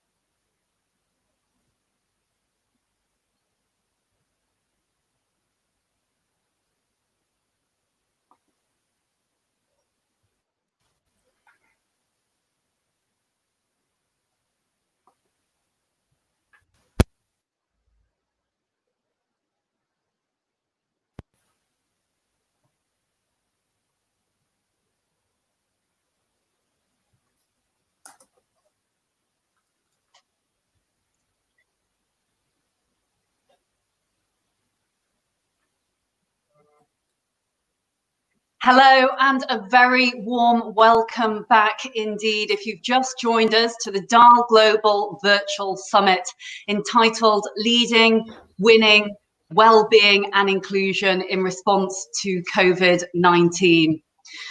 I'm delighted to welcome our 6th panel of the day. For those that have joined us, good morning from the States, and those across the pond on the other side of the world, good afternoon to Great Britain and to Europe. We're going to be talking with our fabulous panelists about strategic insights into the holistic business case for inclusion and integrating work and life in a volatile, uncertain, complex and ambiguous world. We're joined by 3 exceptional leaders, all experts within their respective fields and all very passionate indeed about diversity and inclusion. I'm delighted to now welcome to the DAL Global virtual stage, Fiona McDonald, Managing Director, Amazon Advertising at Amazon, Meeta Malik, Head of Diversity and Cross-Cultural Marketing at Unilever, and Sam Dixon, Director of Trading and Merchandising Operations at Waitrose and Partners, part of the John Lewis Partnership Group. Our panel of business leaders are going to be sharing their valuable insights on the role of diversity, inclusion and belonging, and how looking after our personal wellness and that of others in our respective teams aids both commercial strategy and long-term sustainable business success. But before we get into the intrinsics of this session, we'd love to hear some introductions into your personal and professional backgrounds and any insight into why you're so very passionate about DI&B. Meeta, I'm going to come to you first, if that's okay. Hi, everyone. Thank you for having me. I'm Meeta. I head up diversity and inclusion and cross-cultural marketing at Unilever. Hopefully you've showered with some Dove, had some Hellmann's on a sandwich, or like me, have had a pint of Ben & Jerry's during this pandemic. No judgment there. I am also a short order cook, a teacher, and a referee. I have a 5-year-old and a 7-year-old. I'm in Jersey City in New Jersey in the US in 1,500 square feet in this pandemic, and we're doing just fine. We're surviving. I am personally really passionate about this because of my purpose around empowering those who have been excluded to help them find their voice. And when you find your voice, to never stop using it. I'm the proud daughter of Indian immigrant parents. My dad's mother was married when she was 12, and my mother's mother was married when she was 10. And I'm here today as living proof of the progress that can be made in just less than 3 generations for gender equality. And that's why this conversation is so important to me and inclusion is so important to me. Thanks so much, Meeta, for sharing a personal story. And I love Dove as well. Fiona. Hi, everybody. Nice to see or meet you all. So I'm currently MD of advertising at Amazon in the UK, having been in our retail business for many years before that. I'm also working at home at the moment with 2 kids under 10, which is sort of a challenge. But in terms of the topic today, I'm also our lead for diversity and inclusion across all of our businesses in the UK, whether that's Prime Video, operations, retail, advertising, or some of our tech businesses. And why am I passionate about driving what I can in this space? I think it's because I believe personally in a real sort of sense of fairness. And I think we can make a difference when we try hard to do things here. But the way I grew up and have gone through business, I was an engineer, so I was always one of an exception. And I think I've had a huge amount of luck along the way in my career getting to where I've got. And it shouldn't be about luck. So I kind of want to sort of shape systemic luck, as it were, or simply remove things so that people don't have to just be lucky to get where they are, but it should be something where luck's just not needed. Absolutely concur, Fiona. And Sam. Well, good afternoon, everybody. It's great to be here and great to be part of the discussion today. I've been sort of listening as well through the day, and some of the sessions have been pretty amazing.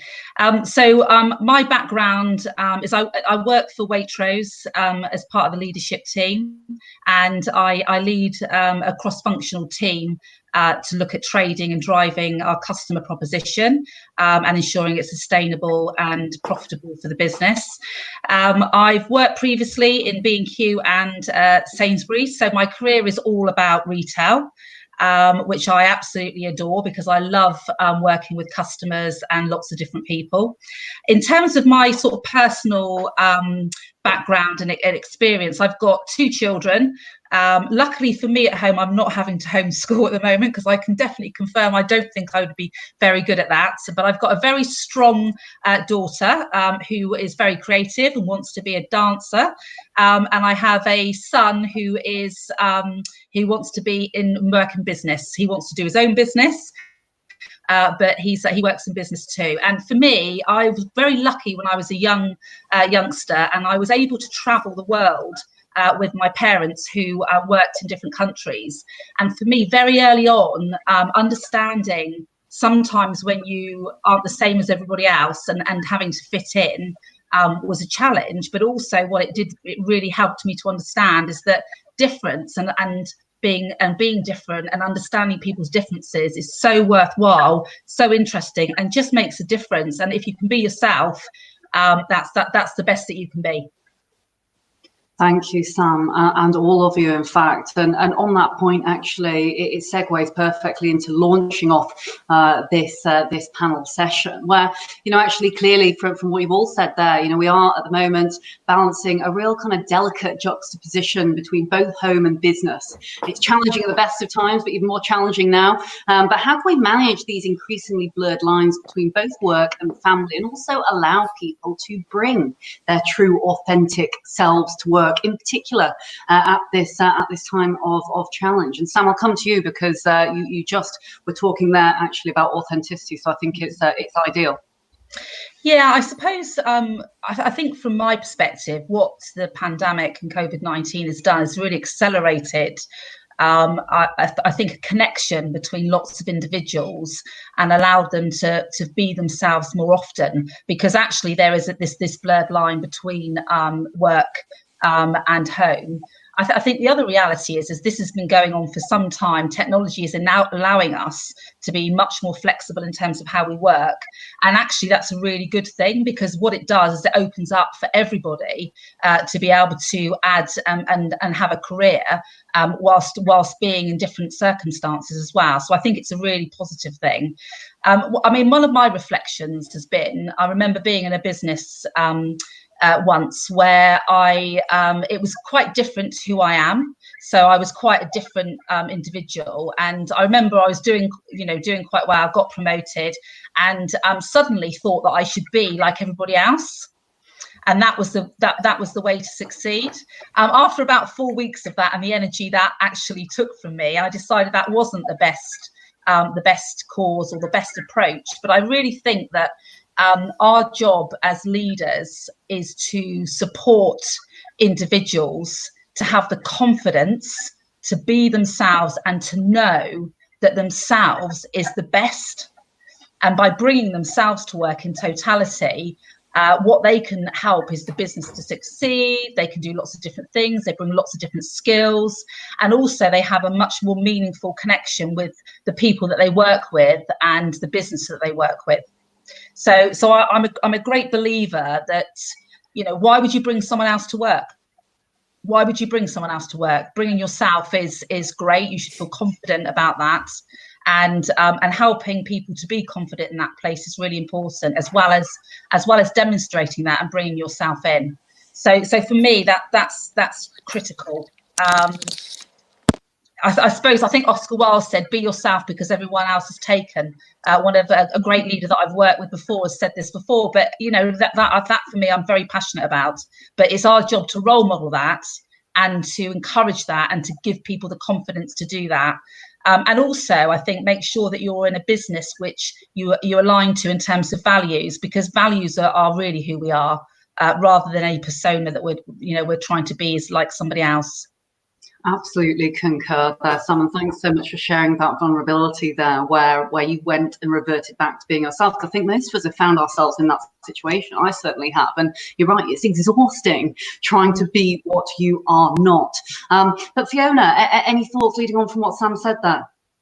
Yeah, I mean, there's 2 parts to that question. Let me take them separately, because I think they morph into one but start in 2 different points. So these sort of balancing the home and the work, or people say work and life, and I do like to think it's actually balance rather than either or. It's part of your life.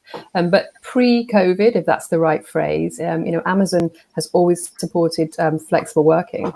And so I've always worked for a couple of days from home. And the boundaries I had set myself in doing that were leaving punctually from the office, making sure that I was, home at a very reasonable time to fit in the children, or doing the school run. And then when I was at home, I was in my office, my small office where my kids have now decorated it to look like Amazon work.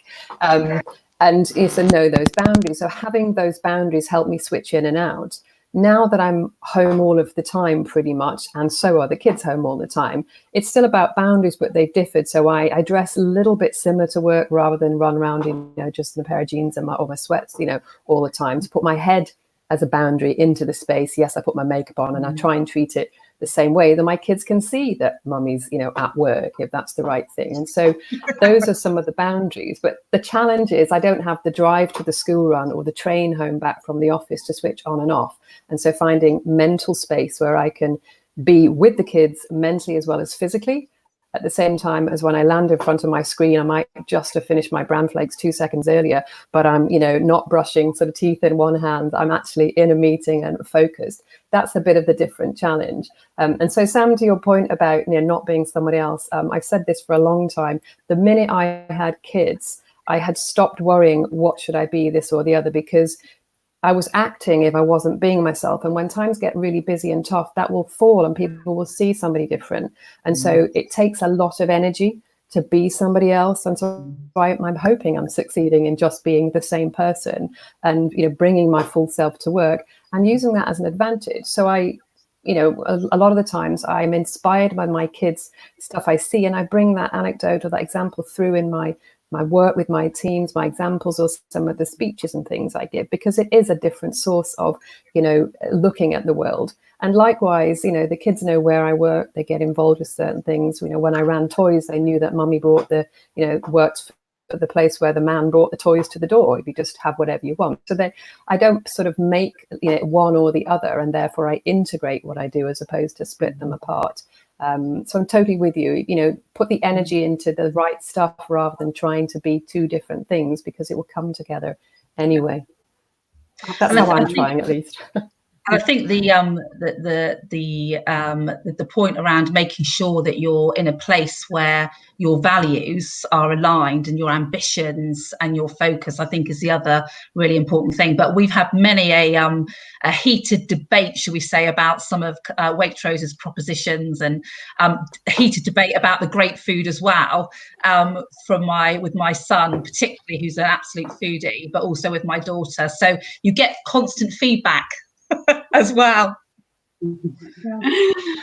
And kids, they always love to tell the truth as well. So they'll tell you exactly what they think. You've all got some great pictures there up behind you. So wonderful. And they tell it in such a way that sometimes solves a problem because they're not limited by what we've learnt in life. They see things in a really powerful way. And actually, sometimes in the last sort of 10 weeks, they have come in here and joined in. They've been on one call with many of my team people, at which point everybody else opened up their video, and there were kids literally just off to the side, trying to do their stuff. So we didn't stop it. Equally, I'm hoping they don't, come in at this particular moment. But it's about, going with the flow when these things happen rather than worrying, because at the end of the day, we are all working with people. And I think we're seeing each other much more for the full piece, which it should always have been like that. But actually, we've sort of forced into a situation that I'm hoping, whilst it is disruptive in the medium term, maybe here for a while. And I think there's lots of good things that can come out. So. Indeed. And Nita, how are you finding things over across the pond? I agree with a lot of what's been said. I think I would jump in to add that we're all on our own COVID-19 journey. So behind the banana bread pictures on Instagram, the drive-by birthday parties, inspirational quotes, you have no idea what's going on in people's homes, in people's families, in people's minds. I've been very vocal and very active writing in social media on my experience as a woman leader who is a working mother. And there's other experiences of people who are alone and isolated. Mm-hmm. And I had a girlfriend say to me recently, she said, I remember the last time somebody touched me, and it was you when we had dinner 11 weeks ago, and you hugged me that night in New York City. And I thought, wow, that is the opposite of experience of what I'm going through. And so I think it's equally important to remember those individuals. I think at Unilever, I've been really impressed. I think, on the working parents piece, it was, we're now in, I keep joking, I am keeping track, week 11, day 4 of working from home globally. And I remember that first week we decided to work from home along with many of your companies. We were at the front of creating a guide for working parents and how leaders could lead with empathy if you weren't a working parent. And one of the first things we said, as you both have brought up, is kindness and lead with vulnerability. If I can't tell you that I just had a really crappy morning because my 7-year-old had a meltdown and they're probably busted in, just like you said, that's the soundtrack of my life. And if I can't lead with vulnerability, I can't create a psychologically safe place to understand what other people's journeys are and to help them. I think the second thing we really moved to quickly, and similar to Amazon, having a lot of flexibility in our current working space, we said right away, it's no longer about company core operating hours. It's about individual core operating hours. So if my daughter's taking a nap for 2 hours today, that might be time that I can meet or get work done. That also might not be the same time the next day, because children always don't stick to a routine during a pandemic, right? I might have elderly parents. I might have a relative with a disability. So it's not just about children, but who else you're taking care of. And also, if you're not taking care of anyone and you're just taking care of yourself, to make sure that individual doesn't become the work warrior.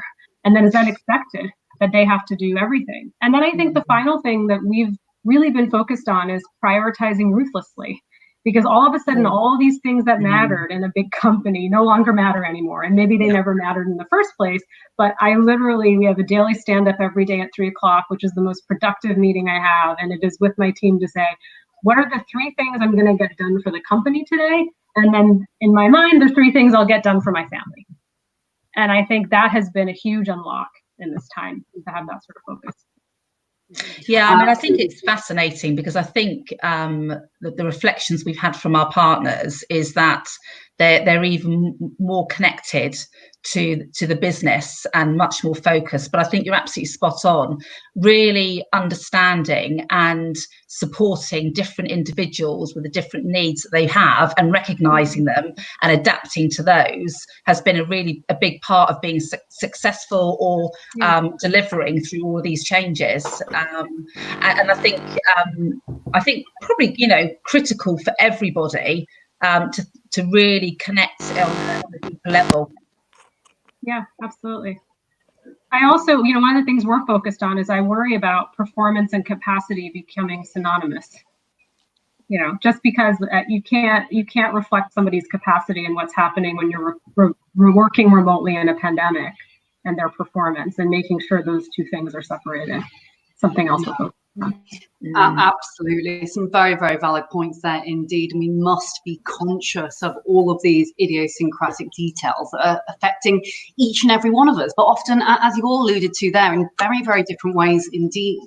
And to the next point, what does conscious inclusion look like? And how can courageous transformational leaders like yourselves commit to the personal growth and development of the respective teams that you're working in at the moment? And Fiona, I'm going to come to you on this one. Yeah, I mean, we talk here about working from home like we all were equipped to know how to do it. There's having the technology, and then there's having the sort of confidence to show up mentally or have the world invited into whatever space you're working. I have a decent, but albeit small space that is, not the same as everybody else. As you say, there, some people are perched on the end of their bedroom trying to keep the background, out or whatever it is.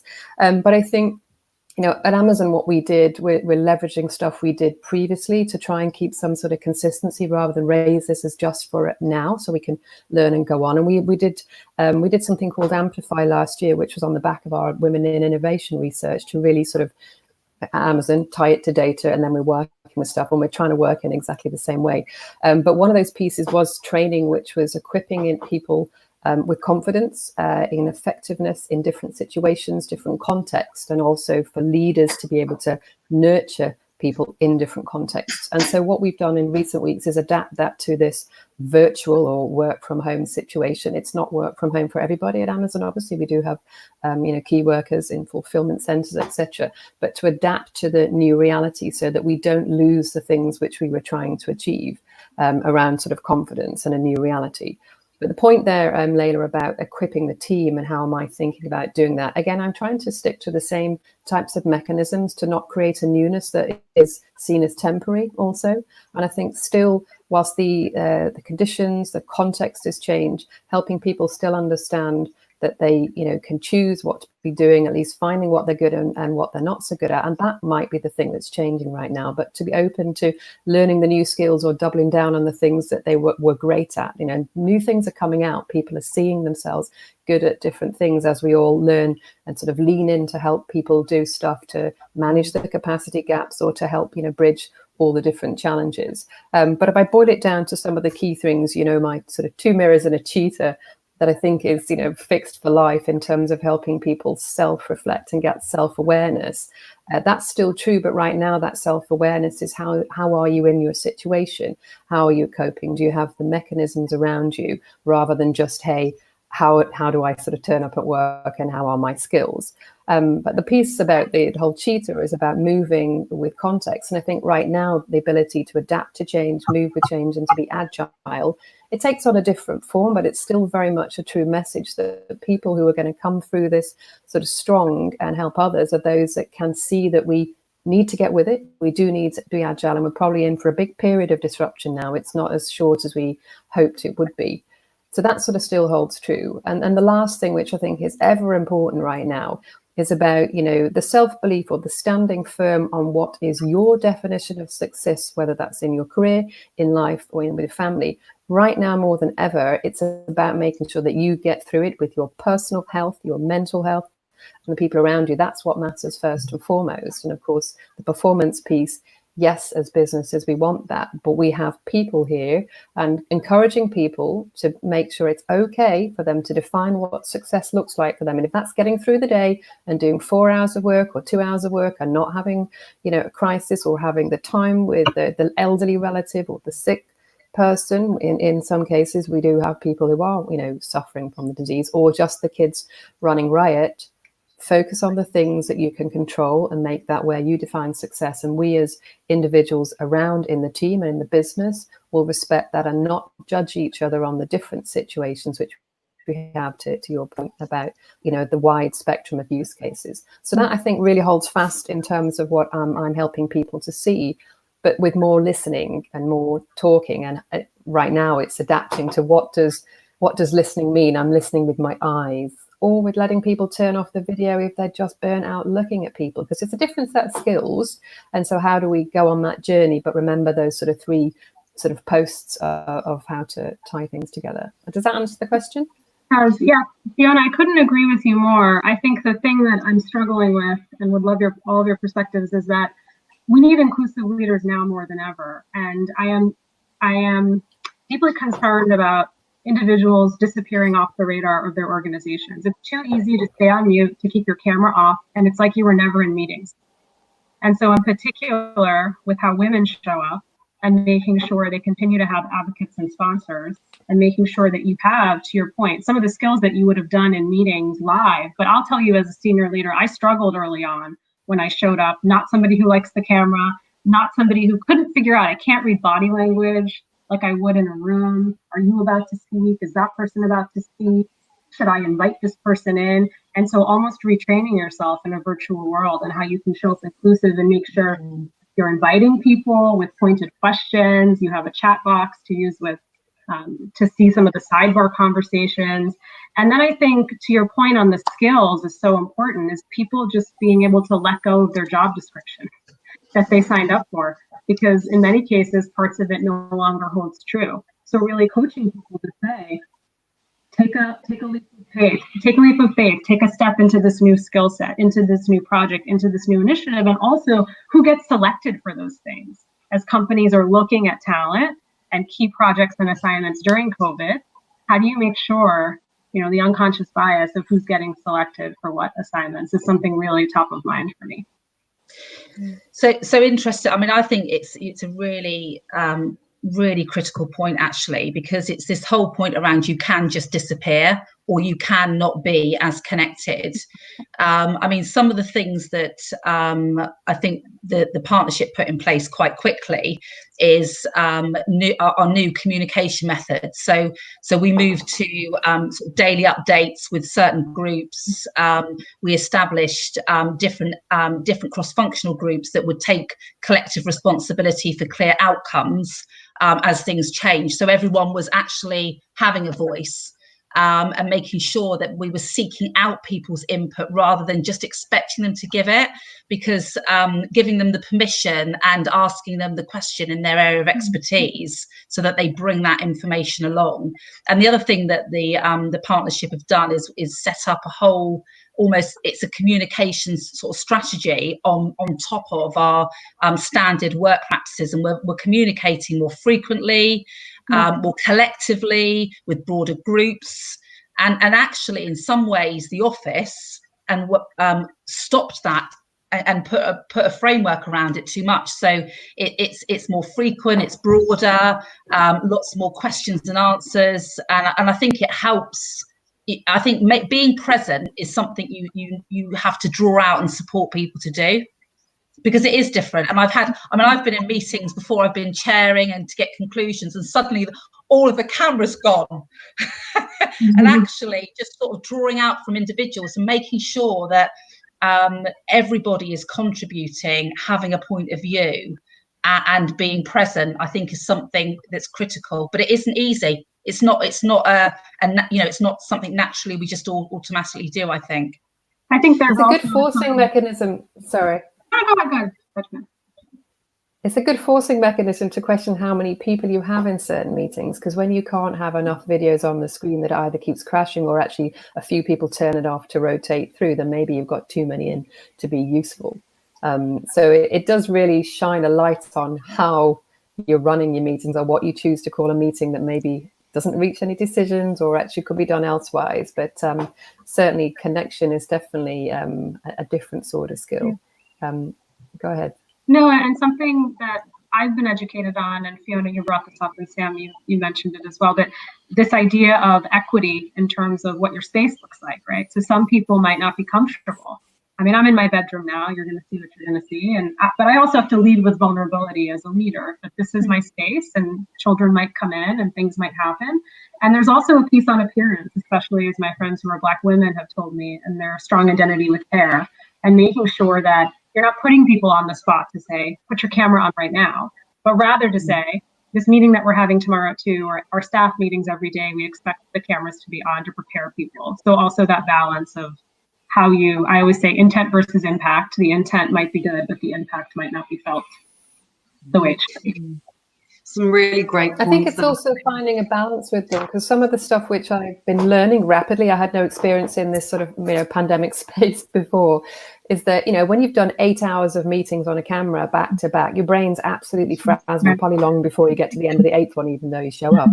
But having people learn to sort of take a break and maybe let them know that they're starting to navigate the video, the people who are on the call list, the chat box down to the right, so questions coming in when people just don't know that they can jump in to ask if there's too many people. It's a different set of skills. And I think just making sure people know that we're all learning, and there's seriously no expert, obviously, other than yourself, Layla, who knows how to do sort of virtual summits here. But, people give it a bash and don't worry about it. And we've had, and I've seen people doing the green screen and putting backgrounds in, but it's amazing how many people will focus on the wall behind than on the content. And so I encourage my kids to put these up, because somebody said, oh, you've got a lot of white walls, and my reaction was, I'm glad my content is so all consuming that's what you're focused on. But it's not a disservice to the individual. Apparently psychologically we're drawn into the backgrounds to the point where people are reading what CDs or books people have on their shelves. Who knew? But it's just the way the brain works. So helping people see that that's okay, but maybe not to call out that book on the bottom left during a meeting is what we should be doing. No, my brain was frazzled way before 8 hours goes by. I don't last that long. And I was just about to thank you there for saying that, but actually, sorry, just to be fair, I think you're right, it's pretty full on, but I think it's also quite exhilarating. And I think actually lots of people and partners in our business have realized actually what they're capable of and how much further they can stretch and how quickly they can learn, and how quickly they can adapt, literally like that, just overnight. And so actually you can see all of your sort of colleagues and partners, and you look around and you think, wow, you know, you're bringing it all. So it's quite it's spellbinding as well, I think, as well as sort of, you know, you learning your sort of new skills as well, and people being observant. Yeah, I think it's good. I have a funny example, if I may. So I exactly the same as everybody else, I think, doing daily stand-ups, which be, you know, in terms of over communicating, particularly at the beginning when we didn't know what's happening, and getting many people together. I was clearly the only one, and continue to be the only one on video for sheer hundreds of people that we've done this for, which is fine. But it became a bit of a joke that that's like a radio show, which it sort of is, because you're not going to get rapport. But my kids and my husband, bless them, they actually made me an Amazon microphone. So the kids got involved and they made me, so I do it as a radio show, and on my stand-up desk I make a joke out of it while still doing the serious content. Just takes the edge off anybody else needing to be perfect on any meeting through the day. Start off just sort of, you know, laughing at ourselves and with the jokes. So I thought I'd share that. I'm so pleased you showed that microphone, Fiona, because I was actually going to ask whether you would show that, because I think it's really the innovation that comes Quite out. proud of it, actually. I think they did a great job with one toilet roll and a bit of fuzzy felt. It's excellent. If you see it on video, it could almost pass as a real one, actually. But I must press us on just because of time, and I can see we've got lots and lots of questions coming in from the chat. But I wonder, Meechan, I'm going to come to you with this one around culture, which again feeds into or weaves actually through a lot of the things that we've already talked about on the panel today already. But how can we ensure this culture of long-term sustainable engagement for the good of our multifaceted, intergenerational and global diverse workforce? It starts with empathy. It starts with understanding an experience that isn't your own, and really being open to building a bridge and educating yourself. Today, as many people are, and what's happening in the US, devastated of what's happened in Minnesota with the death of George Floyd. And if you haven't heard about it and you're in a different part in the world, please take your time to educate yourself.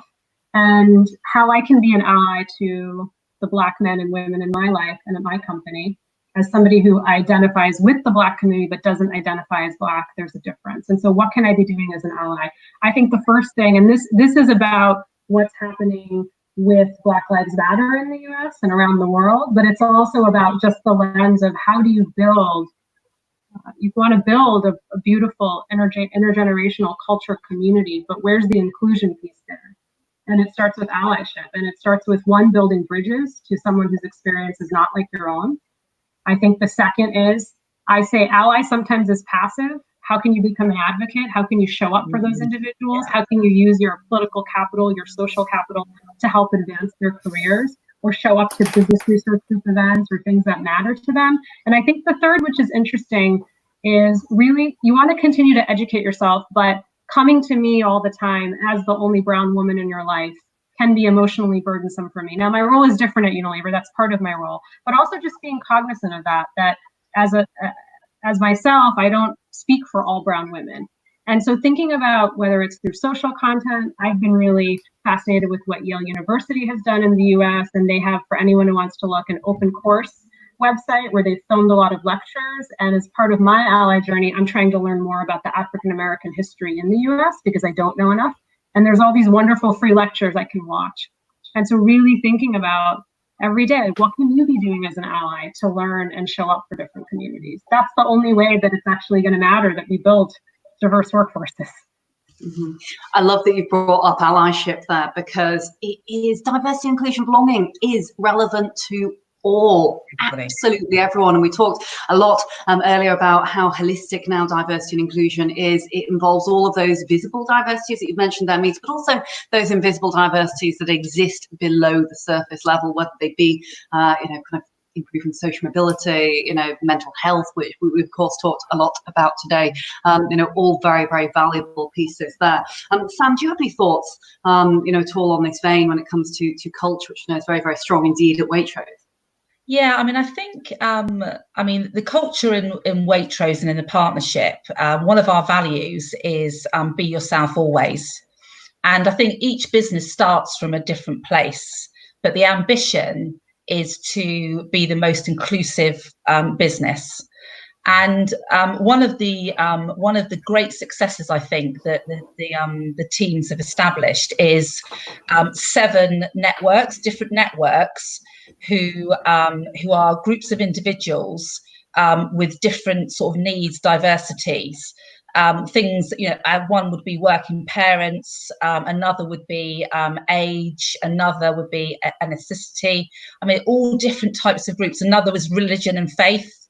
And I think that those groups have grown and grown and grown. And together, what they do is they allow other individuals to reach out to them to understand more, to get it. To educate themselves and to connect with those people in different ways, sexuality, all different types. And I think that's a great way of not just one individual or a very small group, but a much larger group reaching out to lots of other individuals to make a much bigger movement of that understanding. And I'm part of lots of those groups as well, and they for our business are driving the agenda. It's right up at the board level. They're driving the agenda. They've got great points of view. They're taking responsibility, and other people are leaning into those groups as well. Just as you said, Mita, before, about educating yourself around the different religions. And it's fascinating because it's great. People are interesting. So I think it's something that everybody, whether that is part of who you are or not, should lean into and connect with. Having different perspectives is critical for any business as well. You solve problems, you make things bigger, you work together. And I think they play a really critical role, actually, in our partnership. That's fantastic to hear. Thanks very much, Sam. Campbell, I think you had a last question there, just because I'm conscious of timing here. Again, we could talk all day here quite happily, but Campbell, I'm going to hand to you quickly.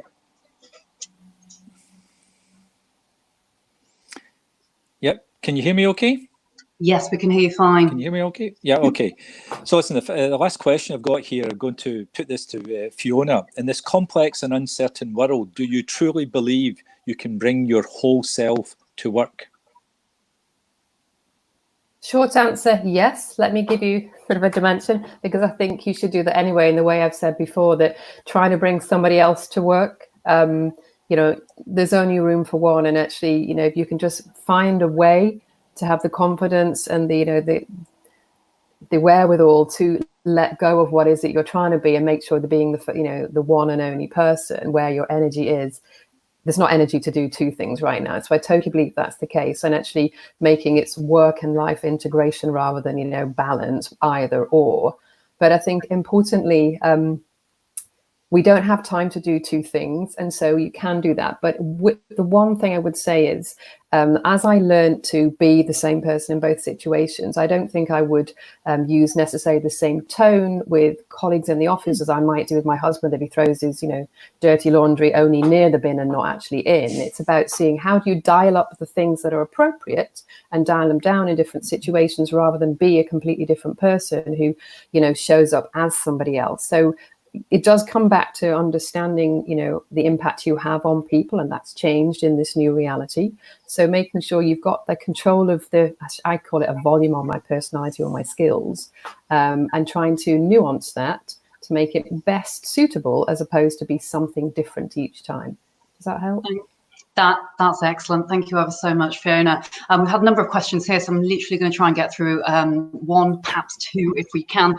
From Vipreet to Mita. Mita, your articles on LinkedIn are excellent. So thank you, first of all.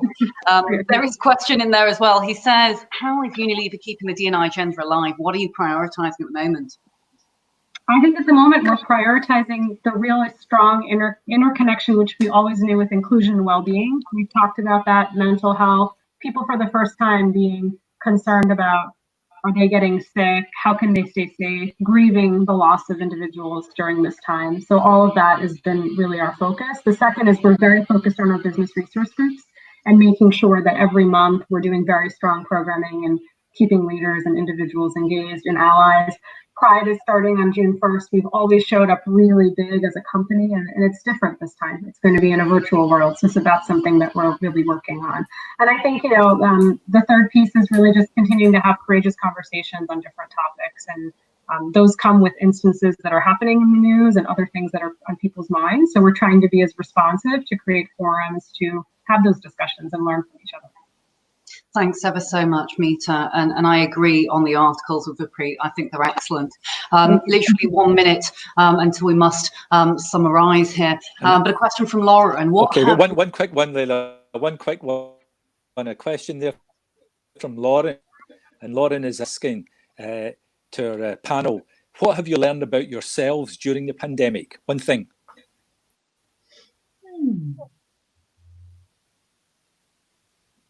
I would say resilience. For words. We should capture this moment. So there's a slight delay actually on the live stream. But sorry, go ahead there. Literally, you've all got 30 seconds each to answer this question. I would say resilience, not just for myself and all those around me, how resilient the human spirit is. And for me, it would be Fiona. Sorry, guys, Sam was going. No, I was just going to say, for me, it would be how amazing people can be when they're focused together collectively. Very good. I'm going to give you 3 words: normal, but resilient, and yes, sometimes exhausted. Thank you ever so much indeed. Thank you. And of course, we, I know Fiona, you very, very kindly said that we're experts in summits. We really, really appreciate it. And of course, you being on our DAL Global Advisory Board as well. But we have had a slight delay actually. So apologies for the tad of overlap there.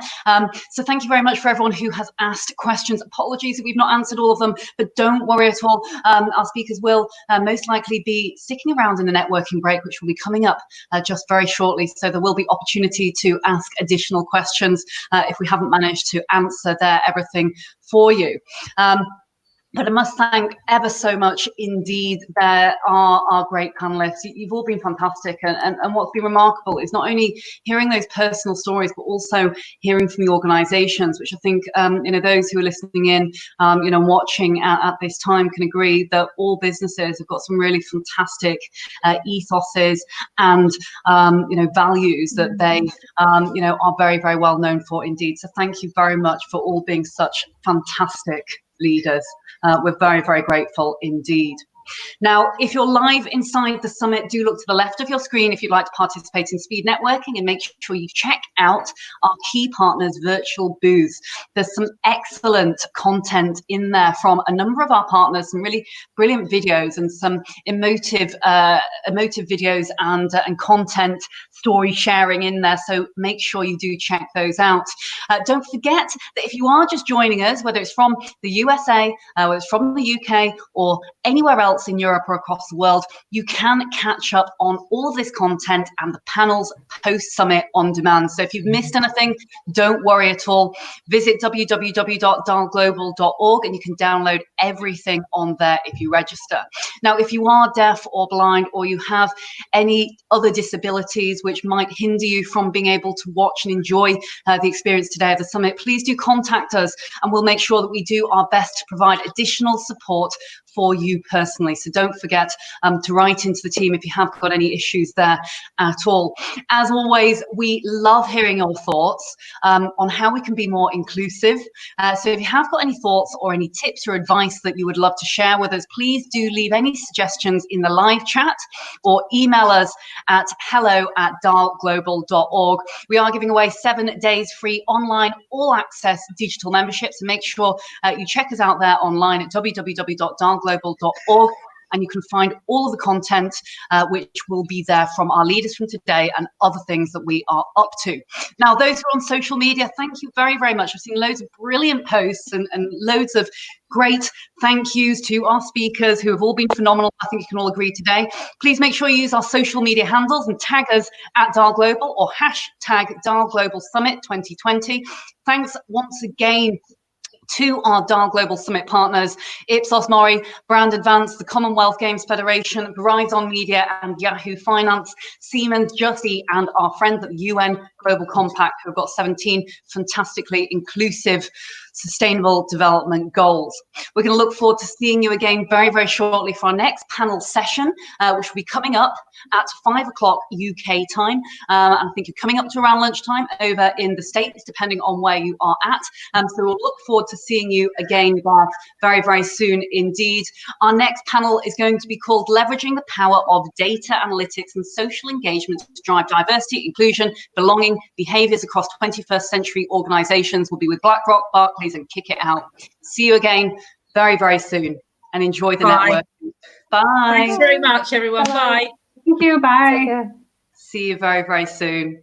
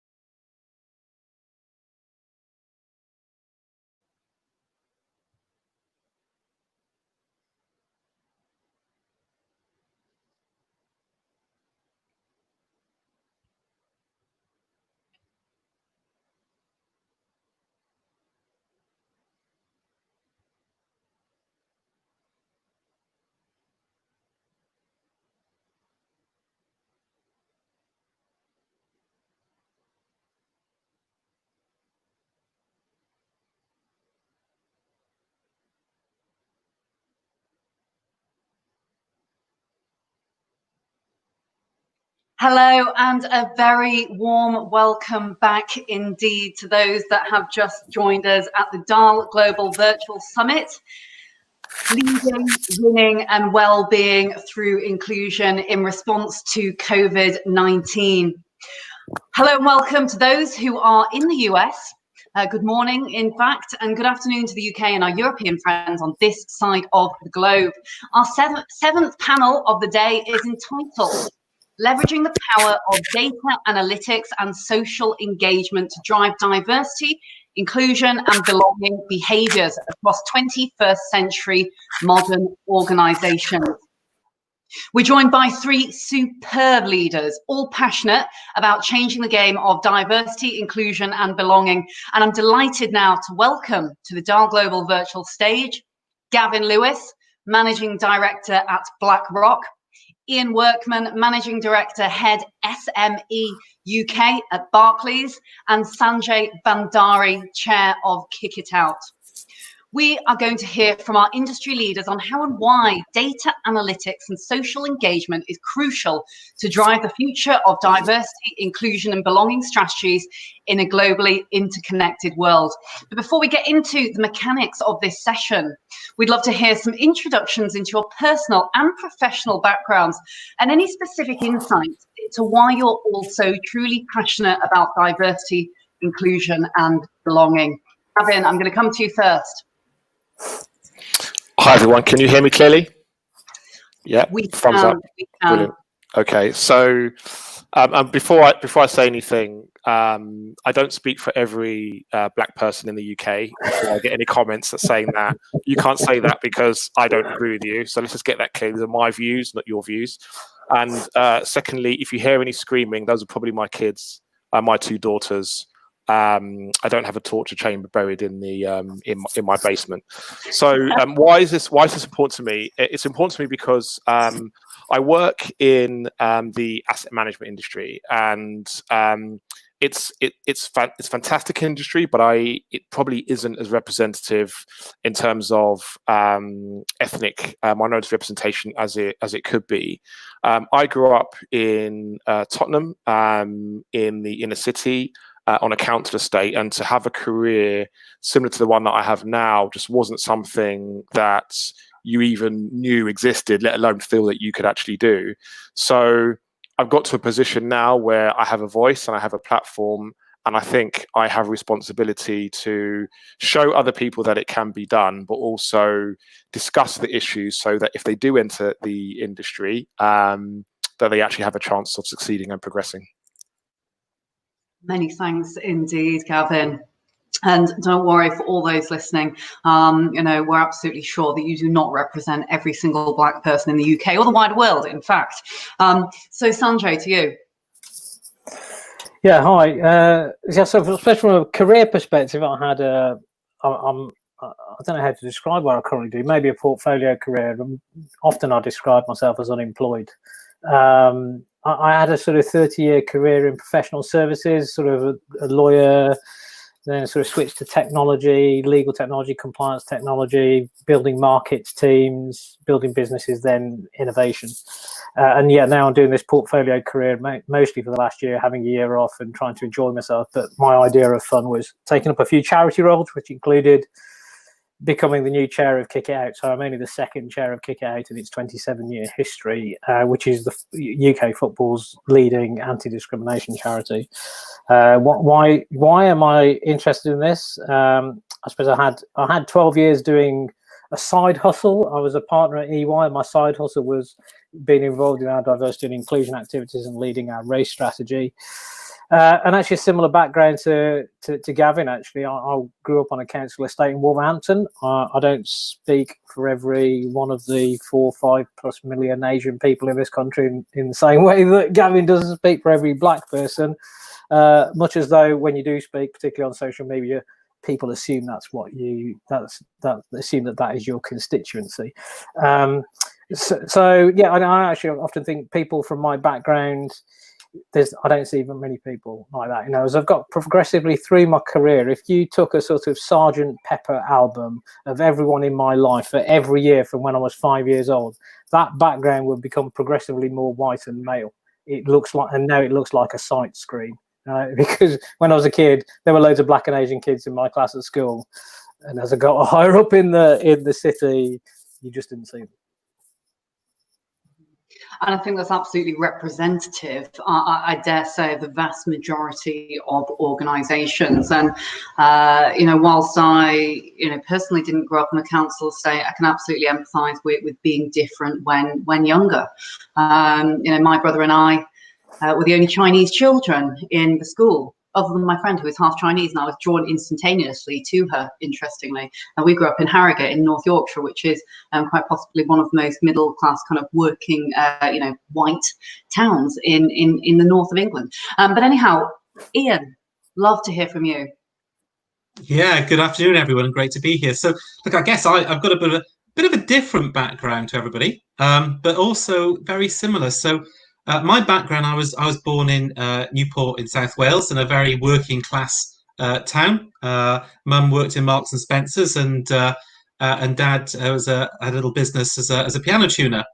And it's really interesting as I've progressed in my career how people's perceptions of my background have changed with my role. And very often when you talk about being an MD in a global bank, people automatically assume I'm degree educated. I'm not. I started work at 18. A lot of people assume I was public school educated. I'm not. I went to probably an average comprehensive at best. But that's one of the reasons I'm really keen on diversity. As I progressed through my career, I've had some great opportunities to work across the UK. And moving from quite a white working class town in South Wales, and then working in other parts of the UK, started broadening my horizons around the diversity in the UK and the importance that diversity brings to organisations. And as I've been fortunate enough to progress in my career and get to a role where I can influence diversity, it's really become a passion of mine. And I remember a bit of a changed experience for me where I went to a female event. I was invited to go along and became what we call a male ambassador at Barclays. And the only bloke in the room, which was really unusual as a banker. It's normally the other way around, and that was quite an opener for us. And people started talking about different experiences, and that was probably about 10 years ago. And I became a father to a daughter as well as 3 boys, and it's really opened my eyes up. And I had a really moment last week that I thought I'd share with you. So currently I'm mentoring a group of 10 individuals for business and community from across a BAME background. But this really interesting conversation at the start. This is, how do you feel that you're from BAME background and I'm the white bloke mentoring you? We got over that one. And then they said, well, we wouldn't mind somebody from a BAME background coming to talk to us, somebody senior at Barclays that can come and talk to you. Do you know what? I struggled. In an organisation that employs 70,000 people, actually to say, okay, I could name somebody straight like that normally. And that shows you that I think over the 30-year career I've had in banking, we've made progress, but we've still got a hell of a long way to go. And that's the reason I'm here today, to make sure I'm part of that change that we're all excited about. Ian, thank you so much for sharing there. And thank you, in fact, to all of our panelists for sharing an insight into your personal stories. And I think, if I must say, it's one thing that I just find so heartwarming, and I really hope that everyone else who's listening in today also does, is that when leaders share vulnerabilities and share that they're not perfect, it's very easy to look up at those, what we might have in the olden days perceived as kind of, those white ivory towers, perfect leaders, they have the say in everything. Actually, it's not the case. And so having you 3 remarkable leaders on this panel today, sharing your personal stories and also some of the vulnerabilities and putting it out there that you're not, necessarily perfect. I think it is fantastic. So thank you very much for that indeed. And Campbell, sorry to cut you off there. No problem at all, Leila. Just listening to your stories and your upbringing made me think back to my own upbringing. And my brother and I were born in Paisley, which for those of you south of the border is not Glasgow. But we were raised in what was called a tenement building. Right? And a tenement building means that you go in through the entrance, which is called a close. And you go the close and you go up the stairs to the top, where, of course, my mother must have dragged the prams up the 8 flights of stairs to the top floor flat, where our toilet was in the outside landing and the washing room was in the back garden. You know, so it didn't do us any harm, you know, and my brother and I have done okay. So it's just all a bit of perspective of, you know, what our respective upbringings are. But you never forget where you come from. Never forget your roots. Absolutely, and I think that's something that's been highlighted so you know, starkly, if you don't mind me saying so, on those intros actually, is that we must not judge by what we see on the outside, you know, instantaneously presuming, hey, you know, Ian must have been to a top school and had a great start in life.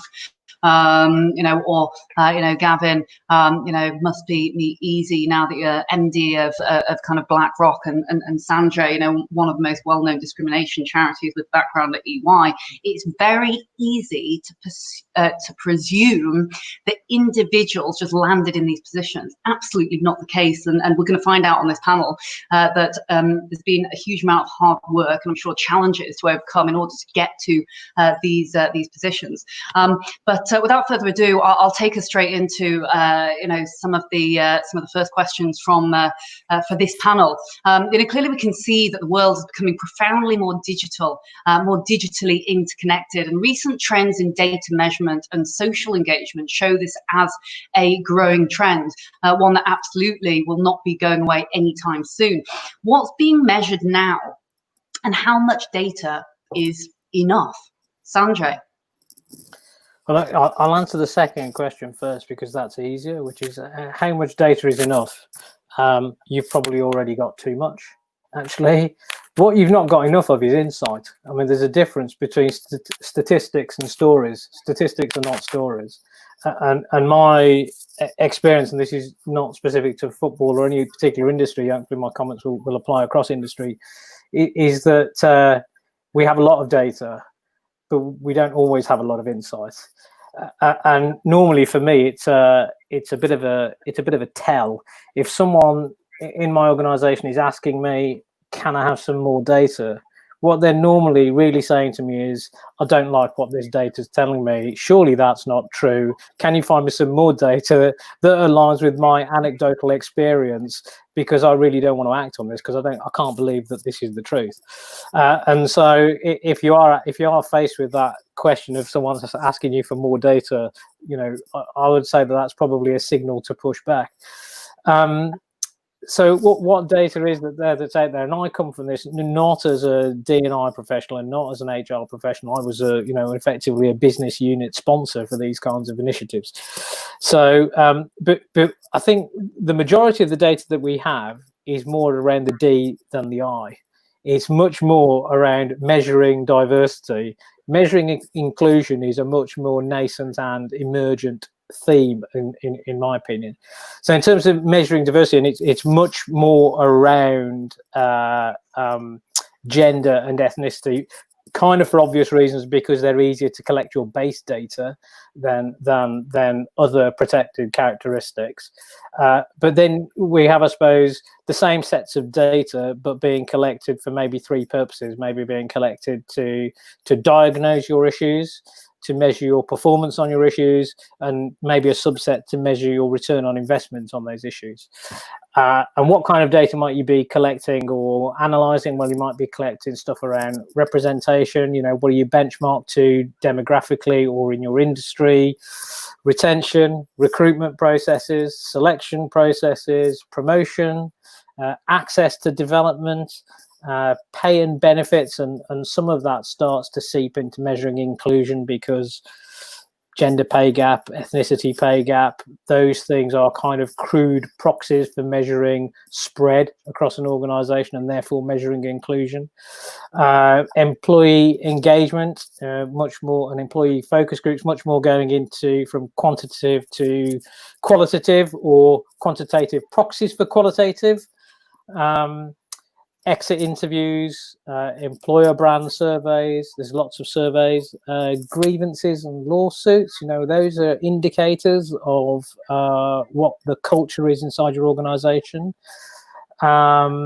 what your customer diversity might look like, and there you might again start doing customer surveys, net promoter scores to see what your brand value is, and you might start looking at your suppliers. So I think that is a broad brush view of actually there's quite an industry in generating data. How much insight you get from that data is another matter. There's probably one other sort of category I've seen, which is program execution and the use of technology in program execution, and that's much more I've seen certainly around innovation projects. As an example, some tools for looking at how do you interrupt bias in team allocations on work projects. So actually having that done, having a primary scoop done by a machine, looking at who's available on the resource schedule, so that you interrupt the senior person saying, I'm going to use that team because that's the team I've always used, and that embeds biases that have already been inherent in the system.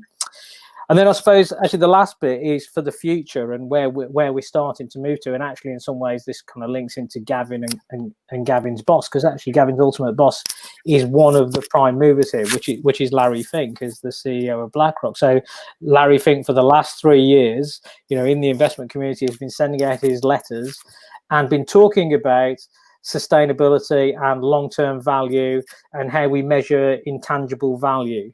And that has led to a whole bunch of initiatives, including, I know at my old place at EY, we worked with the Embankment Project for Inclusive Capitalism, looking at new ways of measuring intangible value. And a couple of those particular values that are relevant here, they developed a framework. It's very interesting. If you can go and download it from a number of different websites. One was societal value and one was human value. So in terms of societal value, that, for instance, links into things like the UN Sustainable Development Goals. And of course, I think goal 10 is reducing inequalities. So you might look at things like your governance bodies and what's the diversity of your primary governance bodies. And then human value might be things like doing things like culture surveys. But and I know I'd started to do some of those kinds of things. One of the things I think that's really interesting, actually, the asset management industry, and I'd be interested in Gavin's view on this, because actually they've been developing these alternate metrics for years and alternate views, and questioning CEOs in earnings calls about stuff. And it's actually the CEOs are going, well, how did you know about that? And that's because they're using other data sources. So, they might be using published engagement surveys and published engagement data, but they're also using things like sentiment analysis on Glassdoor and looking at what people are actually saying and the words that people are saying, and things like social media analysis. So to me, that's the kind of future of where things are going, is how do we measure inclusion rather than just the raw diversity statistics? Absolutely, and I think that's the amazing thing about the present moment, is literally anyone can take to Glassdoor and start to absolutely give it all, frankly. So being truly inclusive as organisations is absolutely paramount. Gavin and Ian, any thoughts at all following on from what Sanjay said there?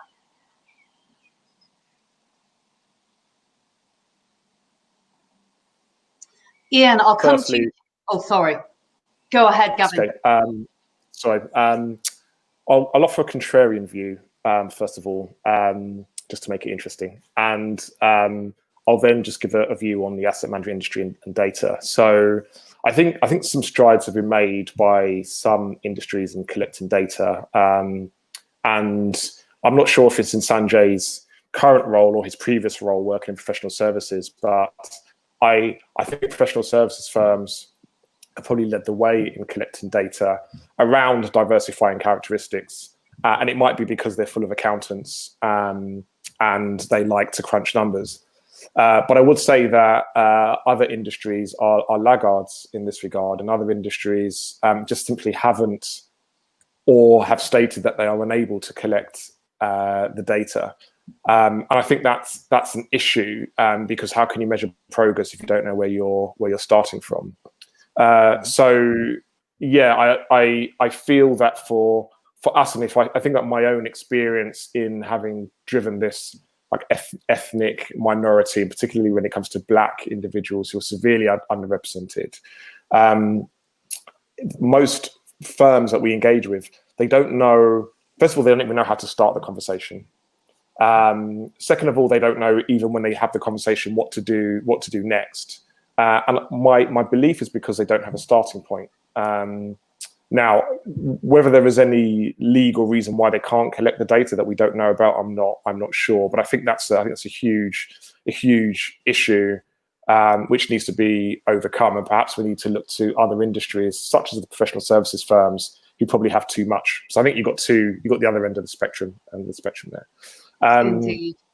On the asset management question, I think what's really interesting, what Sanjay has alluded to, is basically thinking about this as value, or the value chain, because you think about it, we've probably got the whole value chain represented, or parts of the value chain represented on this call. So, like Sanjay's previous firm would audit, my firm or some of BlackRock's investment companies. We hold them to account through sitting on their boards, or through stewardship, because we hold their shares.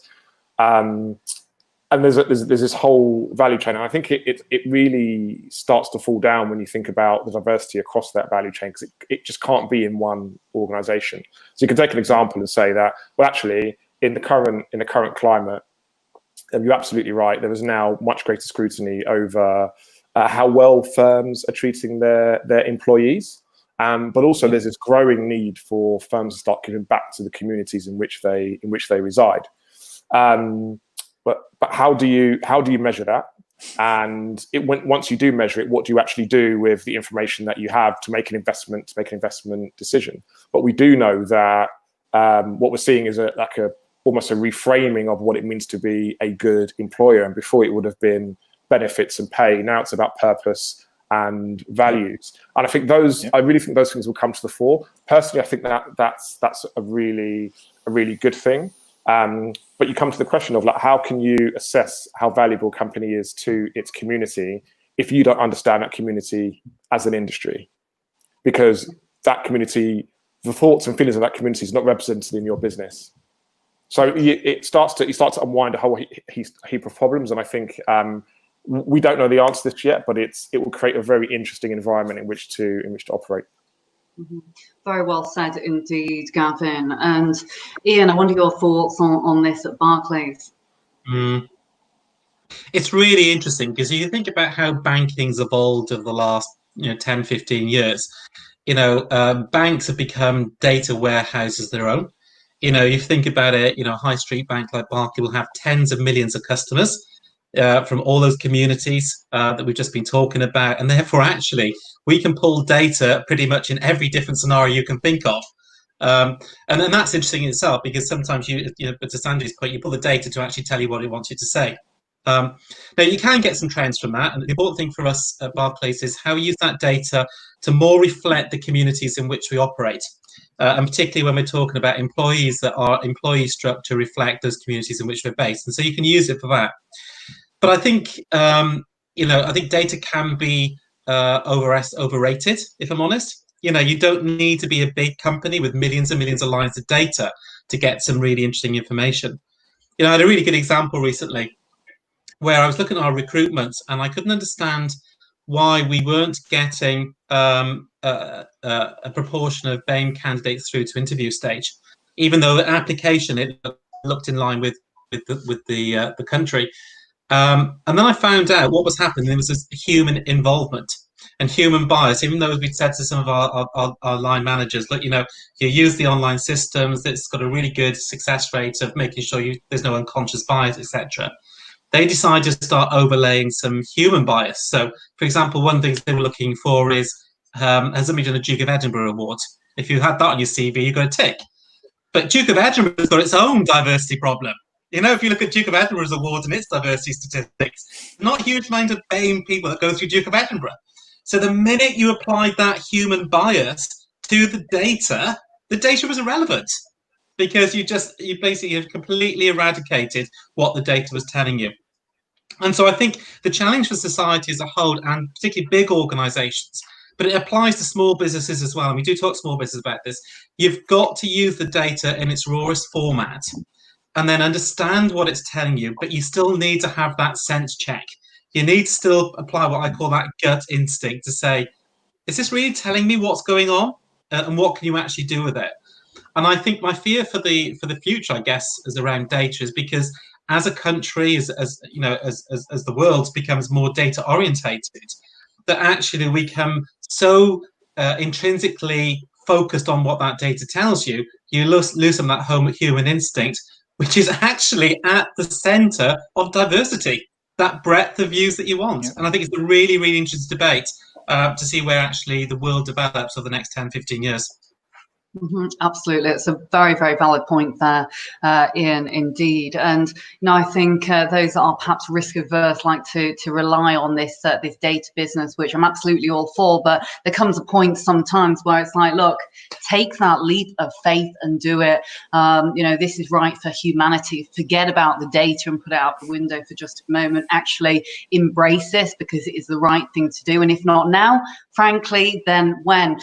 Now, guys, just conscious here of timing, so I'm going to skip to one of the other points that I was very, very keen to ask you all about. But clearly, you're all inclusive leaders, which is wonderful, and you're great role models actually to wider businesses and wider society. But I wonder, how do you use not only data but also social means wisely to be able to demonstrate value to your organizations and indeed to wider society? And to give clarity there, this could be through anything such as social media, which pretty much everyone is on these days.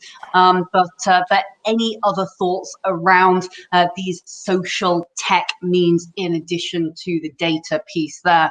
Gavin, I'm going to come to you first here on this one, if that's okay.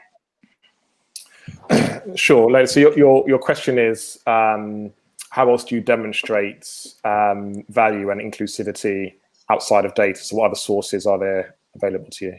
Absolutely. Look, I'm absolutely not, kind of poo-pooing the data side here at all. But I think when we talk about data, when we talk about, tech and things like this, and in particular, actually, looking, say, at, Sanjay's business, organization, I should say, and in fact, both of yours as well, is actually, there is a lot now that we need to be aware of when it comes to social engagement, especially for, and I don't have children yet, but when I do, I already am worried about their use of social interaction, because you see, a lot of things that are going on now when it comes to kind of online bullying, and there's been really kind of some very, very saddening facts and statistics out there where young people, and not just young people, but young people are being influenced heavily by what's happening within this virtual world and virtual reality almost, that absolutely think it would be remiss not to talk about the social engagement side and whether that has changed in line with what's obviously happening within this world of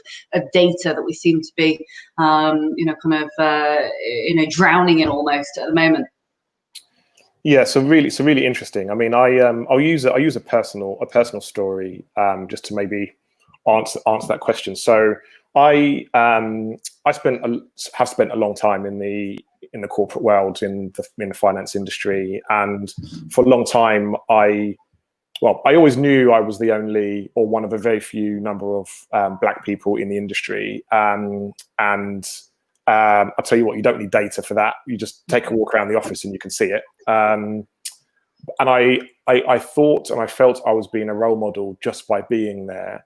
And I guess I was to a certain extent, but it's only when I got to a more senior position that I felt that, first of all, that I would have license to do something, but also that I had my head down and I was working really hard. And then I got to I think I've made it. Actually, I hadn't made it at all, but I felt at the time, okay, I've got to at least a juncture. And geez, why am I the only one? Why is there no one ahead of me that I can learn from? Why is there no one next to me? And why is there no one bringing up the rear? So, like, how do you, when at that point, the whole diversity movement really was focused on gender, and it was right at the height of the Me Too movement, and rightly so. But when it came to things around, for example, ethnic diversity, which I felt impacted me, there wasn't even a discussion about it. And I think the challenge of discussing race in the UK is that it's very much a taboo subject, and we feel that we live in this really weird post-racial society where, you know, you look at what happens in the US and you only need to look at the stories which have come out over the last couple of weeks. You often hear the comments, "Oh, thank God it's better here." Well, tell you what, guys, okay, perhaps it's not as, the worst situation isn't as bad as the US, but I can write you a list of people who've faced similar things as the individual in Central Park. I know I have. And police brutality isn't something which only exists in the US. It exists here, and people in my community have died from it. So when you're trying to discuss issues of race in the UK, it's really fraught with difficulty because we have this view that we are almost past it, or a more tolerant society. So how do I start raising the issues that I'm wrestling with every day without having this really defensive reaction? Well, social media actually, in that regard, worked incredibly well, because what I did and a few other people did is we wrote personal stories. Because the key thing is this lack of empathy or understanding about the challenges that you might face in your life and on a day-to-day basis. And I wrote a story about my experience living in a single-parent family, dealing with knife and gun crime and gangs, and then making it to university, and then realizing that, oh my God, this is a whole different language that I need to learn, never fitting in, being alienated. And it went viral. And it got read at least certainly on social media about 12,000 times in a very, very short period. So here comes the data bit. And then I have people that I've just never met, you know, will approach me and say, "Oh, I read your article. It got sent to me, not via social media or LinkedIn as it was, but it was a PDF that kind of went around the US of all places." So I think there was no way that, and that I felt was a watershed moment in my industry, and maybe for a lot of people, because they felt they were able to be vulnerable. They felt they were able to start discussing things. And I've seen a whole host of people writing personal stories about their experience as a gay person, or someone who has an autistic son or daughter, or being Black or Asian, and that's fantastic. So I think when I come full circle back to Sanjay's point, which is it's very easy to distill discussion down into numbers. Actually, the data that you need, I absolutely agree, is qualitative. So what's this person's lived experience? What are they going through? Because without that, it becomes very, very difficult to look behind the numbers and assess what's really going on. Thanks ever so much for sharing there, Gavin. And first must say, look, everyone loves a great PDF. I absolutely do. So that going around the States is remarkable. But I absolutely concur, most importantly, with personal stories, because it is those personal stories, and in specific those from leaders who actually allow others to feel comfortable enough to be able to be them true selves, and to actually be able to open up to bring their selves to their full selves to work. Ian and Sanjay, do you have any further comments or thoughts on some of the things that Gavin's mentioned there? So I think what's interesting around data is around the integrity of data, and I was just reflecting as Gavin was talking, because when you look at data, you're reliant on people actually providing surveys, using data, and understanding that. And look, a lot of this data that's out there is based on employee surveys, based on people ticking a box that specifies, I'm from a BAME background. And I always remember early on in my career, we did a staff survey, and it came back that my team were 100% white Christian, which was a bit strange because I knew I had an Asian Muslim in my team. And I went up to him and said, "Well, did you complete the survey? Because it is anonymous." He said, yeah, but I didn't tick that box, because if I ticked that box, you'd know it was me. Even though the responses were anonymous, I couldn't have targeted it. And it came back about a couple of months ago. I had a really good discussion, and Gavin, I was thinking about you when you were saying this, but about how do you bring yourself to work? And it's quite prevalent in the financial services industry, because if you said to somebody, "What does a banker look like?" or "How do you have to behave?" people articulate that persona that you've got to be. And when we were talking to a lot of our BAME colleagues, they were saying, actually, even when it comes to surveys, they sometimes tick the boxes because they think it's the answer that you want. And the danger with that then is you use the data based on a false start, you know, that people aren't truly reflecting. So I think one of the challenges you've got with data and diversity is really understanding, do people feel comfortable the way the data is going to be used, and therefore it will give you a realistic result? Because if they think there's a bias in the data, or they think there's a way of being targeted, or they think you will perceive them differently, they'll ask the questions differently, and therefore your data is worthless. And I think that's a real challenge for a lot of the diversity statistics that we look at. You've got to sit behind thinking, okay, actually, unless this is a big anonymous survey, there's going to be some bias going on here. Yep. Interesting. Yep. When we move from gender to looking at ethnicity, it's much more prevalent in ethnicity. You know, people really think about actually, how do I answer that box, you know, that I'm asked to complete. So I think look, it's one to keep an eye out of, especially when we look at the data. Could I just say one more thing then, because I think that's fascinating, and I'm not surprised, because first and foremost, like your minority colleagues, they're probably wearing a mask and adapting to what the corporate environment is every single day. So they are not unlikely that they're bringing their whole selves to work, because I know, like, I'm 6'3". As soon as I walk into a room, like, people would notice me if I was blonde haired and blue eyed. Definitely going to notice me because I'm a 6'3" black guy. So there are certain traits that you take on. I have to make myself smaller. I smile so much because people, you know, if they see me, they're like, okay, who's this? They want to be threatening. If there's a discussion in the office, it can never get heated from my perspective, because I have to never ever raise my voice. So with all that, then you get sent a survey. There was no way that those individuals are going to actually give their real thoughts. And the key thing before you start gathering that data, therefore, is, have you taken the steps to really build trust with the population that you're trying to understand? Yeah. Have you actually sat down, said to them, look, a survey is coming out. I really need you as a population to answer as truthfully, because I need to understand what it's like for you working in my organization. And you might have that conversation once. You're not going to get the right answer, the real answers, the true answers the first time round. It's going to take a long time to build that trust, because it's probably been eroded over years and years and years.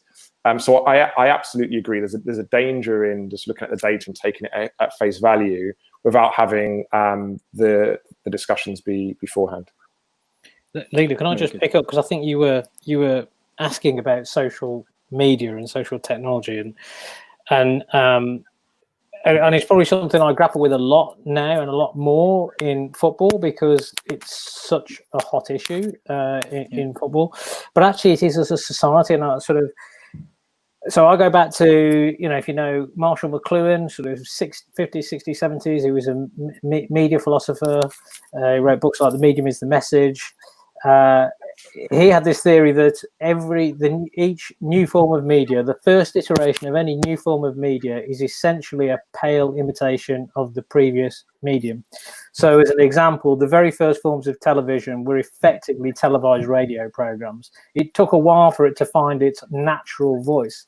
But actually, that's what we're experiencing, because social media is the internet age finding its voice. It's finding its natural communication mechanism, because email was effectively an electronic version of what we were always doing for 50, 60 years beforehand.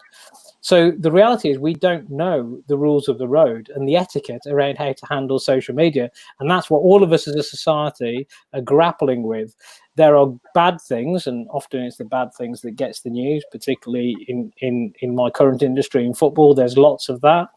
But there's also some good things about it. We would never have found out about the abuse with the Yeovil fans at a non-league ground. We found out about that within minutes, because it went like wildfire on social media. And so what we all have to grapple with is, how do we police, manage, monitor, deal with activity on social media? From a corporate perspective, when I was in the corporate world, it's effectively, we're all corporate ciphers. We just peddle the corporate message, very tedious stuff. I know people think it's really interesting content, but it's not really. It's not. It's not that engaging, right? But our young people, we want to police them because we want them to be the corporate cyborgs. So we want them into behaving in a particular way. They're not going to do that. They're just not going to do that. They're going to behave. They are born and brought up on social media, and they will interact the way that they've been brought up to interact on it. And actually, it's us that's got to change. We've got to change how we deal with that. And I think that is a big challenge / opportunity. I absolutely concur there, Sanjay. It is a challenge, but absolutely, let's look at things with the glass half full perspective and lens on, and look at how we can, really utilise, the silver lining that comes out of that. And I love the term there that you use as well, corporate cyborg. That's brilliant. I will be reusing that again happily. But guys, just conscious here of timings. I'm being told by the team that we need to wrap very soon, and we've had a plethora of questions that actually come from the live floor in the summit itself. Obviously, those who are streaming in on Yahoo Finance or via any of the brand advanced publications, I'm afraid you can't ask questions, but you can write to us. So I'm going to pose a quick question here to all of you, and I'm literally going to give you around about 30 seconds to a minute. No, sorry, 45 seconds each to answer this. The importance on allyship. I absolutely critically believe this is so important, because everyone has got a part to play when it comes to diversity, inclusion, and belonging. Your thoughts on allyship?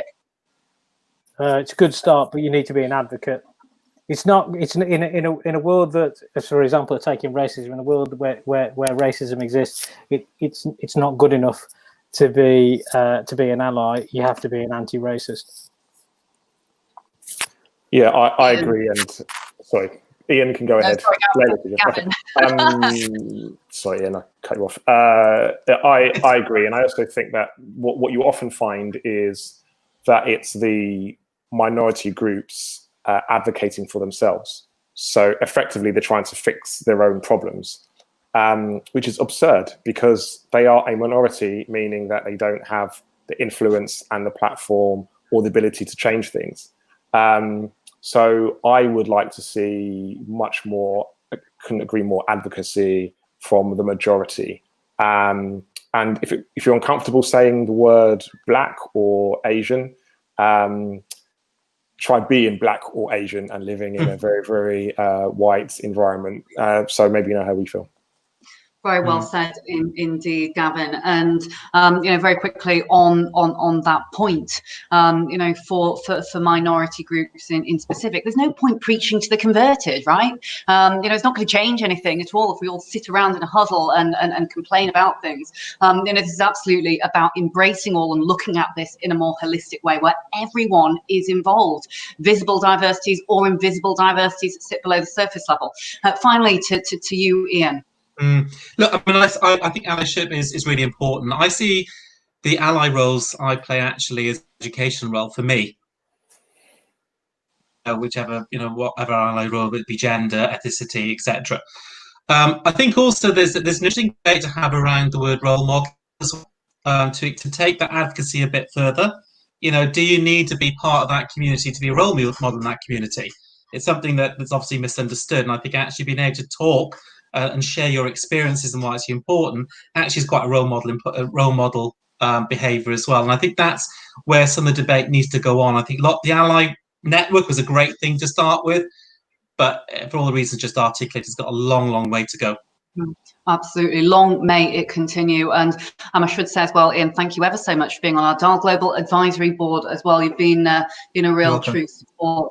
So thank you. And thank you very much indeed to our other panelists as well, Sanjay, Gavin, Ian. You've all been remarkable, and it's been very inspirational, if I must say, for you being here and sharing those stories.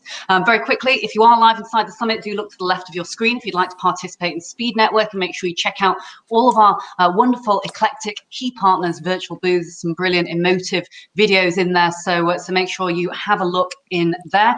Don't forget as well to catch up on all of our content and panels post summit. If you've just joined us and you've missed this, don't worry at all. You can watch the the panel again and all the other panels as well on demand at www.dahlglobal.org. If you are deaf or you're blind or you have any other disabilities at all, please reach out to us, get in contact, and we will make sure we do our best to provide additional support. Any thoughts on how to make the DAHL Global Summit more inclusive, please do leave your suggestions in the live chat or email us directly at hello@dahlglobal.org. Those on social media as well, we've seen some brilliant, fantastic tweets from all of you. Thank you so much from the bottom of our hearts for being so incredibly supportive. We are very, very grateful indeed. Make sure for those who are intending on posting, tag us at DAHL Global, hashtag DAHL Global Summit 2020. Thanks again to all of our DAHL Global Summit partners, Ipsos Mori, Brand Advance, the UN Sustainable Development Goals, the Commonwealth Games Federation, Verizon Media and Yahoo Finance, in addition to Siemens and Just Eat. Finally, we are giving away 7 days free online all access digital membership, so do make sure you utilize that at present. Visit us at www.dahlglobal.org. Many thanks again to all of our streaming partners, Yahoo Finance and Liana Brinded, actually, who's been brilliant with her team, making sure this goes all across the globe and into all those diverse publications as well via Brand Advance. We'll see you back here again in 15 minutes. Enjoy a comfort break if you're streaming in, or enjoy your live networking. And if you want to ask the speakers any further questions, they will be jumping straight in now, so you can chat with them live on the virtual chat. Many thanks indeed, and we will look forward to seeing you again very, very soon at 6 o'clock for our final panel of the day.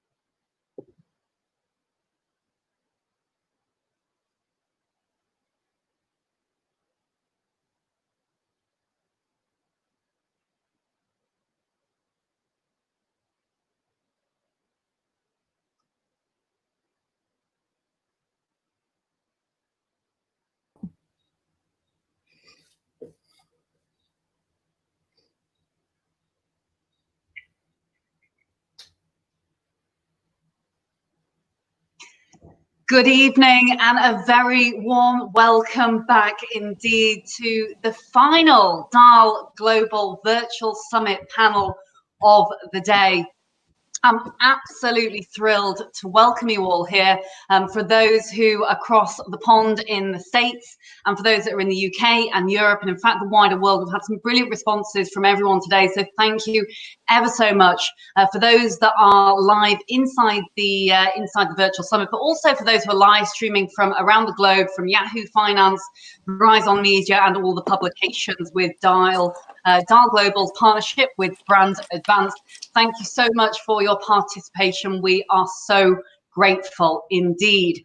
Our 8th and final panel for the day is entitled From Role Models to Real Models, Harnessing the Power of Intersectionality Through Business and Employee Resource Groups. We're joined by 4 energetic, charismatic and seasoned experts who I am delighted to welcome for the final time today here to the DAL Global virtual stage. Chris Gray, Managing Director at Accenture, Tara McLachlan, Vice President, Internet of Things Strategy at Inmarsat, Caroline Casey, Chief Executive Officer at the Valuable 500, and Fiona Ibanez-Leach, Head of Diversity and Inclusion for the International Markets at Walgreen Boots Alliance. We're going to be discussing the power of employee resource groups and learning how to foster workplace inclusion through employee resource groups and how these communities are creating a huge impact within the wider workplace. But firstly, before we get into the nuts and bolts of the conversation, introductions into all of your personal and professional backgrounds and any insights into why you are so very passionate about diversity, inclusion and belonging. Fiona, as a valued member of the DAL Global Steering Committee, I'm going to come to you first. Thank you so much, Layla, and congratulations everyone on a fantastic event today. So as Layla mentioned, I'm Fiona Ibanez-Leach. I'm Head of Diversity Inclusion for International Markets at Walgreens Boots Alliance. That covers an area of Latin America, Asia and EMEA. So quite a breadth of communities that we're looking to accelerate the D&I agenda on. I guess from a personal perspective, we've all had experience of being in the out group. For me, I'm half Spanish. I grew up in Spain, and when my parents separated, moved over to England at quite a young age, and that was quite a forming experience, being kind of the excluded person that couldn't speak the language. And then, you know, close family members of mine have lived experience of disability, and I've seen firsthand the barriers that we as a society have in place and that don't enable different abilities to really thrive. And so I've always felt passionate about that. I guess I didn't really translate that into a career in D&I until about 5 years ago or so. I'd had a series of commercial roles in account management, key account management, and started to be really interested in the fact that at Walgreens Boots Alliance we have a really diverse customer base, and yet that wasn't always reflected in the different levels of our organisation and the different teams and functions that we operate in.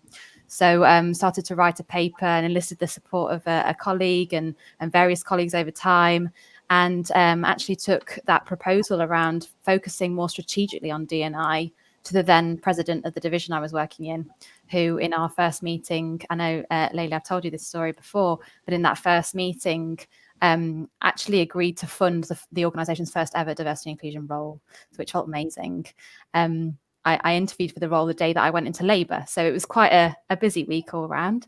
But since then, the role and remit has grown, and I feel really pleased now that since the merger with Walgreens, we've got a much more global view of diversity and inclusion and of helping to accelerate that across our different regions. And I'm so pleased to be joined with such an amazing panel today.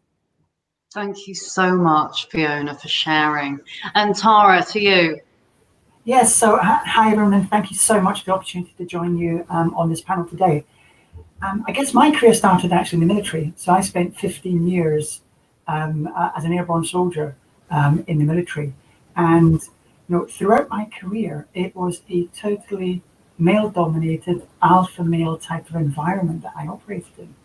And in everything you did and everything we touched was around that same type of stereotypical male environment.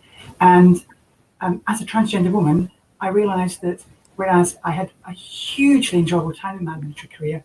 It taught me a lot. I had a huge amount of confidence that I took, both professionally and self-confidence from that. But coming into a civilian working life, the transition for me was actually relatively easy, because I came out into the LGBT type communities around the London area, and that really helped me formulate the person I am today. And the reason I'm so passionate about D&I is because looking at the employee resource groups from the inside looking out. So rather than somebody who's strategically involved in those things, it's more of what can we really do to help our employees? What can we really do to make the culture at our organizations much more inclusive? And that's really where my passion comes from. But I believe certainly from my experience in my current organization, having a women's network, an LGBT network, and a veterans network, I'm actually kind of involved in most of the networks that we have. So I see a broad range of diversity, a broad range of inclusion issues within the organization, and that's really what drives me and why I'm here today. Thank you. Many thanks indeed, Tara, for sharing. And a point that I hope we'll come on to later in the panel discussion is the power of intersectionality, because all of us identify with so many different groups, not just necessarily the one. So very important indeed that we don't just kind of silo these various different groups. Caroline, I love your cushion as well, by the way, I must say. Well, firstly, hello, everyone. It's great to meet you and see you, and thank you, Leila, for having us as part of this. So I'll do the professional what I am, but I really think I'm a troublemaker. That's really how I would describe myself. I'm the founder of the Valuable 500, which was launched at the World Economic Forum in Davos in 2019. It is the only global CEO community which is revolutionizing disability inclusion through leadership and opportunity. And I'm delighted to say I'm very proud.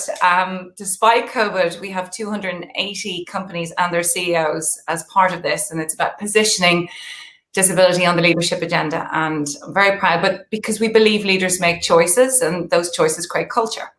Why do I care? Well, I said I'm a troublemaker, but my out is I came out of my closet 20 years ago, which is the disability closet. I have a very rare condition called ocular albinism, which means I'm registered legally blind. I can't see any of you, so you get to be absolutely beautiful, the best looking. I get to be 23 for the rest of my life. I have a very unique story about how and why that happened, but I really deeply care about three things. I want everybody to have the chance to belong as themselves, not to fit in and not to be accepted. And as a person who hid away so much of herself, I understand what that feels like. Number two, I really believe strongly that the D&I agenda should not be siloed, and we should not be creating hierarchies and competitions between different experiences of humanity. And that's why intersectionality and why the whole universal human inclusion is so important to me. And number three, I fundamentally believe that business is one of the most transformative forces on our planet.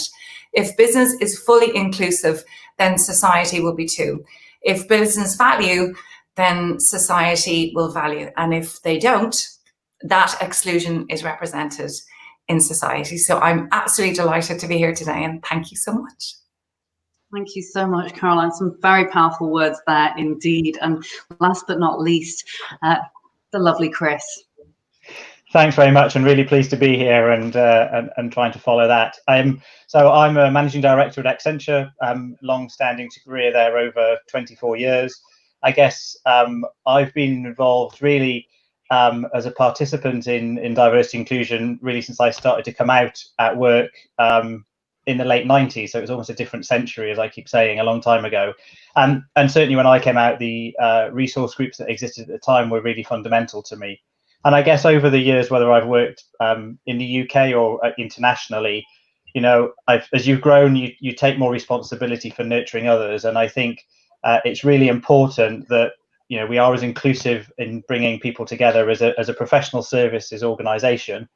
people are what we have, and therefore making sure that the organisation itself is a place where people can bring their whole selves to work is really important.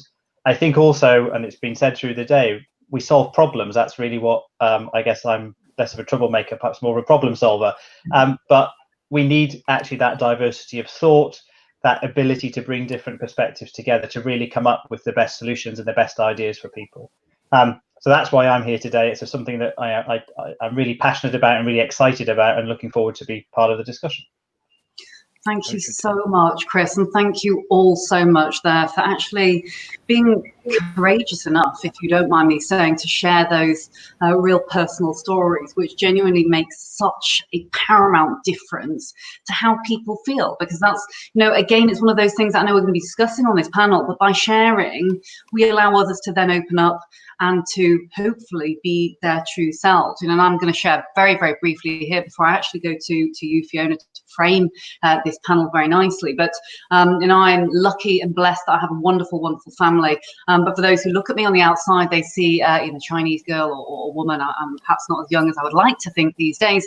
But I was adopted by incredible white British parents over in Hong Kong when it was a British colony, and we came to the UK and grew up in Yorkshire, in Harrogate, for those who know the Yorkshire Dales at all. But it's a very white, kind of population, generally speaking, especially in Harrogate. My brother and I were the only Chinese children in school, and actually it was pretty challenging actually at those times. But I think these experiences, and certainly the experiences that each and every one of you have very kindly shared, is what shapes us and makes us who we are. And it is sharing those experiences that really does empower other people to then come forward and be brave enough to also share their stories and ultimately feel that they belong.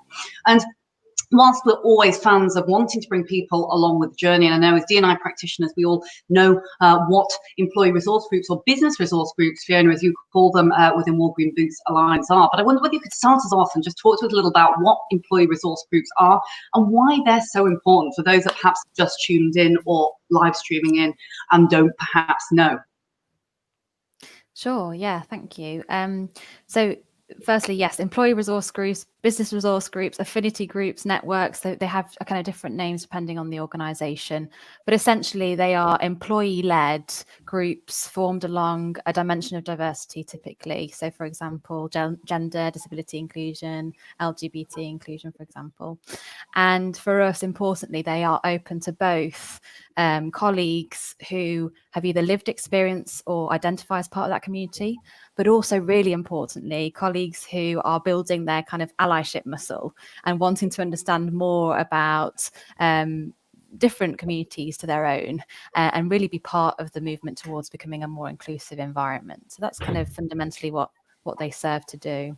I think there are lots of reasons why they're so important and why organisations like ours support them and give the time and resources for them to be able to be enabled and thrive. I think those reasons can probably be categorized into kind of three key areas. So one is really around inclusive and diverse culture building for colleagues. The second is around meeting and better serving unmet consumer needs. And the third is around kind of the broader communication and engagement piece. So I'll kind of break those down a little bit. From an inclusive and diverse culture perspective, through many different types of activities, such as networking events, learning and education interventions, personal development opportunities, exposure to executive leadership. What business resource groups aim to do and are able to do is actually create a sense of community and connection to a little bit what Chris was saying, allow people to feel that they can be their whole selves at work, to create that kind of psychological safety where you don't have to hide, as Caroline was saying earlier. And that's not the only thing that we need to be able to do that, because you need to be able to do that within teams, with your management, with your leadership, with your peers, with your colleagues. But it's certainly the visibility of business resource groups really helps to start those conversations and to create that psychological safety. And one of the things that we've seen actually during the pandemic is that that's been even more important, particularly as we see that some communities have been over impacted by COVID-19 compared to others. So that's the first and foremost, it's that sense of community. And then from that, we can build career advancement, personal development, networking, and so on. The second really important piece is the consumer piece. So just as our colleagues are not one-dimensional, neither are our consumers. And actually what the business resource groups serve to do, and part of the reason why we call them business resource groups, is that we see a really clear commercial and customer benefit to having that insight into communities and that intentional focus on different aspects of diversity, to look at things like the ranges that we stock. You know, we through Insight, we've been able to extend certain cosmetics ranges or introduce makeup brushes for those with mobility impairments. Or I think we have an example from Walgreens where the Asian Leadership Network were able to identify that in some neighborhoods with high representation of Asian neighborhoods, we're not stocking greeting cards that marked really important calendar dates in the Asian calendar. So we were able to turn that around in pace, and that the customer reacted really well to that. So I don't think it's worth kind of unnoting the customer value of business resource groups as well, and the business imperative behind it. It's not just a nice chat for people to group together and have. And then finally, I think that has a broader halo effect on engagement. So whether you're part of these groups or not, whether you identify as part of those communities or you're an ally, simply giving the time and visibility to having these conversations, sometimes really tricky, challenging conversations. If we think about, for example, some of the things that are happening in the US at the moment, that by no means kind of exclusive to the US, but around the racial conversations, created the space to do that alone can create better, broader engagement, and can really sort of show that you're living your values of caring for your colleagues. And I don't know, I know we've got many people from different organizations that have joined today, but Walgreens Boots and Lights is huge. It's about 400,000 people, and getting a consistent message out to such a large group of people is difficult. So actually having these really engaged groups of diverse colleagues is a really good way of sharing messages in a two-way stream, where we can really better check the temperature of how the organization is feeling. And really importantly, I feel very passionately about what Caroline was saying. We bring those groups together. So the leadership structures of all of those groups come together on a really regular basis. They collaborate on projects. They aim to not duplicate and share kind of experiences with each other as well, so that we're seeing everybody as the three-dimensional people that we are. Thanks so much, Fiona. You framed the conversation absolutely perfectly, and absolutely concur there when it comes to being ultimately holistic. Is these are not just nice groups that we skip to work and have tea breaks talking about. Actually, there's real business impact when it comes to the customer groups. It makes business sense as well. But I'd love to hear, just following on from what Fiona has kindly said there, what you're all seeing in your respective organisations when it comes to these ERGs and any particular initiatives that you are championing. Tara, I'm going to come to you now, if that's okay, because I know that you sit amongst a number of these intersectional ERGs within Inmarsat. Yes, certainly. And I think some of the points we made already are so real within our organisation. Looking at the outward visibility, we're a B2B organisation. We don't actually see consumers. We don't produce something for consumers in general terms. But when I'm speaking to our customers and they see the type of actions that we take, the type of the social media footprint that we leave behind us around being that very inclusive organisation. About some of the work we do with Télécom Sans Frontières, for example, when we're going into disaster relief zones, and how we're dealing currently with COVID, with the crisis we're in, how are we better supporting customers? If we widen that out then into the culture within the organisation, I know that this has been mentioned already, culture really has to be led by example, driven from the top down. It's got to be, it's not just words that are on a page. And certainly when I joined the organisation, one of the things that I looked for was, what sort of policies do we have? But then seeing those policies in action, even during the recruitment process, shows me that yes, they do, they walk the walk. It's not just statements that they're making. And I think the employee resource groups that we have help us to foster that across business. So, people who are within the LGBT community Many of the women who sit in that community are also within our women's groups. It's about including men within the women's groups, making sure they're brought along. So actually creating that environment that people see what we're up to, they have the visibility of that. And one of the things I'll keep coming back to throughout this topic is about visibility. It's about being out there, being visible, ensuring that people really do understand the challenges that you face. Because even as a transgender woman, I really don't see any challenge. I don't face any challenges when I'm going about my daily working life. But when you look at the sheer volume of people, specifically in the transgender community, who are currently unemployed, it's a 25% plus unemployment rate versus the next population. That's a huge multiple. And I think what we need to do is encourage people across the piece. And I think the point that Caroline made around visibility that may not be specifically visible. It's about encouraging people to step up and be honest with that. Whether it's something like somebody's dyslexic, let's understand that. Let's help those people.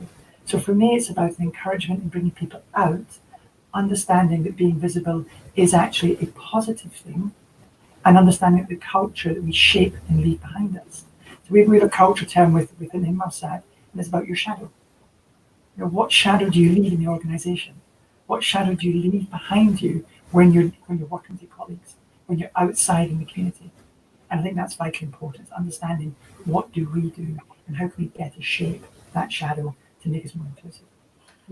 It's a great analogy there, Tara, and I think you're absolutely right when it comes to not only visible diversities, but also those invisible diversities that sit below skin level. And important that we do look to really scratch away at that surface to find out what is underneath. Caroline. I'm bursting to get in. I am. So firstly, I want to say thank you, Tara, for saying that, because 80% of disability is invisible. Like, people forget that. And 80% of the 1.3 billion people is acquired between the ages of 18 and 64, which is workforce. So thank you for saying that. 3 things for me. Tara, thank you so much for also talking about the consumer piece and the importance of the visibility of a business resource group, because actually it's that connection of the value with the intelligence within the organization to the customer. People do not know this, but the consumer market for disability is 8 trillion. And with a mother and a father, that affects 54% of our global population. So these resource groups are starting to get that message out, and it's so important to make this link. It's not just about employees. So I love the fact it's about business. Secondly, the piece, I'm coming back to Tara, about visibility. I cannot express how important this is. So when I talk about, I hate the categorization of the diversity and inclusion agenda. That's different to visible story. That's different to visible lived experience. And Chris, I'm ex-Accenture actually, and I was the only person in the visually impaired disabled employee business group because it didn't exist in 1997, hence my age. And actually, I think if that had been there, I may not have been in the closet so long, right? I wouldn't have stayed there. And so one of the things that I'm really passionate about is creating space where we can just turn up, and in whatever way that is. But I know that many of us would probably belong to lots of different employee resource groups or business resource groups. Back to your point, Tara, it doesn't matter what group we belong to, but as long as the culture overarchingly brings that together, we are all equally unique and valuable. Difference is normal, and that's okay. And how do we bring the pieces in so we're not diverse-ish, that we don't choose one bit over the next? And I keep encouraging us to think that D&I or inclusion is moving towards a strategic driver sustainability, and that we stop this tick boxing and this piece. So I think that's why employee resource groups are so important, because it's the story of our employees and our customers with the business. And it's that intersection, which I think is potent. And as I finish, the coronavirus to me is the greatest opportunity we have right now, because this pandemic is nobody's. It's not the LGBT, the disability, the gender pandemic. This is a human pandemic. So it affects all of us differently. Hear, hear. And finally to you, Chris. Yeah, I mean, I think just building on everything I've heard so far, right? I think, you know, for me, it's about creating that space, and the visibility, I think, for me is absolutely critical for people. I think that safe space in the early days, or when people are entering the door, right? It may well be a recruit who's walking through there, or your first customer. If they see the enterprise resource group, if they see that label there, they see there's an opportunity of other people like them. That's hugely powerful when you're joining an organization. And I know that was so important for me. It's like, you know, perhaps like Helen said, am I the only one? Actually, no, I'm not. Therefore, there are other people, and that's hugely important, I think, for people, you know, as they start to come into the organization and then grow. I think the opportunities it gives you, whether it's to test your policies, whether it's to test your products, you know, we've used it to test HR policies. We've you know, gone and told our story to clients who are just interested. You know, once you've got one of these, the stories that you're telling and the journeys that you go on, they in themselves are really, really powerful to start to share with others. And I think then that starts to help build the culture. So you can, you know, put your shoulder around, if you've got an ERG group that's perhaps slightly more advanced, that can put its arm around the shoulder of one that's just getting going and start to help it on its way. Yeah. Very good. Very good. So, Lily, I've got a sense that we could be talking here all night with this panel. You know, Chris, I think you got the short straw when you get surrounded by the Irish, the Spanish, and the Scots. You know, because when we go after 6:30, you'll probably need to get the translators in between Tara and I once we get going. I have a Spanish husband sat next door, so don't worry, I have that at home as well. So, listen, I'll put the next question to yourself, Chris. Can you explain your thoughts around the power of intersectionality and the value of cross-pollination between respected groups? Yeah, I think, I mean, intersectionality for me it's a really interesting topic, because I think you can sort of see it through two lenses, right? There's somebody who talked about tick boxes, and it's like, well, okay, which we all belong to various different boxes. I think for me, it's really pulling it back to the individual. And if we really get intersectionality right, it's talking about inclusion of everybody in the organization, because everybody has a different lived experience. Everybody has something different going on in their lives, whether it is that they're caring for somebody, whether it's mental illness, whether it's an invisible disability, and it may be their own, or it may be a family member, or you know, someone close to them. And I think the intersectionality bit for me gives you that. I don't have to fit into a silo, right? I can be whatever shape I want to be, and have all of the different bits on that I have, and I still have I can bring all of those bits to bear. I think, you know, we've seen huge, really interesting conversations, I think, when you start to bring the different groups together and you can start to stimulate some of those conversations. Yeah. So whether it is, you know, perhaps a faith group, and we're talking about the faith and the LGBT groups coming together and talking about what it means for perhaps to be a gay Muslim or somebody from a different culture. I think that's hugely powerful, because again, it opens your eyes as somebody who might be part of the LGBT group and go, oh yeah, that's another perspective that I hadn't thought about. So I think, you know, really making sure that you're bringing those together, and as I say, it's allowing and really focusing on the individual, I think, and saying, yes, you are inclusive no matter what different parts of your life, you know, and how you may fit in the different groups. Oh, very good, very good. Fiona, yeah, would you like to comment, please? Sure, I agree, Chris, with the way you've outlined it. I think that the power of the individual feeling a sense of belonging, I think, is what the value and power of intersectionality is. I actually feel strongly that a conversation about any dimension of diversity is incomplete without thinking about intersectionality. So we can't think about women in leadership without thinking about the experience of women of colour or women with disabilities or trans women, etc., etc. I think it should be a lens that we apply to all of our thinking kind of strategically in diversity and inclusion. And I think what it also builds is just more of an understanding, isn't it? It's not always the kind of token minority having to speak up for the issues that impact that particular minority, but it's a broader understanding then across the different underrepresented groups. That's the only kind of couple of things I would add to what Chris outlined. And Caroline? I mean, I think I'm going to take up where I left off about the pandemic. Regardless of what group we belong to, you know, we've all faced mainstream isolation and exclusion. I don't think the pandemic has been an equalizer, honestly. I think in some ways it's really blown open the inequity and the inequality in our world. But I do think we have a great moment, a great chance genuinely to do a quantum leap for human inclusion through business, and intersectionality is absolutely at the core. We cannot have this conversation without understanding that so many bits of ourselves. I'm kind of well known for saying that labels are for jam jars. We're one label. Can I just tell you, I've got loads of labels, and I'm really proud of even my bad ones now at 48 years old, menopausal. There's another label.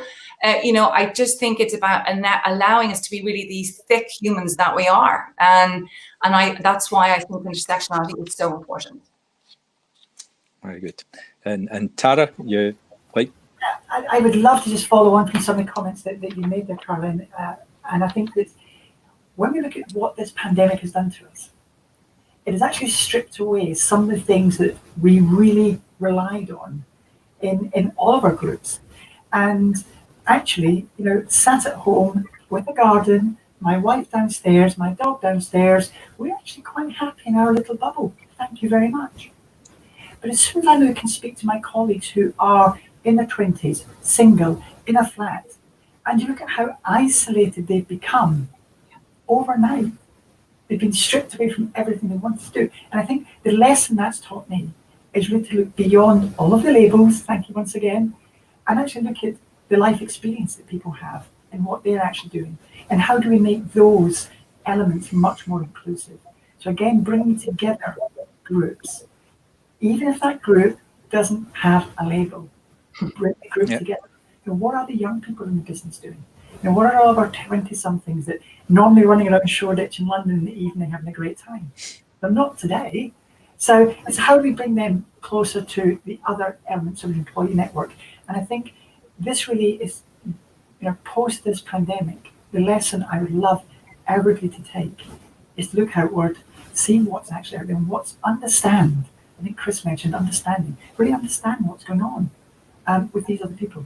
Bring them together and actually start to work together. And I think, as Caroline said a couple of times there, we have a fantastic opportunity to do that today. Oh, thank you very much indeed. We need to take a note of that one, Leila. Remove the labels. Yeah, we're experts in HR about giving everybody a label, you know. So Leila. And I mean, it's some very valuable points there that I think we've heard from all of the leaders on this panel. And actually, it's an ideal segue in one form into the next question, which leads on very, very nicely indeed. Which is, look, you know, whilst we all identify with a number of these intersectional areas around diversity and inclusion, which I think is fantastic, you know, why doesn't inclusion and diversity involve all of us? Everyone, even those that don't necessarily identify with those specific groups that might exist within ERGs or BRGs. Why is it so important to engage allies and really harness the power of all, inverted commas, which drives effectiveness ultimately? And we've seen some great examples of that. Why does it drive effectiveness at all levels? Tara, I'm going to come to you with this one first, if that's okay. That's great. Thank you very much. And you know, thank you for giving me this question, because it's something I'm really so passionate about. Chris mentioned a different century. Caroline's been talking about age for some reason. You know, towards the end of my military career, after spending nearly 15 years in service, for the first time in my life, I had to go and work with women. I went on to recruit training.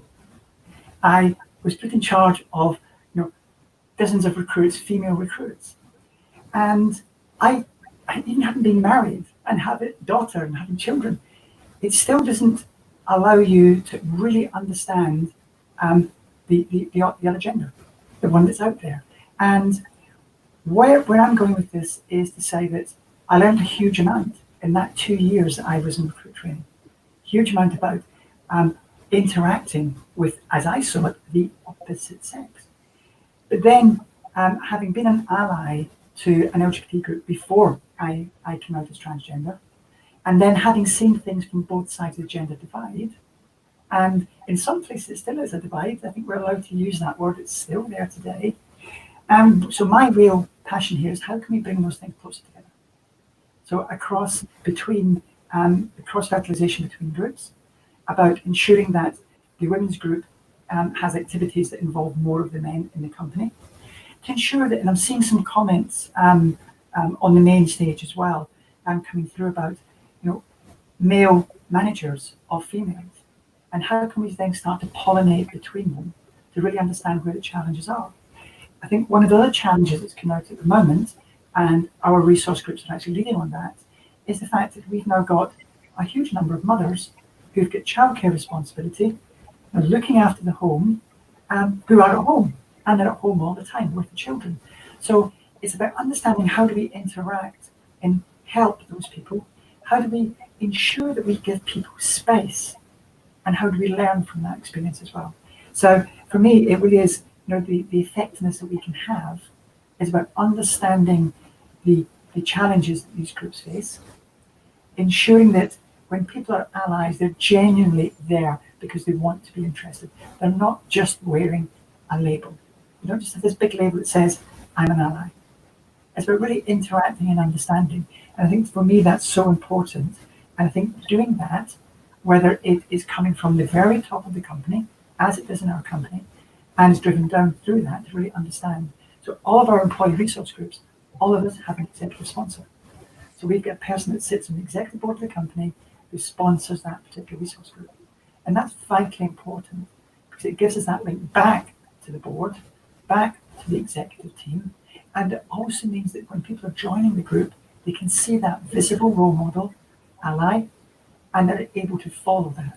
And I think that's so important for us. Absolutely, that visibility is so critical, and absolutely say no to the jam jar labeling, Caroline. I'll be remembering that now forevermore. Fiona, Chris, and Caroline, any further thoughts on leading on there from Tara's point? I must move us on slightly because I can see that we've got a plethora of comments coming through and questions from the live floor here. Just a brief comment from me. I think diversity and inclusion can often be used kind of interchangeably.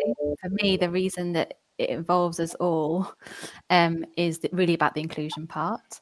And if we start with a self-awareness, then actually, if we all did that, it would inevitably make a massive difference, right? So for me, it's about making things like inclusive leadership and allyship not so conceptual and nebulous that people don't really know where to start, and not these big things where they feel like they have to have all the answers and know all the right terminology and not have a fear about causing offense, but actually seeing inclusive leadership and allyship as a commitment to listen and understand and get to know and empathize, and then use the privilege that we all have to some extent or another to support advancement in those areas. That's the only thing I wanted to. That's such a valid point. That's such a valid point, because I think there's so many individuals that I speak to, especially those at board level, who are perhaps seasoned leaders, perhaps experienced from what it was like 10, 20 years ago, but they are concerned over being vilified, to your point, and saying the wrong thing. And that's not actually coming from a place of something which hasn't come from a place of positivity and genuinely wanting to care, but it is that fear factor. And I think the more we talk about these things, the more that we do say, look, it's okay. If it comes from a good place, then really, if you are to say the wrong terminology, then really does it matter? The point is getting it on the agenda. Apologies, Caroline, I think I very rudely interrupted you there, so please do go ahead. Well, no, I was just wanting to say, I think that the issue of PC and getting it wrong is a huge, huge barrier. I don't know if anybody, if you have somebody who has passed away that you love, and grief is a really interesting conversation that we have, or how we turn up. And I often notice that when the response to grief and disability is the same, it's nearly like, I don't want to talk about it because it's inevitable. And I think that fear is a huge part. But maybe to ask Chris about this, I think the reason that everyone hasn't necessarily been the full human inclusion is because inclusion has not, until very recently, been seen as a part of a sustainability program. It has only had a finite amount of resources where it has to be chopped and these resources are being put around. So I think this is the opportunity we have now, because as human beings, we are tribal and we go to what we know, and we see it similar in ourselves. So I wonder, is that hopefully going to change, that we see it as part of a strategic sustainability in a business, not just a categorized resource area? Yeah, and I think two sort of responses to that, and I think it's interesting, the comments that people are making about where we're living right now. What I hope is actually even those leaders who perhaps have never brought them whole selves to work, right? They've been very guarded at work. We're now seeing them at their kitchen table. We're seeing with them their children running around, or we're seeing, we're seeing into their homes. And I think we're all suffering in different ways, whether it's, the mental stress of confinement, etc. And my sense is, what I'm hoping is actually this period has exposed all of us to being real human beings and bringing our whole selves and exposing ourselves to a certain extent more to people, I think. So I would hope that when we get back to some sort of normality, whatever it may well be, that people don't forget that, right? And I do hope that more people will show up as allies on the back of it. My sense is those organizations, you talk about sustainability, I'd like to think that the majority of organizations now recognize the importance of it. I know I still hear stories. I'm mentoring and sponsoring some female leaders, and you still hear some horror stories, I'll be honest. But what I would think is more and more people are now recognizing that a sustainable business, a business with longevity, needs to be inclusive. And I do think it's no longer now just an add-on to the end. I do think that people are recognizing that there is business value if you're inclusive. It is, you're able to attract, retain talent and sell services and be attractive, and your brand and the purpose that you have as an inclusive brand is so much more powerful. So I do think it's tipping there, but probably it's never ending, right? We're never going to be done. No, that's for sure. We're only starting in some respect. So listen, we're getting lots of comments through and questions the audience would like to put to you. So I'll move to the last question, and then we'll get you introduced to some of the questions that we have. So Caroline, I'm going to ask you to speak first on this. So why is representation through visibility critical to our future generation of leaders through both role models and real models? I think, I know we're caught for time, so I think we've really talked an awful lot about the importance of different visibilities of just being a human being. But I will say, I believe it's this younger generation who have no tolerance for exclusion of any part, who really, truly believe in inclusion in its broadest sense. They have tools at their fingertips that we may not have had as we grew up. And they have a very different outlook. So I'm going to reverse it. I actually think it's this generation who are going to transform about what human inclusion is in all of its guises. And I think we need to make stories, we need to make the space for all of the stories. We may not agree with everyone, but we should respect and make room and space for people that are different. And I just keep coming back to the heart of great business is difference. And I know this is a cliche, but the only thing that makes us the same is that we're different. And it just breaks my heart, and because I am very hearty, as you can see, that our wars and our problems exist because we won't respect that difference. And I think the next generation are going to be the ones who are going to start to break it. I'm excited for that. And Caroline, are you speaking about under 49s there when you're talking about young people? I really mean this. I'm talking about the under 35s, under 30s. And as it goes to Gen Z and whatever, I mean, this is exciting for us, guys. They have so much of a different view than we do. Yeah, very good. Tara, moving swiftly on to yourself, please. So I keep talking about visibility. Everything I mentioned about visibility. And I think that probably comes from being very visibly transgender. And when you approach people with that really honest visibility about who you are. Now, when I go and sit down in front of any of our customers, now they know that I'm transgender. It doesn't matter. They don't care. Nobody cares. But what it does do, it comes back to the point we made at the beginning of the conversation.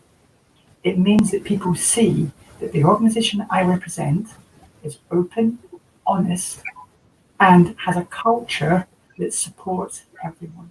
And I think that's so important for us.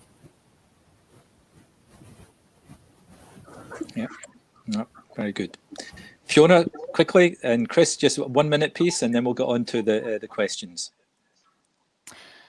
Just to add, we did an internal survey around the biggest barriers for women progressing in the business specifically. And one of the things that they cited was the lack of role models. I don't see people like me that think like me, that sound like me, that have the same family setup, et cetera, et cetera. So I think role models can contribute to, enhancing self-belief and the kind of aspirations of lots of different groups, but particularly women in this instance as well. Very good. Chris? I love the words real model rather than role model. I have to say, it sort of takes people off a pedestal.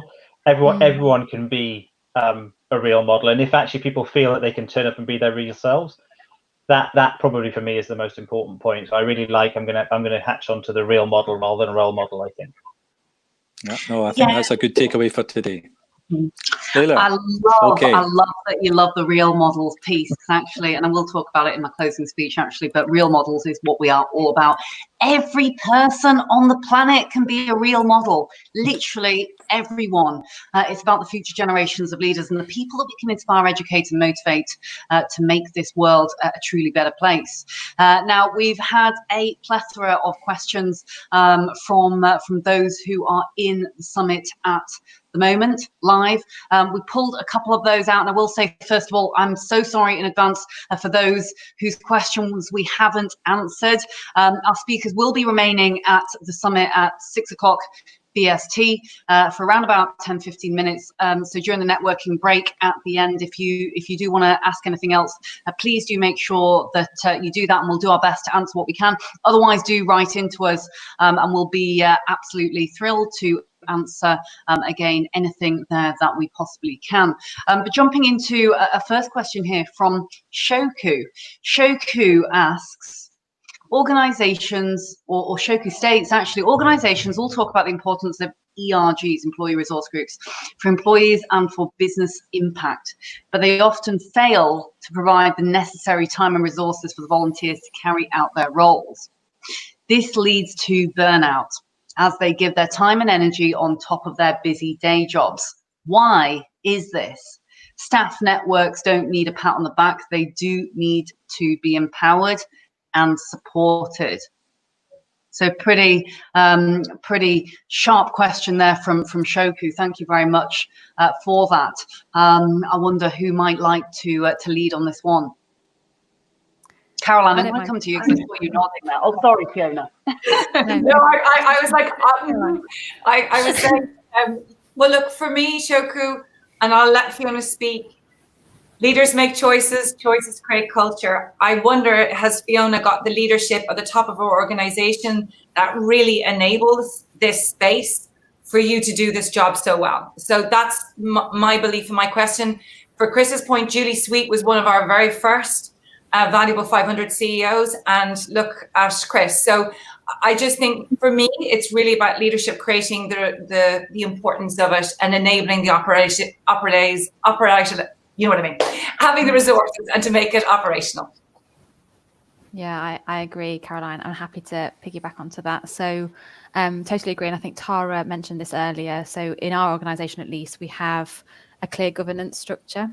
And so there is an executive sponsor for every single business resource group who links into the leadership team. And then there is a leadership structure underneath that. And that helps to share the workload a little bit, but also have that senior buy-in and stakeholder that can then be the ambassador for the group when they're not there, can help navigate the complexities that inevitably happen in a matrix global organization like ours. I think there's more we could do in this space, if I'm honest. We do, that leadership structure are doing it kind of side of the desk above and beyond their day jobs.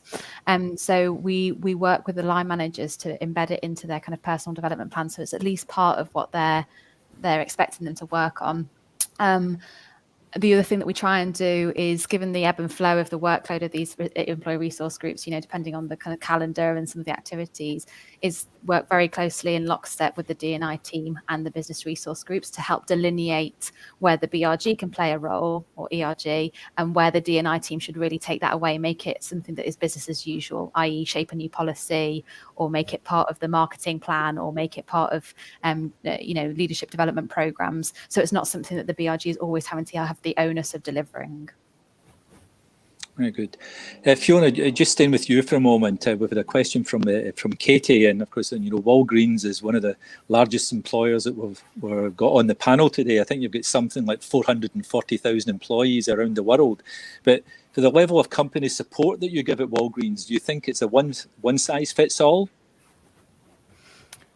Company support. Well, it depends what we mean by company support. So I think the business resource group specifically, I think it is important for them to be inclusive and to have that breadth of different functions, different industries, because we operate across different industries, different nationalities, different levels within them, because often it can raise challenges that senior leadership didn't know about, or senior leadership can show that vulnerability that the more entry-level talent need to see to have that kind of real role model piece.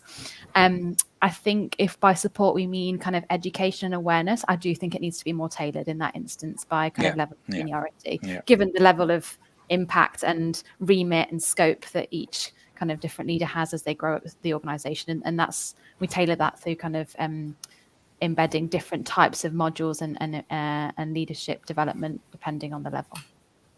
Very good. I think that was the answer that Katie was looking for. Very good. Well done. Thank you. Leila. And finally, to all of you, in fact, Melissa asks, thank you, Melissa, what provisions, activities do you put in place to keep the communities alive or enable people to keep stirring the pot? And I love that piece there, stirring the pot, serving this wonderful diversity pot of rich debate and thoughts. Chris, I'm going to come to you on this one. Provisions and activities in place at Accenture to make sure the communities are kept alive and burning. Yeah, it is true, right? You do see the communities, they sort of ebb and flow, or they may, almost naturally. I think it's really being aware of that, and I guess it's by making sure that you're constantly thinking about, is there a committee there? Are people the same people always hanging around, and does it start to almost adopt the culture of the individuals leading it rather than necessarily the cause? So I think you've got to be quite alert to keeping that fresh. Bringing in new people and giving people who are coming into the group opportunities to take things, lead things, run with stuff themselves. I do think you can get quite static, and it's built around sort of 2 or 3 individuals, and I think you've got to be alive to that fact. I think the activities, if I'm honest, people are always coming up with new ideas for activities. I don't think ideas for activities of new stuff that you could do necessarily is the problem. I think the key point is really making sure, to the points we mentioned earlier on about burnout, I think it's about spreading the load and giving as many opportunities for as many people as possible to get involved and contribute. I think then helps keep things fresh and keep things alive. Thanks, Chris. Any further comment on this? Because I've got one more question that I would love to get in there for all of you. I think just to follow up on what Chris has just said, I think the fact that these groups can get stale. And certainly one of the things that we've put in place in terms of a specific activity is ensuring that we rotate through. So a different chairperson, a different vice chair, somebody else in charge of activities. And I think what that does, it keeps everyone fresh. It ensures your ideas and the ideas you're generating, activities you're generating, remain fresh. But it also means that you know that you're there for a period of time. And therefore, as I would, what impact can I have? I've got 12 months, 18 months. What impact can I have in this group to move this group forward? And I think that encourages people to come up, stand up, be counted, and be part of the group. Mm-hmm.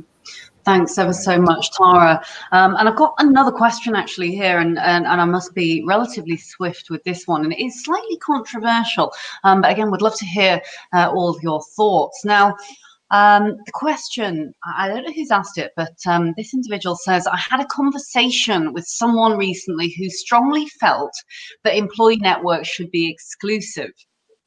Their perspective was that it should be a safe place and that minority groups don't want people speaking for them. What does the panel think? Can I jump in on that one straight away, coming in from the LGBT? So LGBT has traditionally said, let's create a safe space for people to be who they are. I feel it should be exactly the opposite. We should get a safe space regardless of who you are. It shouldn't matter. It shouldn't matter what group you come from, what label you may want to put on yourself. It's about creating a safe space that people can come in, that people can be understanding, and coming back to the ally point, that we can actually educate allies and bring them into that. So, I would completely disagree with that. I just feel that, we've said this so many times, Caroline, you said it eloquently so many times. It's about everyone. It's about a holistic approach to diversity and inclusion, and it should not be about exclusion under any circumstances. Mm-hmm. Absolutely, cheers to that. And I think the clue, in a way, without being too biased here, actually, is some feel that these groups should be exclusive. Exclusive, the word in itself is uninclusive, and so clues within the question there. So I hope that answers it. Any other thoughts? I was just going to agree, actually, Leila, wholeheartedly with what Tara has just said. And actually, there's a risk, I think, in my opinion, of it being exclusive, which is that it further divides. So I don't think, the question said about not having other people speak for minority groups. I don't think that's what we're trying to do by making the business resource groups open to all. I think actually it's about understanding, learning, allyship, exactly as Tara was saying. And amplifying the voices of minority groups, and people using the privilege that they do have to do exactly that, to amplify. And I'd like to add about, if this is a conversation about exclusion, I wonder, did the person who asked that question come from a place of fear? And I think sometimes we have to try and understand where they're coming, and when it's trying to accept where that person is. But the problem with the exclusive, Leila, to your point, is it's leaving other people out. But I think we have to understand what that question was about and where it came from to try and break down that fear. And we have to be open to taking people where they are. It's symptomatic as well of society and the kind of conditions that we've created in the past, right? Where people haven't been in that safe space to be able to speak up. No. So you can understand where it might be coming from, but it's probably not the right solution. No, it's definitely not. But I guess that it probably isn't that the thing. We have to try and take people where we're all at and not blame, not judge, but try to, as Tara says, make that space. Just keep making the space. We might get it wrong. We got to keep making the space. Absolutely, and we certainly don't want to exclude the individual that asked that question. I don't know your name, but thank you very much for the question. I think it's actually provoked some very strong opinion here, so hopefully that does help. And finally, Chris, to yourself before we do wrap up for this evening. Yeah, I mean, I was just going to say, I think it is around inclusive. It's about that inclusive space. I think the question, as soon as you say exclusive, the LGBT group, or I'll speak for it. It's hugely diverse in and of itself, right? So you need to make sure it's as inclusive and it's as broad as possible, because actually within these groups, we talked about intersectionality earlier on. It's about the individual, and I think that's where the person needs to come and feel that they can contribute and be part of.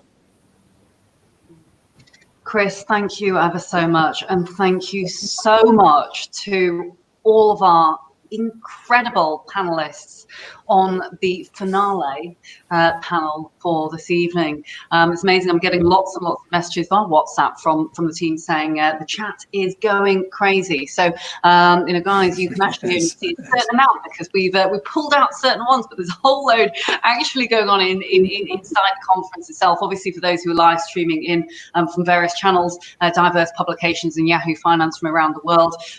I'm afraid you can't participate in the live chat, but you can write in via email. So don't worry if you did have any further questions. I am going to need to wrap up for this evening, so I'm going to finish by saying a very big thank you wholeheartedly for each and every one of you for being involved. It's been just remarkable. I'm following on from you there, Campbell, with clapping, because I think you've just been brilliant. You've all got incredibly diverse, unique perspectives on this conversation. It was actually a perfect way to actually summarize the end of what's been an epic conference today. I think it's been brilliant. Now, if you are live inside the summit, make sure you look to the left of your screen. If you'd like to participate in speed networking, make sure you do as well. Check out our key partners virtual booth. We've got some really emotive and beautiful videos in there, everything from music videos, raising awareness on mental health from the Gaz and Hello Pano, which is a brilliant single, especially for us, which was released on Mental Health Week.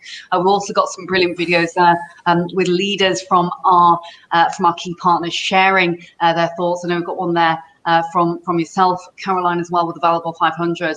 It's a great video. Very funny. It's absolutely brilliant, and we've got some wonderful things there. So please, if you are inside the summit, make sure you just check out a little snippet of those videos, because they're exceptional. A lot of time and work has gone into producing those. Don't forget, if you are joining us just now, perhaps you're over in the States and it is early afternoon as opposed to evening time in the UK or in Europe, you can catch up on all content and panels post the summit on demand. So don't worry if you've missed out. www.dialglobal.org. If you are deaf or blind, or if you have any other form of disability, however small it may be, reach out to myself or to one of the very friendly Dial Global team. We'd love to help you, and we'd love to improve as well, because we will be here again. We will be doing more virtual summits. This is just the beginning, so you have not got rid of us yet.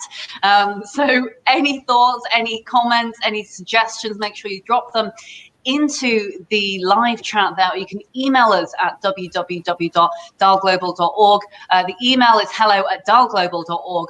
We are also as well giving away a 7-day free online all-access digital membership. Visit us again at the website I mentioned, www.dialglobal.org. Those who have been tweeting, chatting, sharing posts on social media, thank you. There's been some remarkably heartwarming posts there about many of the leaders that have been on the summit today. We really do appreciate your support. Do make sure, if you are going to be doing any more screen shares, that you tag us in at Dial Global so we can see what you've been up to. And also, if you want to use a hashtag Dial Global Summit 2020 is the one to use. Thank you again very much indeed to our Dial Global Summit partners: Ipsos Mori, Brand Advance, the Commonwealth Games Federation, Verizon Media, Yahoo Finance, Siemens, Justy, and our friends at the UN Global Compact, who are doing a brilliant job trying to make the world a better place through their 17 inclusive, sustainable development goals. We look forward to seeing you in the virtual networking for those that are at the summit live right now. For those that are live streaming in, whether it be Yahoo Finance, Verizon Media, or whether it's from one of our diverse publications, which very kindly have been supported by Brand Advance. I know we've got a whole eclectic mix all around the world, from the Indian Times through to the Gay Times through to LGBTQ+ Weekly. So thank you very much. We really, really appreciate you being here with us today. And one final thank you before I go into our closing speech for this evening to our remarkable panel. So Campbell, I think we'll give a little virtual round of applause here for the guys and girls just being so incredibly fantastic.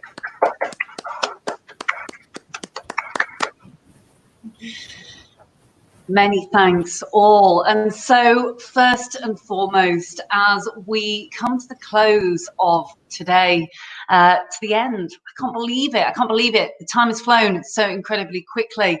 Next time we do a virtual summit, I must say, first and foremost, I'm going to be making sure that we factor in a lunch break, because we actually got to do that. But do you know what? From the bottom of my heart, the Dial Global team, I know that you're listening in here backstage, and there's lots listening in from various other channels. Thank you so much. You've all been absolutely remarkable. I'm so incredibly proud of all of you for being here and for supporting us and making sure that we got through this day. It's actually gone in a flash, so I'm sure we'll all be celebrating afterwards. I think we've had some really great conversations and some really great stimulating chats that have happened.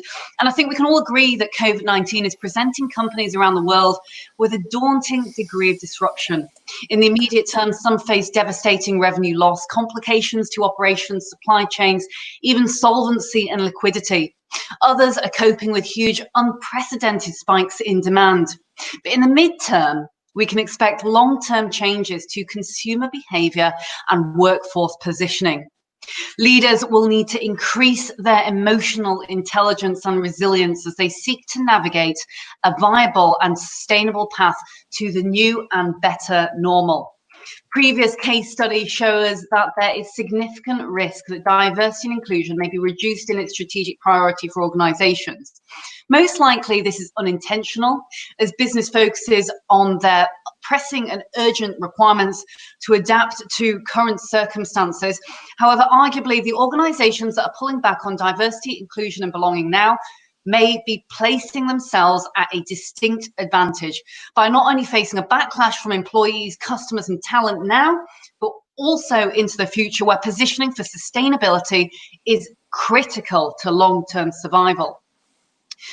Key characteristics of diversity, inclusion and belonging. Organizations such as tendency, resilience and innovation are arguably in dire need to help businesses recover from this unprecedented crisis. And this actually poses the question, could forward-thinking organizations unlock the power of diversity, inclusion and belonging as an enabler of positive change in relation to people and organizations' health by contributing to the deeper efforts to revitalize our economies and protect social unity? Some of the lessons learned today that companies can and should be ensuring that diversity, inclusion and belonging remains a core part of business and wider society and the social agenda during this downturn and beyond. The benefits for embracing diversity, inclusion and belonging simply cannot be underestimated, and so too can the penalties for organizations lacking diversity. To revert in a ecosystem, in fact, to where I first started at the very beginning of this day, I come back to a McKinsey report. And a forthcoming McKinsey report actually highlights a strong correlation between gender diversity, to name one facet of diversity, and positive behavior directly related to better organizational health. Women, to take one segment only of the diverse and inclusive dial, more likely to frequently apply 3 of the 4 types of behavior. Those behaviors are intellectual stimulation, inspiration and participation in terms of decision making. These key strengths most effectively address the global challenges of the future, and we would be remiss if we were not to recognize such incredibly important traits. The benefits of diversity, inclusion and belonging are clearer now than ever before. And this does not change in a crisis. Even more so, it reinforces the business case and the imperative for our wider society and future generations of leaders. As a last and final point, I would welcome you all to keep an eye on the work that we are doing and that of our incredible leaders that we seek to connect you with. We're going to be putting together a high-profile media campaign and white paper report, which is all around the holistic facets of diversity, inclusion and belonging that have been interwoven throughout the fabric of today's summit. Keep an eye out for the DAL Global White Paper in partnership with Ipsos Mori, the charity Upreach, which is all about giving opportunities to those future generations of leaders that perhaps have not had the best start in life and giving them opportunities in top FTSE and Fortune organizations, but also to the UN Sustainable Development Goals and the UN Global Compact, who will be supporting us on this, and finally to EY, who have very kindly indeed offered to sponsor this and to really help us get the message out. So make sure you keep an eye on www.dal.org dahlglobal.org, and keep an eye out for that white paper, because it will be published soon, and we will be coming to those FTSE 500 CEOs and month. also to the NHS, the government, and to the civil service, who will be looking to you for reporting on these important facets of data. Now, finally, my name is Layla Mackenzie-Dellis, CEO of DAL Global. You've been joined by an advisory board member, someone who we really want to give very personal thanks to, Campbell Fitch. He's been my co-host today, but he's also been a real instrumental support in helping us, as a relatively small business that certainly packs a punch above its weight, to really make a difference and have the confidence to share messages with the wider world. So thank you very much indeed to you, Campbell. You know, it's been an honour to share the virtual stage with you today. So thank you very much. Very warm welcome. Very warm and heartfelt thank you. Not a welcome. We're not going to start all over again. But you know what? I wouldn't be. I wouldn't be disappointed. Yup for it. Do it all over again. But a heartfelt thank you from the team, Campbell, and also to everyone who is tuning in across the world, whether it be through Yahoo Finance, whether it be through Verizon Media, whether it be through one of the diverse publications brought to you by Brand Advance. But thank you from my co-host, Campbell Fitch, myself, my COO, Meenakshi Mistry, and the wider team at DAL Global for making this day truly possible. I am sure that we can all agree this has been a day filled with inspiration, motivation, and education, which I hope you will personally benefit from, in addition to your wider organisations and communities. To end on a very final point here, words taken from a McKinsey report that I think encapsulate our DAL Global Summit perfectly. Diversity winners that deploy a systematic approach to inclusion and diversity don't fear bold action to foster inclusion and belonging, and are most likely to reap the rewards. Now, more than ever before, is the time to be even bolder. We look forward to seeing you again at an upcoming DAL Global event. This is not the last that you hear from us. We would love to hear from you, so thank you so much, and please do check us out. We'd love to hear from you through any of the social channels. www.dahlglobal.org. Look forward to seeing you again. Very well done, Layla. Well done, Layla. You can now go and pour yourself that glass of Prosecco. You more than deserve it. Shush, we're still live on air, Campbell, but thank you very much for that. DAL Global team, I'll see you live for a glass to cheers today. I think it's been a remarkable success, and it wouldn't have been possible without all the fabulous speakers and all of the fantastic participants. I hear already that the chat has been going absolutely crazy with questions. So thank you all. We value every single one of your voices. We value every single one of your inputs. So thank you very, very much indeed. And we will see you very, very soon. Take care, stay safe, and a thank you finally to the NHS, key workers, and all those on the front line who have really made this time in lockdown one that we'll remember for the rest of our days, quite frankly. Very good. Ciao.